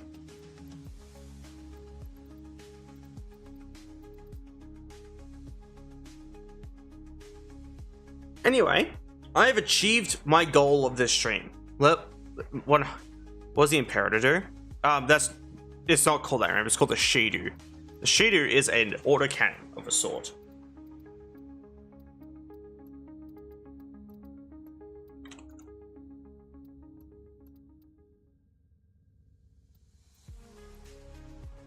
To make a long story short, it's a giant fucking gun.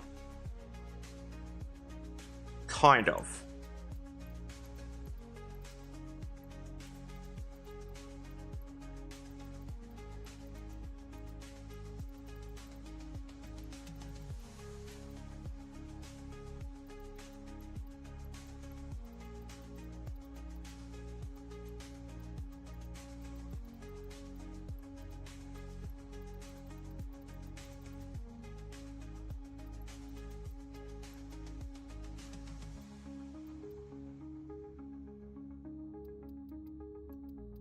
If you want, I can quickly show off how it works in combat. I will warn you, my one is not amazing. Like, it's not very strong, personally. Or at least I don't think it is. But I can at least show you how it works if you want to see it.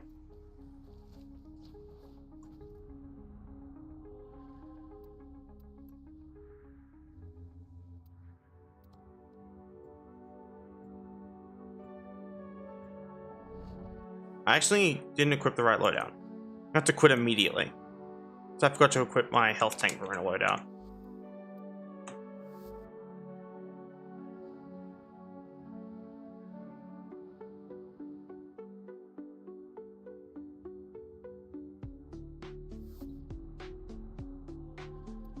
Health tank Voruna. There we go. Alright, I'll show you how this monstrosity of a weapon works.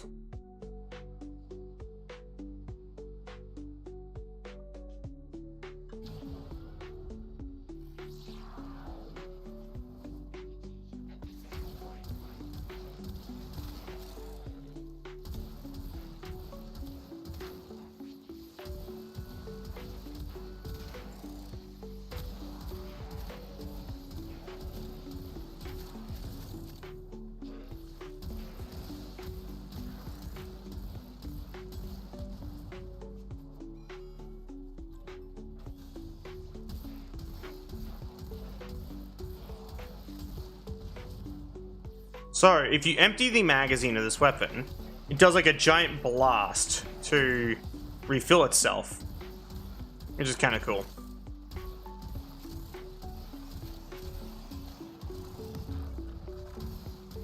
That staggers enemies, last I checked, which is kind of cool.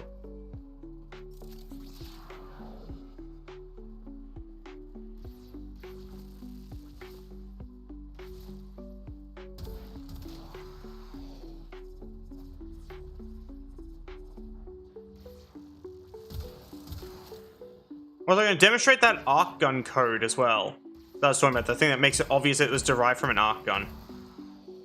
Give me a second to go up to a spot away from enemies. Excuse me, sir. I said away from enemies. It means you need to die. Anyway, I will demonstrate the arc gun code real quick. I'll equip an arc gun. This is an arc gun. If I jump, and double jump, and land, and then press W, you can see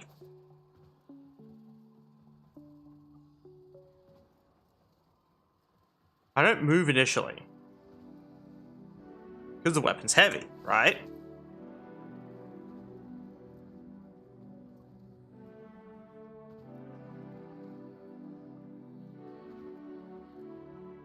Same code.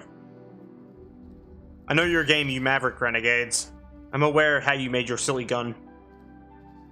Also, these aren't Orokin, by the way. These are Corpus. And it does actually a decent amount of damage. Just that not going through their shields.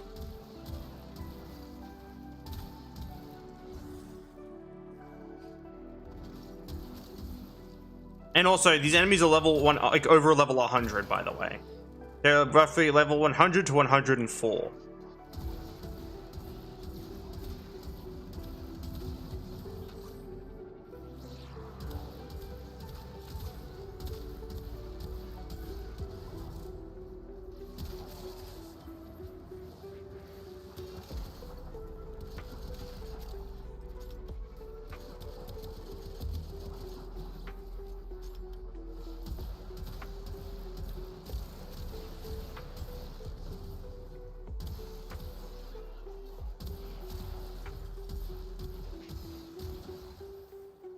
Yeah, no. I don't mind this thing. It's just not my type of weapon. I like snipers and stuff more. That require a touch more effort to aim.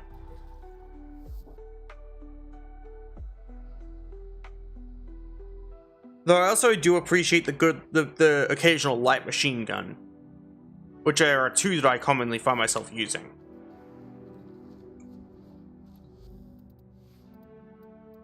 Yeah, so there's naturally this monstrosity, and also this monstrosity, which is using a skin at the moment.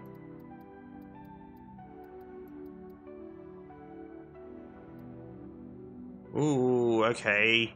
Yum. I'm gonna stick with that. That looks cool as fuck. Looks snazzy as hell. Hot damn. But yeah, no. So these two are very fun.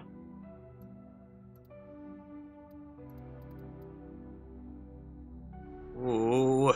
Okay, I'm using that one too. God damn.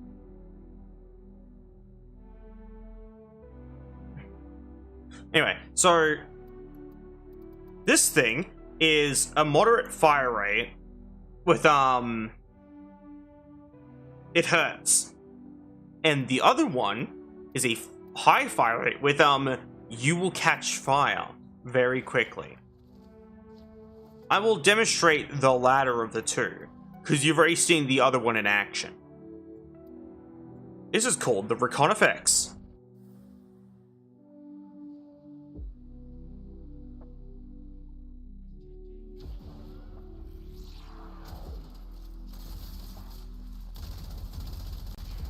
Has like a Gears of War active reload, and it goes brrr.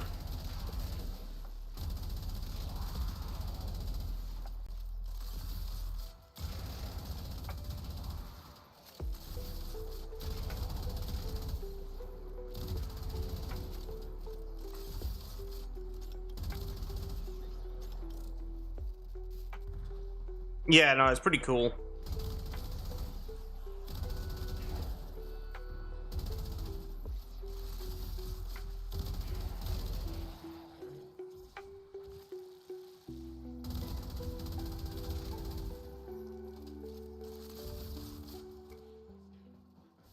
But yeah, no, I like this thing. It's one of my other go-to weapons when it comes to, like, higher level content.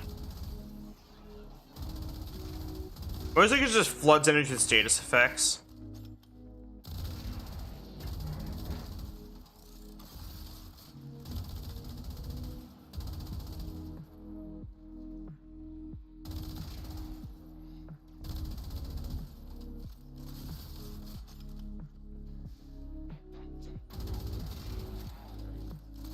I can technically raise the fire rate further.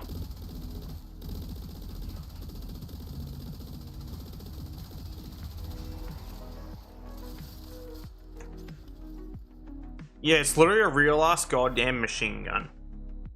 Want to see me raise its fire rate further? Want to see it go even further beyond? Yes, alright. Oh, wrong one.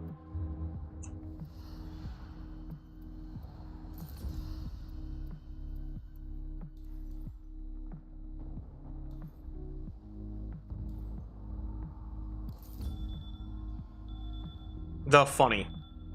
We call this thing The Funny. Pretty cool. I was going to rename it to Space MG42, by the way.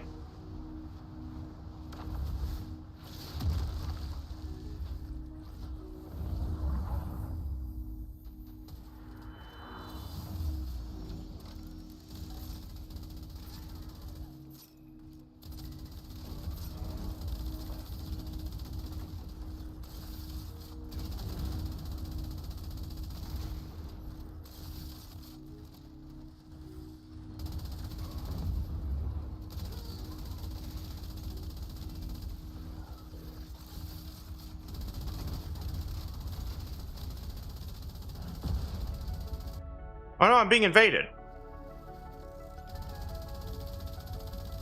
By a victim. And they're dead.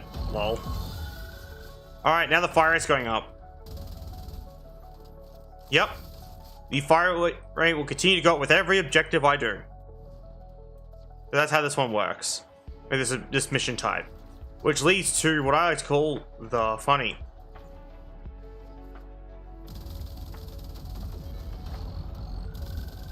Get out of my fucking airspace.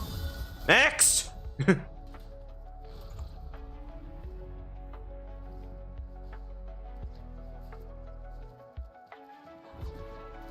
Oh, hit a wall.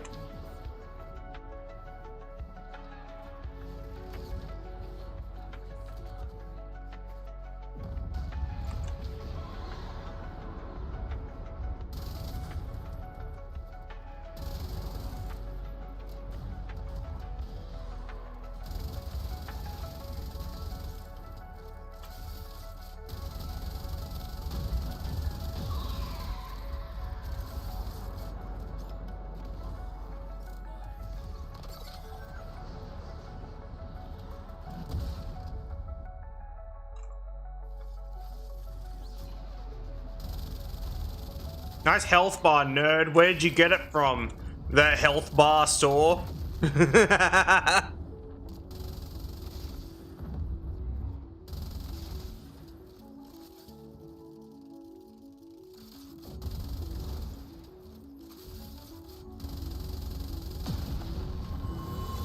Don't care, didn't ask, fuck you.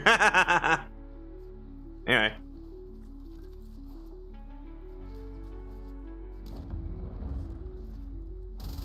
Yeah, it is pretty funny though. Loading.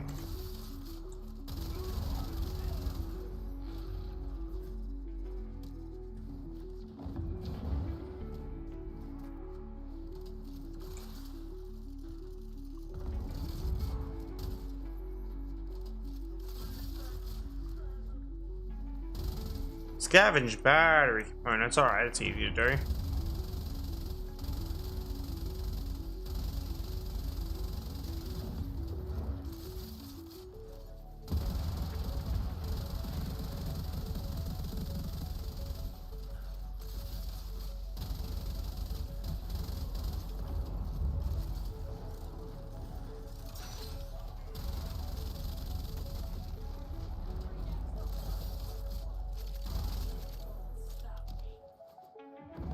Give me that.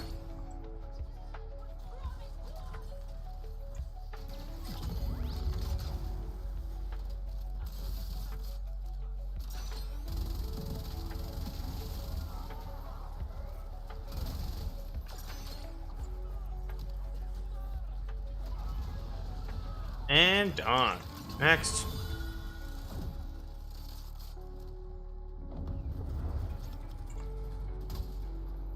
Oh yeah, I just said the fire is going crazy, yo.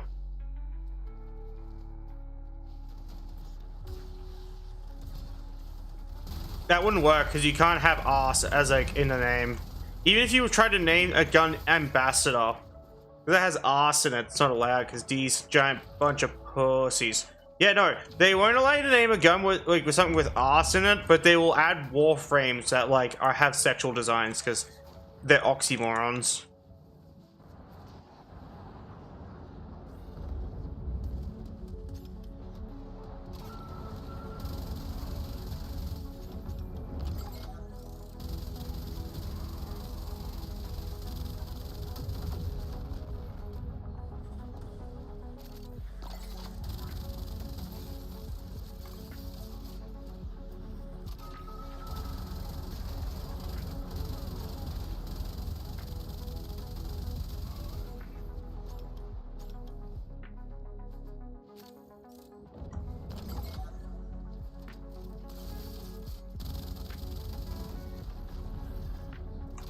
Yeah. What, are you surprised by this? Surprised by the double standard? Welcome to my world of pain. Now you suffer with me.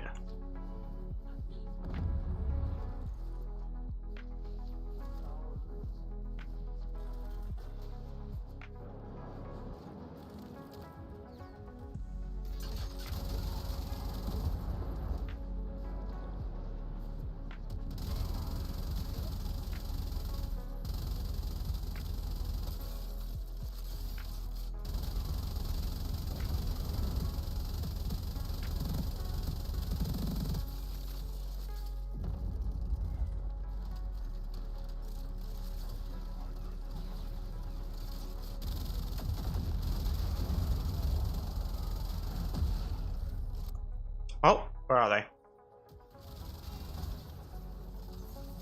Oh, they're dead.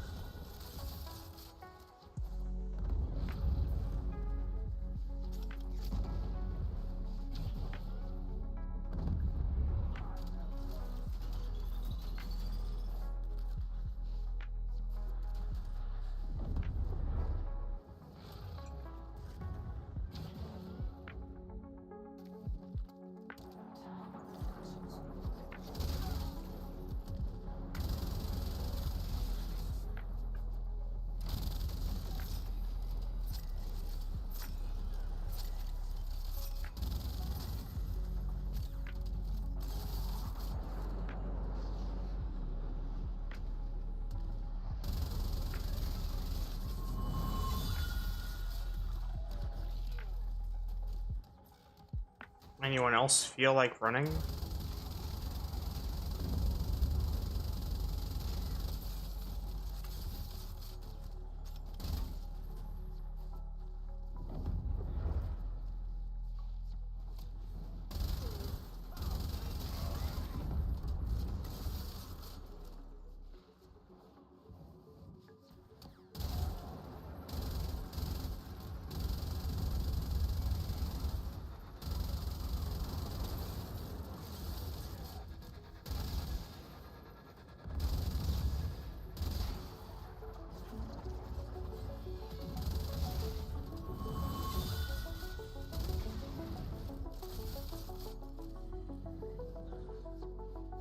I'm trying to get the fire rate as high as possible so you can see it. But you can see it at its peak.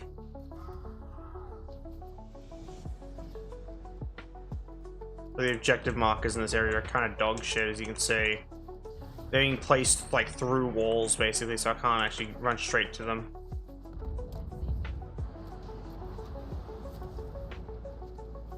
I'm likely not going to be able to finish this one quick enough, unfortunately. Like for more fire rate, basically.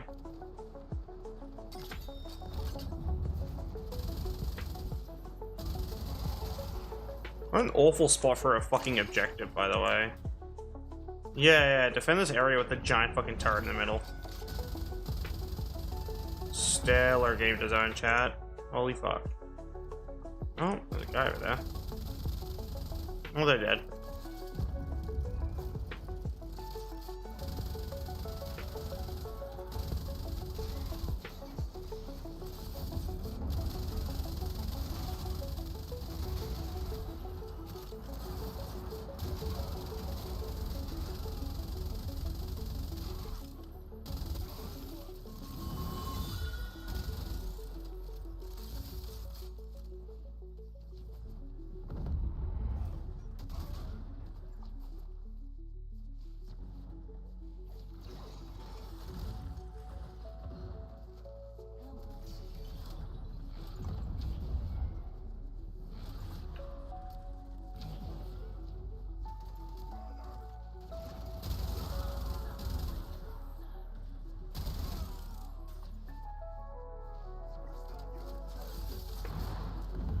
Yeah. I'm not sure this one's gonna be doable.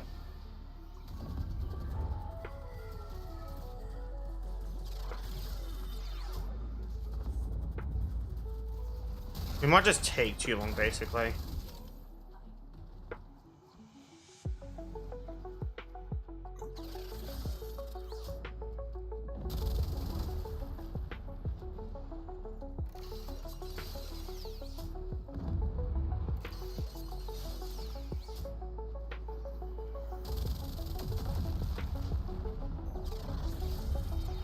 Well, I technically have just resolved the problem.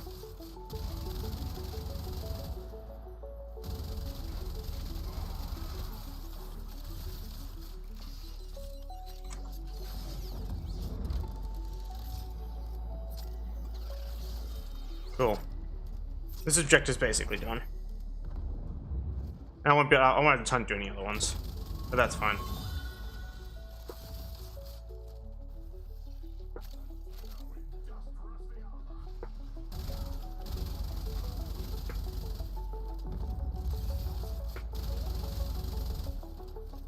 And you see at the fire rate, it's kind of funny.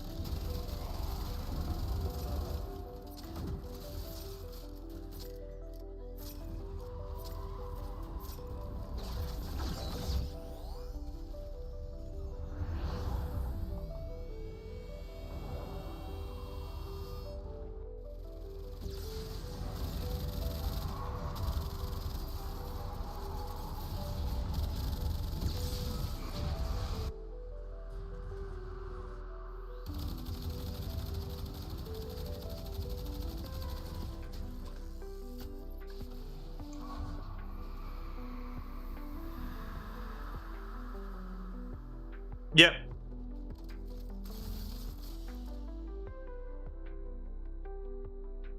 And that's that thing. We love the funny light machine gun in this house.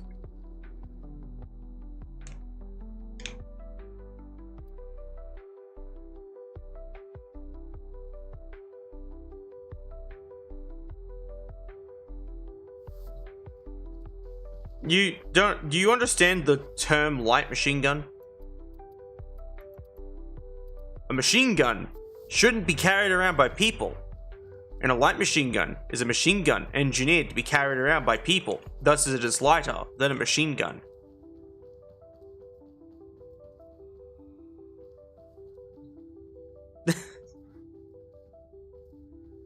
If you say anything but light when I say, oh yeah, light machine gun, ha ha ha. This is also technically a light machine gun. Unfortunately. Anyway, I have been streaming for like four and a bit hours. I'm gonna go so I can eat food because I'm hungry.